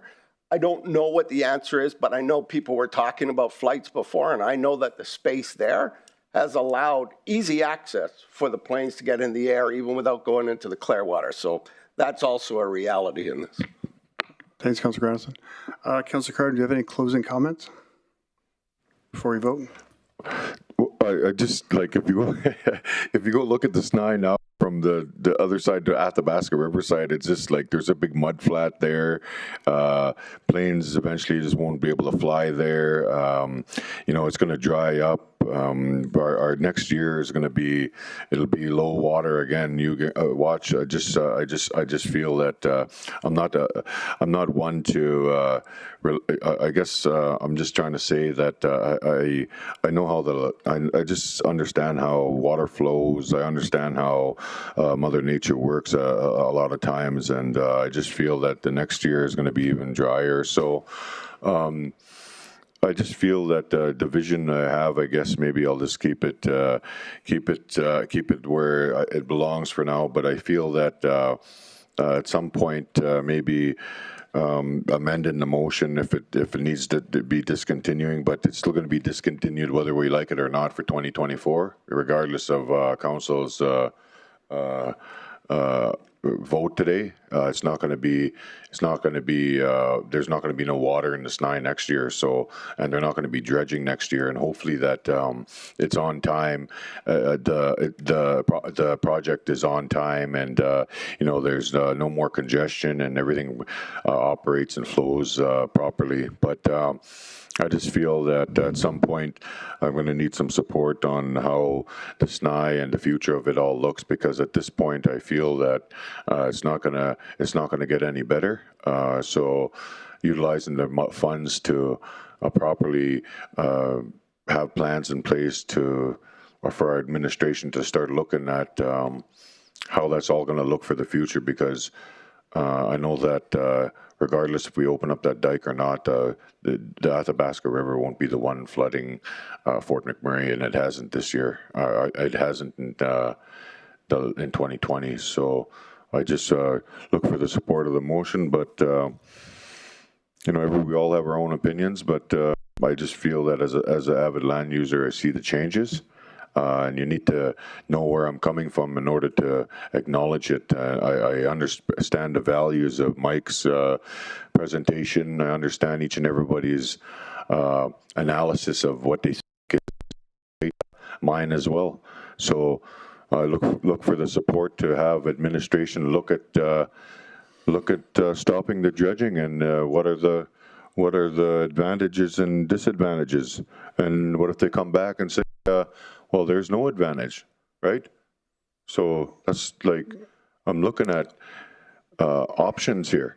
I'm not looking at completely stopping it right now, but there's options in place with risks. What are the risks, including advantages, risks, budget impacts, right?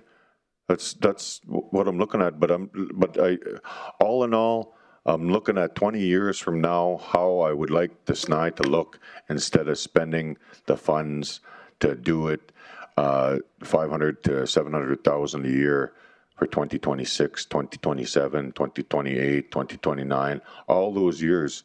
The price is just going to go up, and I'm trying to find a support to make sure that we're not spending money on something that we know we could utilize it in a better spot and create a path forward for the future 20 to 25 years from now, and we have a proper bridge in place and looking for the support. I think the vision of the future is bright if we follow this motion. Thanks.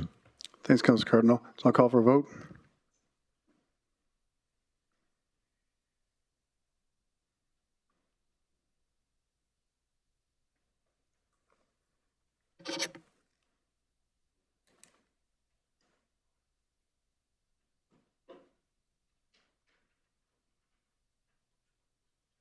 And that's defeated with 4 in favor. Moving on, item number 7.4, electric scooter regulations. I'll ask Councillor, I believe this is Councillor Dogar's motion, right? Yeah, Councillor Dogar to read out the motion, please. That's Cardinal. Just turn your mic on, Dogar. There you go.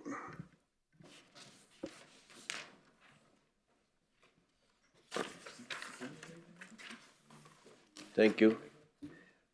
I move that administration bring forward a bylaw or bylaw amendments to regulate electric scooters in the regional municipality of Wood Buffalo. Thanks, Councillor Dogar, and thanks for the second, Councillor Benjoko. Councillor Dogar, do you want to speak to your motion? Yes, sir. Thank you. You see, these days, this little toy, it has become almost a, like a conveyance. Cycle, bicycle like scooters. It goes very fast. Once I learn it from my grandchild, 50 km per hour or 60 km per hour, and there are no brakes. There are no other controls. It crosses intersections, and pedestrians, old people, children, there are accidents, and there are likely to be more accidents also on it.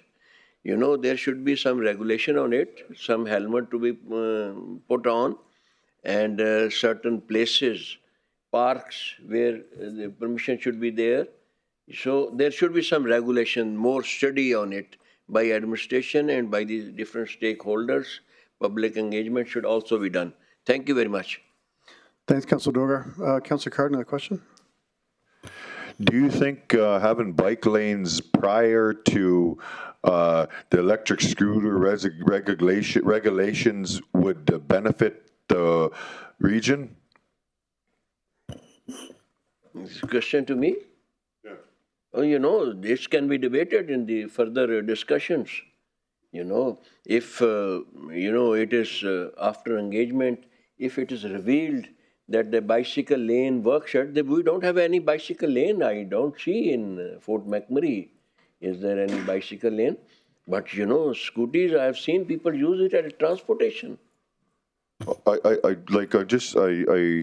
think that we're a little ahead of what it is we're trying to do, because if we create the bike lanes first, then we'd be able to regulate the electric scooters. So I'm just thinking that how do you feel we're going to regulate electric scooters? No, that is what I am. Thank you, Mr. Mayor, to the chair. You see, there are no brakes in it. There's no helmet in it. So these regulations are to be more given deliberations, discussed, and you know, there would be more input it. You know, I am not expert over it, but what I have felt, it is a danger to the life, danger to risk to the people, residents. That's why I brought up this motion. You may like it, you vote, or you may not vote it, but I voted, given you one vote today. Thank you, Councilor Dogar. Legal? You would. Yeah, through the chair to all of council, I think it might be helpful to clarify what the law is right now around electric scooters. It's not well understood, but under the Traffic Safety Act, electric scooters are actually illegal to operate on sidewalks and roads. So Bylaw Services has been working with the RCMP and also Alberta Health Services in an attempt to educate the public on this. There are certain exemptions that have been made in some of the cities like Calgary or Edmonton, where commercial operators are now legally allowed to operate their scooters. But those scooters are often limited to certain areas. So for instance, they're actually geo-fenced, and you know, some locations are completely off limits for these scooters. They're able to reduce speed in certain areas. But when it comes to private scooters, even privately owned scooters are not permitted legally on roads or sidewalks in those big cities. One of the challenges is that under the Traffic Safety Act, there are some challenges when it comes to actually charging or enforcing that prohibition.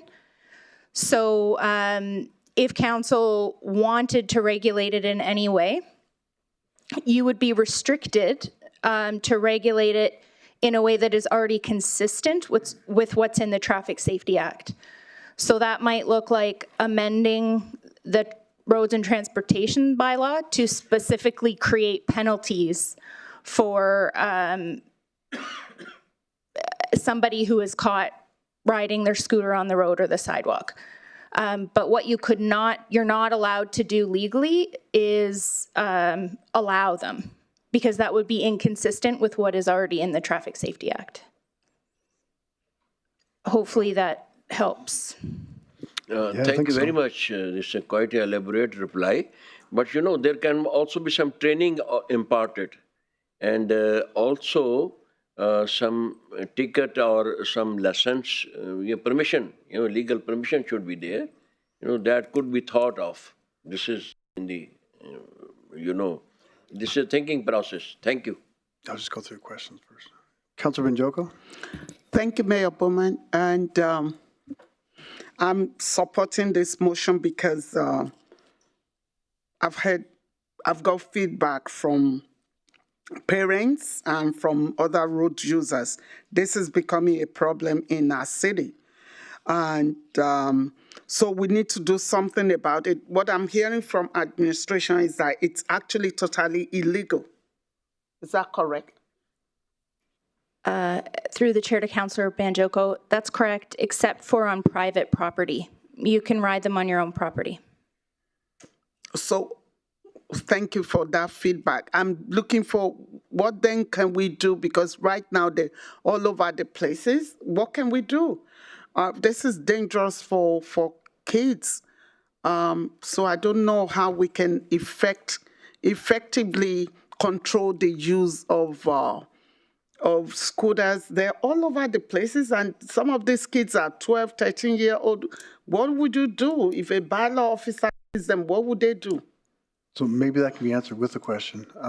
For legal, is there currently a fine for driving them on the street or the sidewalk? No, there's not. And as I said, there's some challenges enforcing under the Traffic Safety Act. So it is something that we could include in the roads and transportation bylaw. Thank you.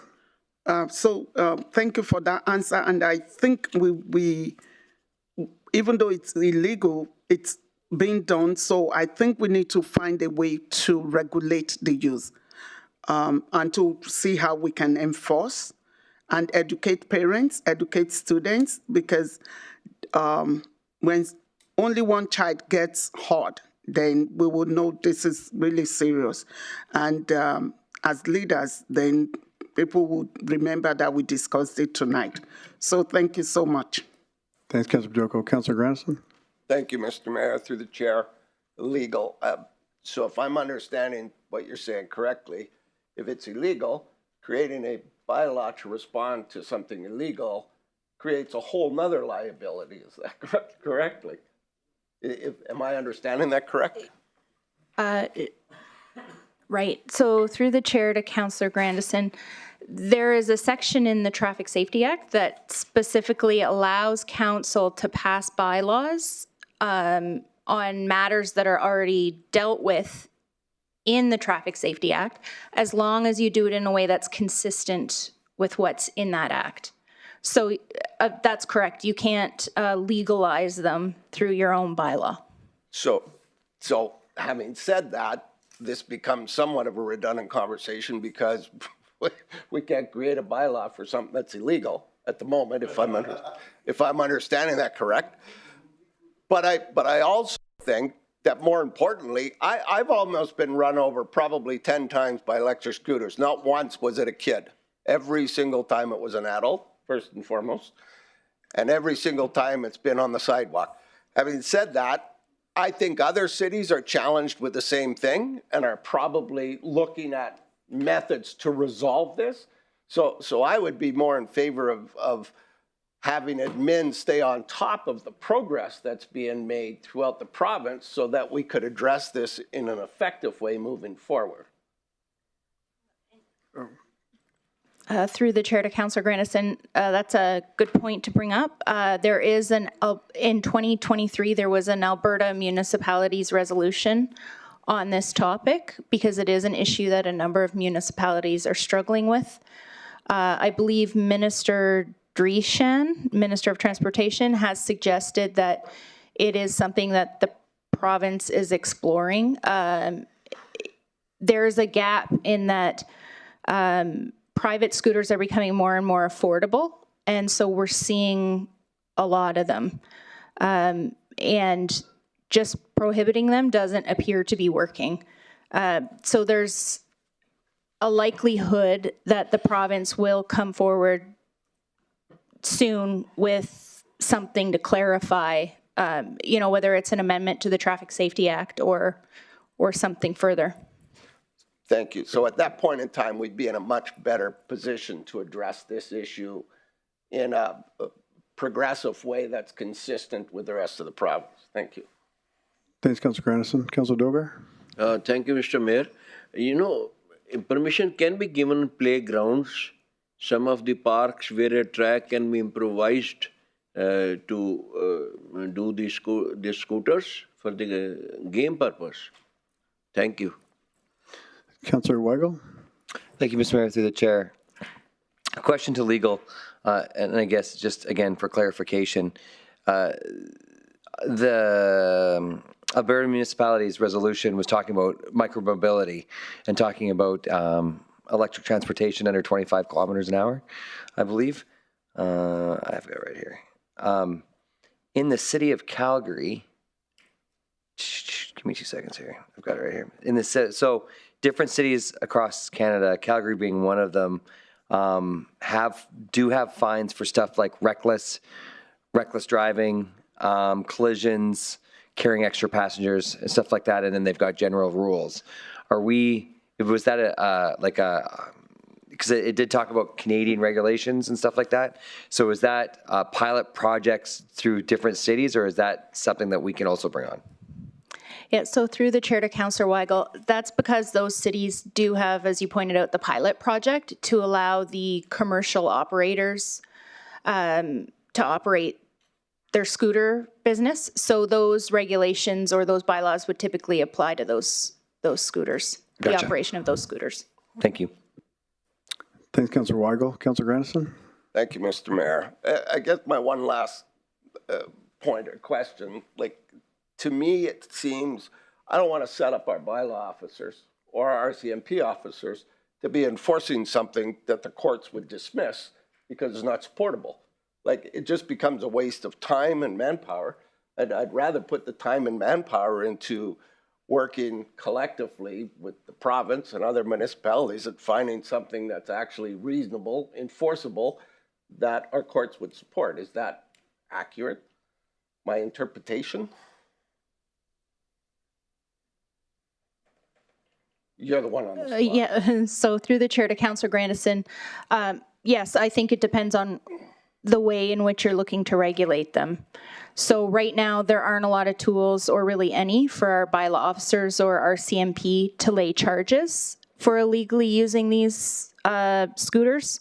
So one option might be to repeat the prohibition in our bylaw and put specified penalties. So then, bylaw could issue a bylaw violation if they find somebody with a scooter operating on a road or a sidewalk.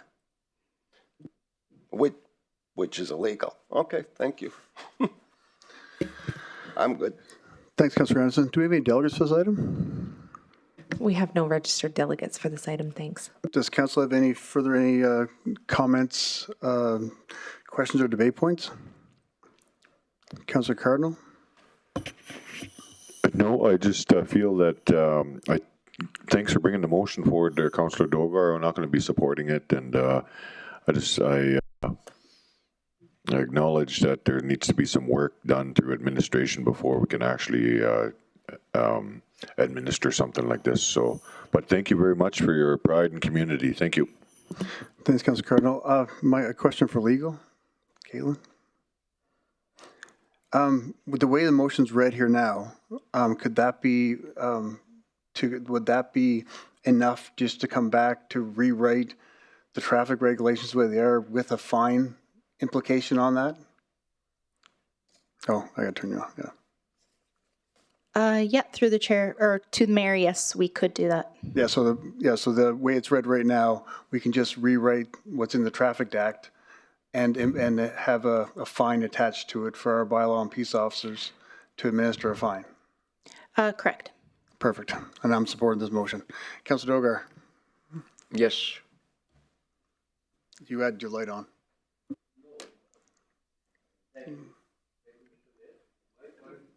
you go. My point was that just we are approving it for administration to study in more. Certainly they are expert, they are very professional, they will give some better idea next time.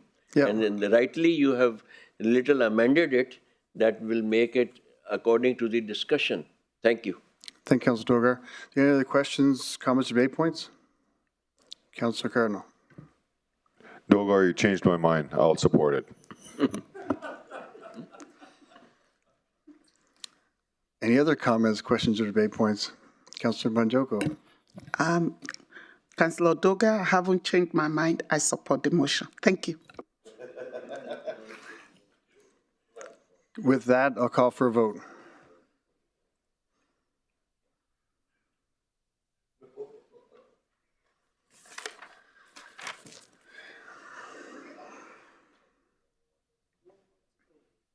Sit down. No. And that's carried 8-1. Thank you, everyone. Moving on to item 7.5, capital projects. I'll ask Councillor Dogar to read his motion.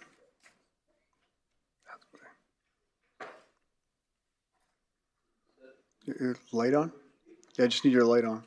Thank you. Oh, that's Sue. Sorry. Go ahead, Councillor Dogar, read your motion. Through the chair, Thank you, Mr. Mayor.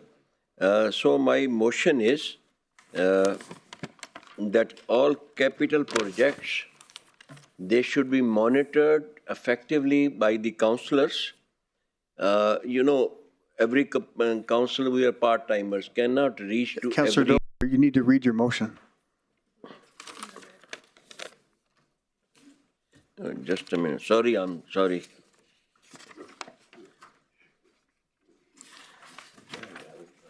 I move that all future capital projects be reviewed by a councillor to study in detail before the final presentation to council by administration.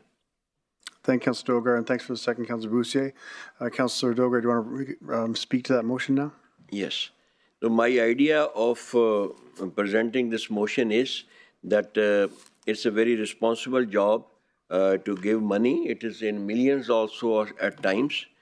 Additions, subtractions. So councillors should also be there. We are there to being superimposed on what all is proposed. Just 1 hour, 2 hour, or 2 days, as per our schedule, it is not all that very feasible to know the details. If for every project, every discussion, 15 days or 20 days, a councillor is detailed, he would have a detailed briefing with the project officer or the director, and he would also, after discussion, present his own point of view here. I tell you that this Reach 6, I went 3 times, and the third time, Councillor Cardinal was there, he added to my knowledge. So it is always, just few glimpses of, few readings of the pages doesn't make you very accurate to give very nice recommendation. So it should be, again, for every capital project, for every addition and subtractions, there should be a councillor who would beforehand, 15, 20 days beforehand should be detailed so that he reads it, go to on ground. I can't go to Fort Chippewa or Conklin councillor for Ward 4. Similarly, Cardinal, Fort Chippewa. So they should also add to their presentation. Thank you very much. Thanks, Councillor Dogar. Councillor Ball? Thank you. Thank you, through the chair. I guess I'm trying to understand the intent of this because it doesn't make a lot of sense to me. Where is it expected that us as councillors are now to be experts in all of these various capital projects and go to various sites and meet with everybody to find out what they are in advance of approval? Is that what you're getting at? He asked you a question. Oh, can we just go to debate?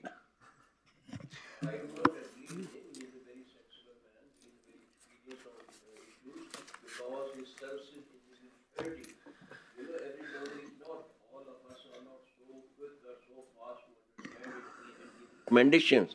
It is a dollars, millions of dollars recommendations are to be given, and on ground seeing, if you might have noticed many times I gave that my recommendation that I physically went, and only physical going there give me that much insight of the things that I give my recommendations. Thanks, Councillor Dogar. I'm just going to go really fast here. Do we have any delegates to this item? We have none. Okay, so we're going to go to, so we can actually debate and ask questions, because I feel like we're getting that area anyway. So Councillor Ball, your question to Councillor Dogar?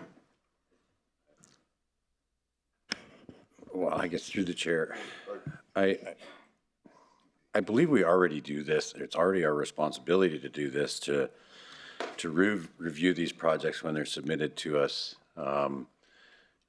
Either, capital budget amendments come to us a week or so before our meetings, we receive a capital budget book at the beginning of every budget cycle.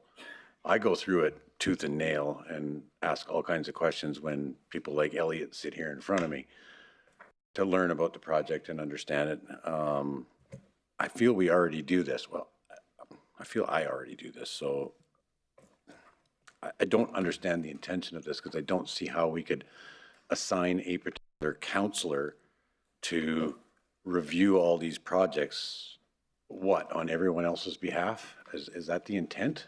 That's what I'm trying to figure out. You see, Councillor, I appreciate his question and the observation. He is one of the leading councillors. This is my opinion. Somebody said he's away from I said, even if he's away, he is one of the best. So it is his experience. You know, everybody is not all that experienced. There are sometimes, I'm here for the last 19 years. You see, on Rotary, I give you example, Rotary Golf Club, there was a motion of 5 million, which was not recommended by the administration. And by chance, I had to visit that Rotary Golf Club and also the Dapers. So by seeing what all observations were there in my mind, I kept on asking questions, and can you trust me if you remember it? You see, ultimately, that was approved as per the presenter wishes, against the administration wishes. It was mainly because I had been physically there. Physical, you see, makes a lot of difference. Tomorrow there could be other councillor like me who is a, you see, backbencher. So needs to be going and knowing, you know, there are only 2-3 councillors like Lance Bouzier and he, and, you know, they are thorough in their jobs. Others need more time. Just raising hand is not sufficient. Okay. Thanks, Councillor Dogar. And I understand that, and you did your due diligence relative to that one particular project, which is good. That's what we're supposed to do. But the motion here is saying that it has to be reviewed by a councillor to study in detail. My struggle with this is, who is that councillor? Are we assigning somebody? Or we will be assigning, you know. It is the, you see, mayor or deputy mayor, I have already given a proposition that deputy mayor should be permanent, or, you know, whosoever. The distribution of work is always there. We distribute committees. You know, everybody cannot be thorough in CIP or recreation committee or airport committee. We have detailed the works. So accordingly, they do it. So in the same way, whenever something is to be discussed, and beforehand, okay, Mr. A, you please make a thorough study and also give your presentation. Mr. B, you do the next. Mr. C, later on. So physical knowledge and detailed knowledge of one councillor will pay to the entire council and to the taxpayers' money. Fair enough, but I believe that there's holes in that simply because we all need to make our own decisions and we're all responsible for our own vote. And I don't feel comfortable, let's say you chose me, I don't feel comfortable in making the decision on your behalf on how whether a project should be approved or not. I may look at it much differently than you. Fine, good enough. So, you use your mind. I'm struggling with this, and I can't support it the way it is because I don't think there's enough detail to. You don't have to come here, don't mind. Thanks, Mr. Ball. Councillor Grandison. Thank you, Mr. Mayor. Just ballpark, Elliot, how many capital projects do we have on the go? Just give me a number. Over 200. So we can't even meet 50% of our committee meetings that we're committed to. We can't, as a group, support that. 200 projects that we're going to ask a councillor, and really, what am I going to do? Stand there and look at the hole and make sure that's not my expertise. That's yours. And I look to administration to give me the answers, not to go dig it in the ground to find them. I don't mind, like, I'll look into any project that has value and interest to me. That's my responsibility. And, you know, this makes no sense to me that we couldn't even man it. Like I said, we can't make 50% of our committees. How are we going to manage 200 projects? Like, it just makes no sense to me whatsoever, Mr. Mayor, and I certainly wouldn't be supporting it. Thanks, Councillor I Grandison. reply this. He didn't ask a question. I can reply this.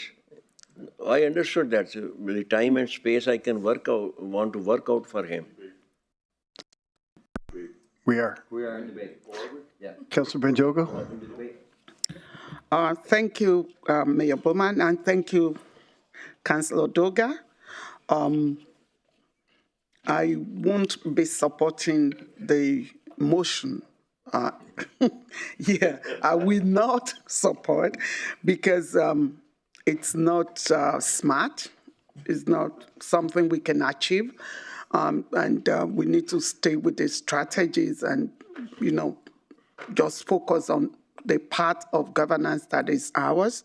And then, of course, I don't want to beat it to death to say a particular councillor and things like that would not be something that is doable, in my opinion. So therefore, I really, maybe your point is not clear tonight. Maybe another time you will come up with something that is agreeable. So it's not, I don't think you would have planned that you will be assigning councillors to capital projects, and we already have opportunity to look at, you got your binders, we're going to have the projects and plans, and then we would approve or disapprove or ask questions, and that's the fun we are getting into any moment from now. I think that's enough for me.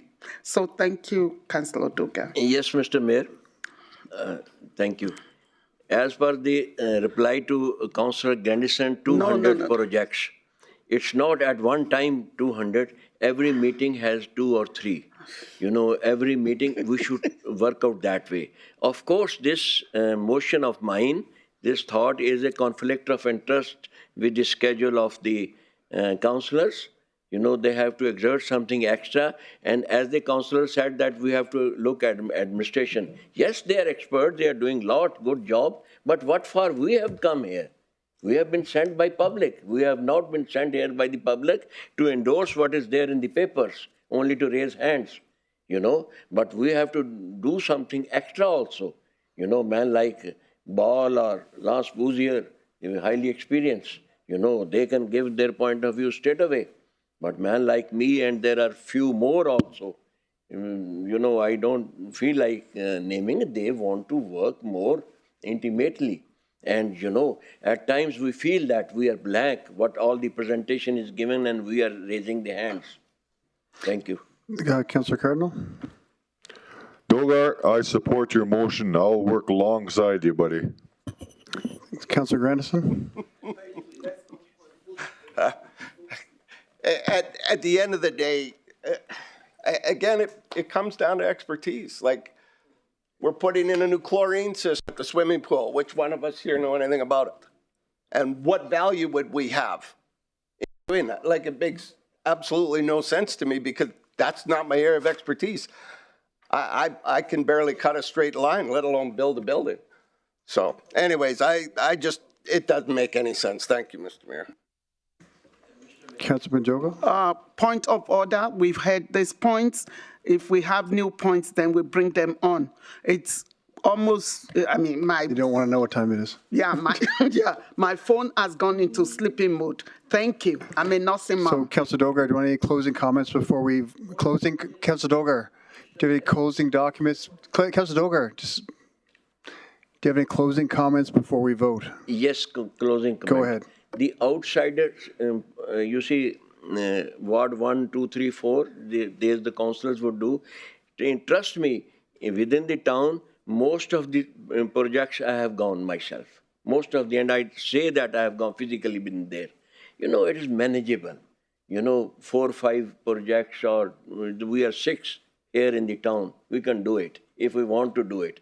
Otherwise, it's the same way as the lunch or supper presented. There was conflict of interest with the interest of the council, so it was turned down. So you can decide it. Thank you. Councillor Dogar. With that, I'll call for a vote.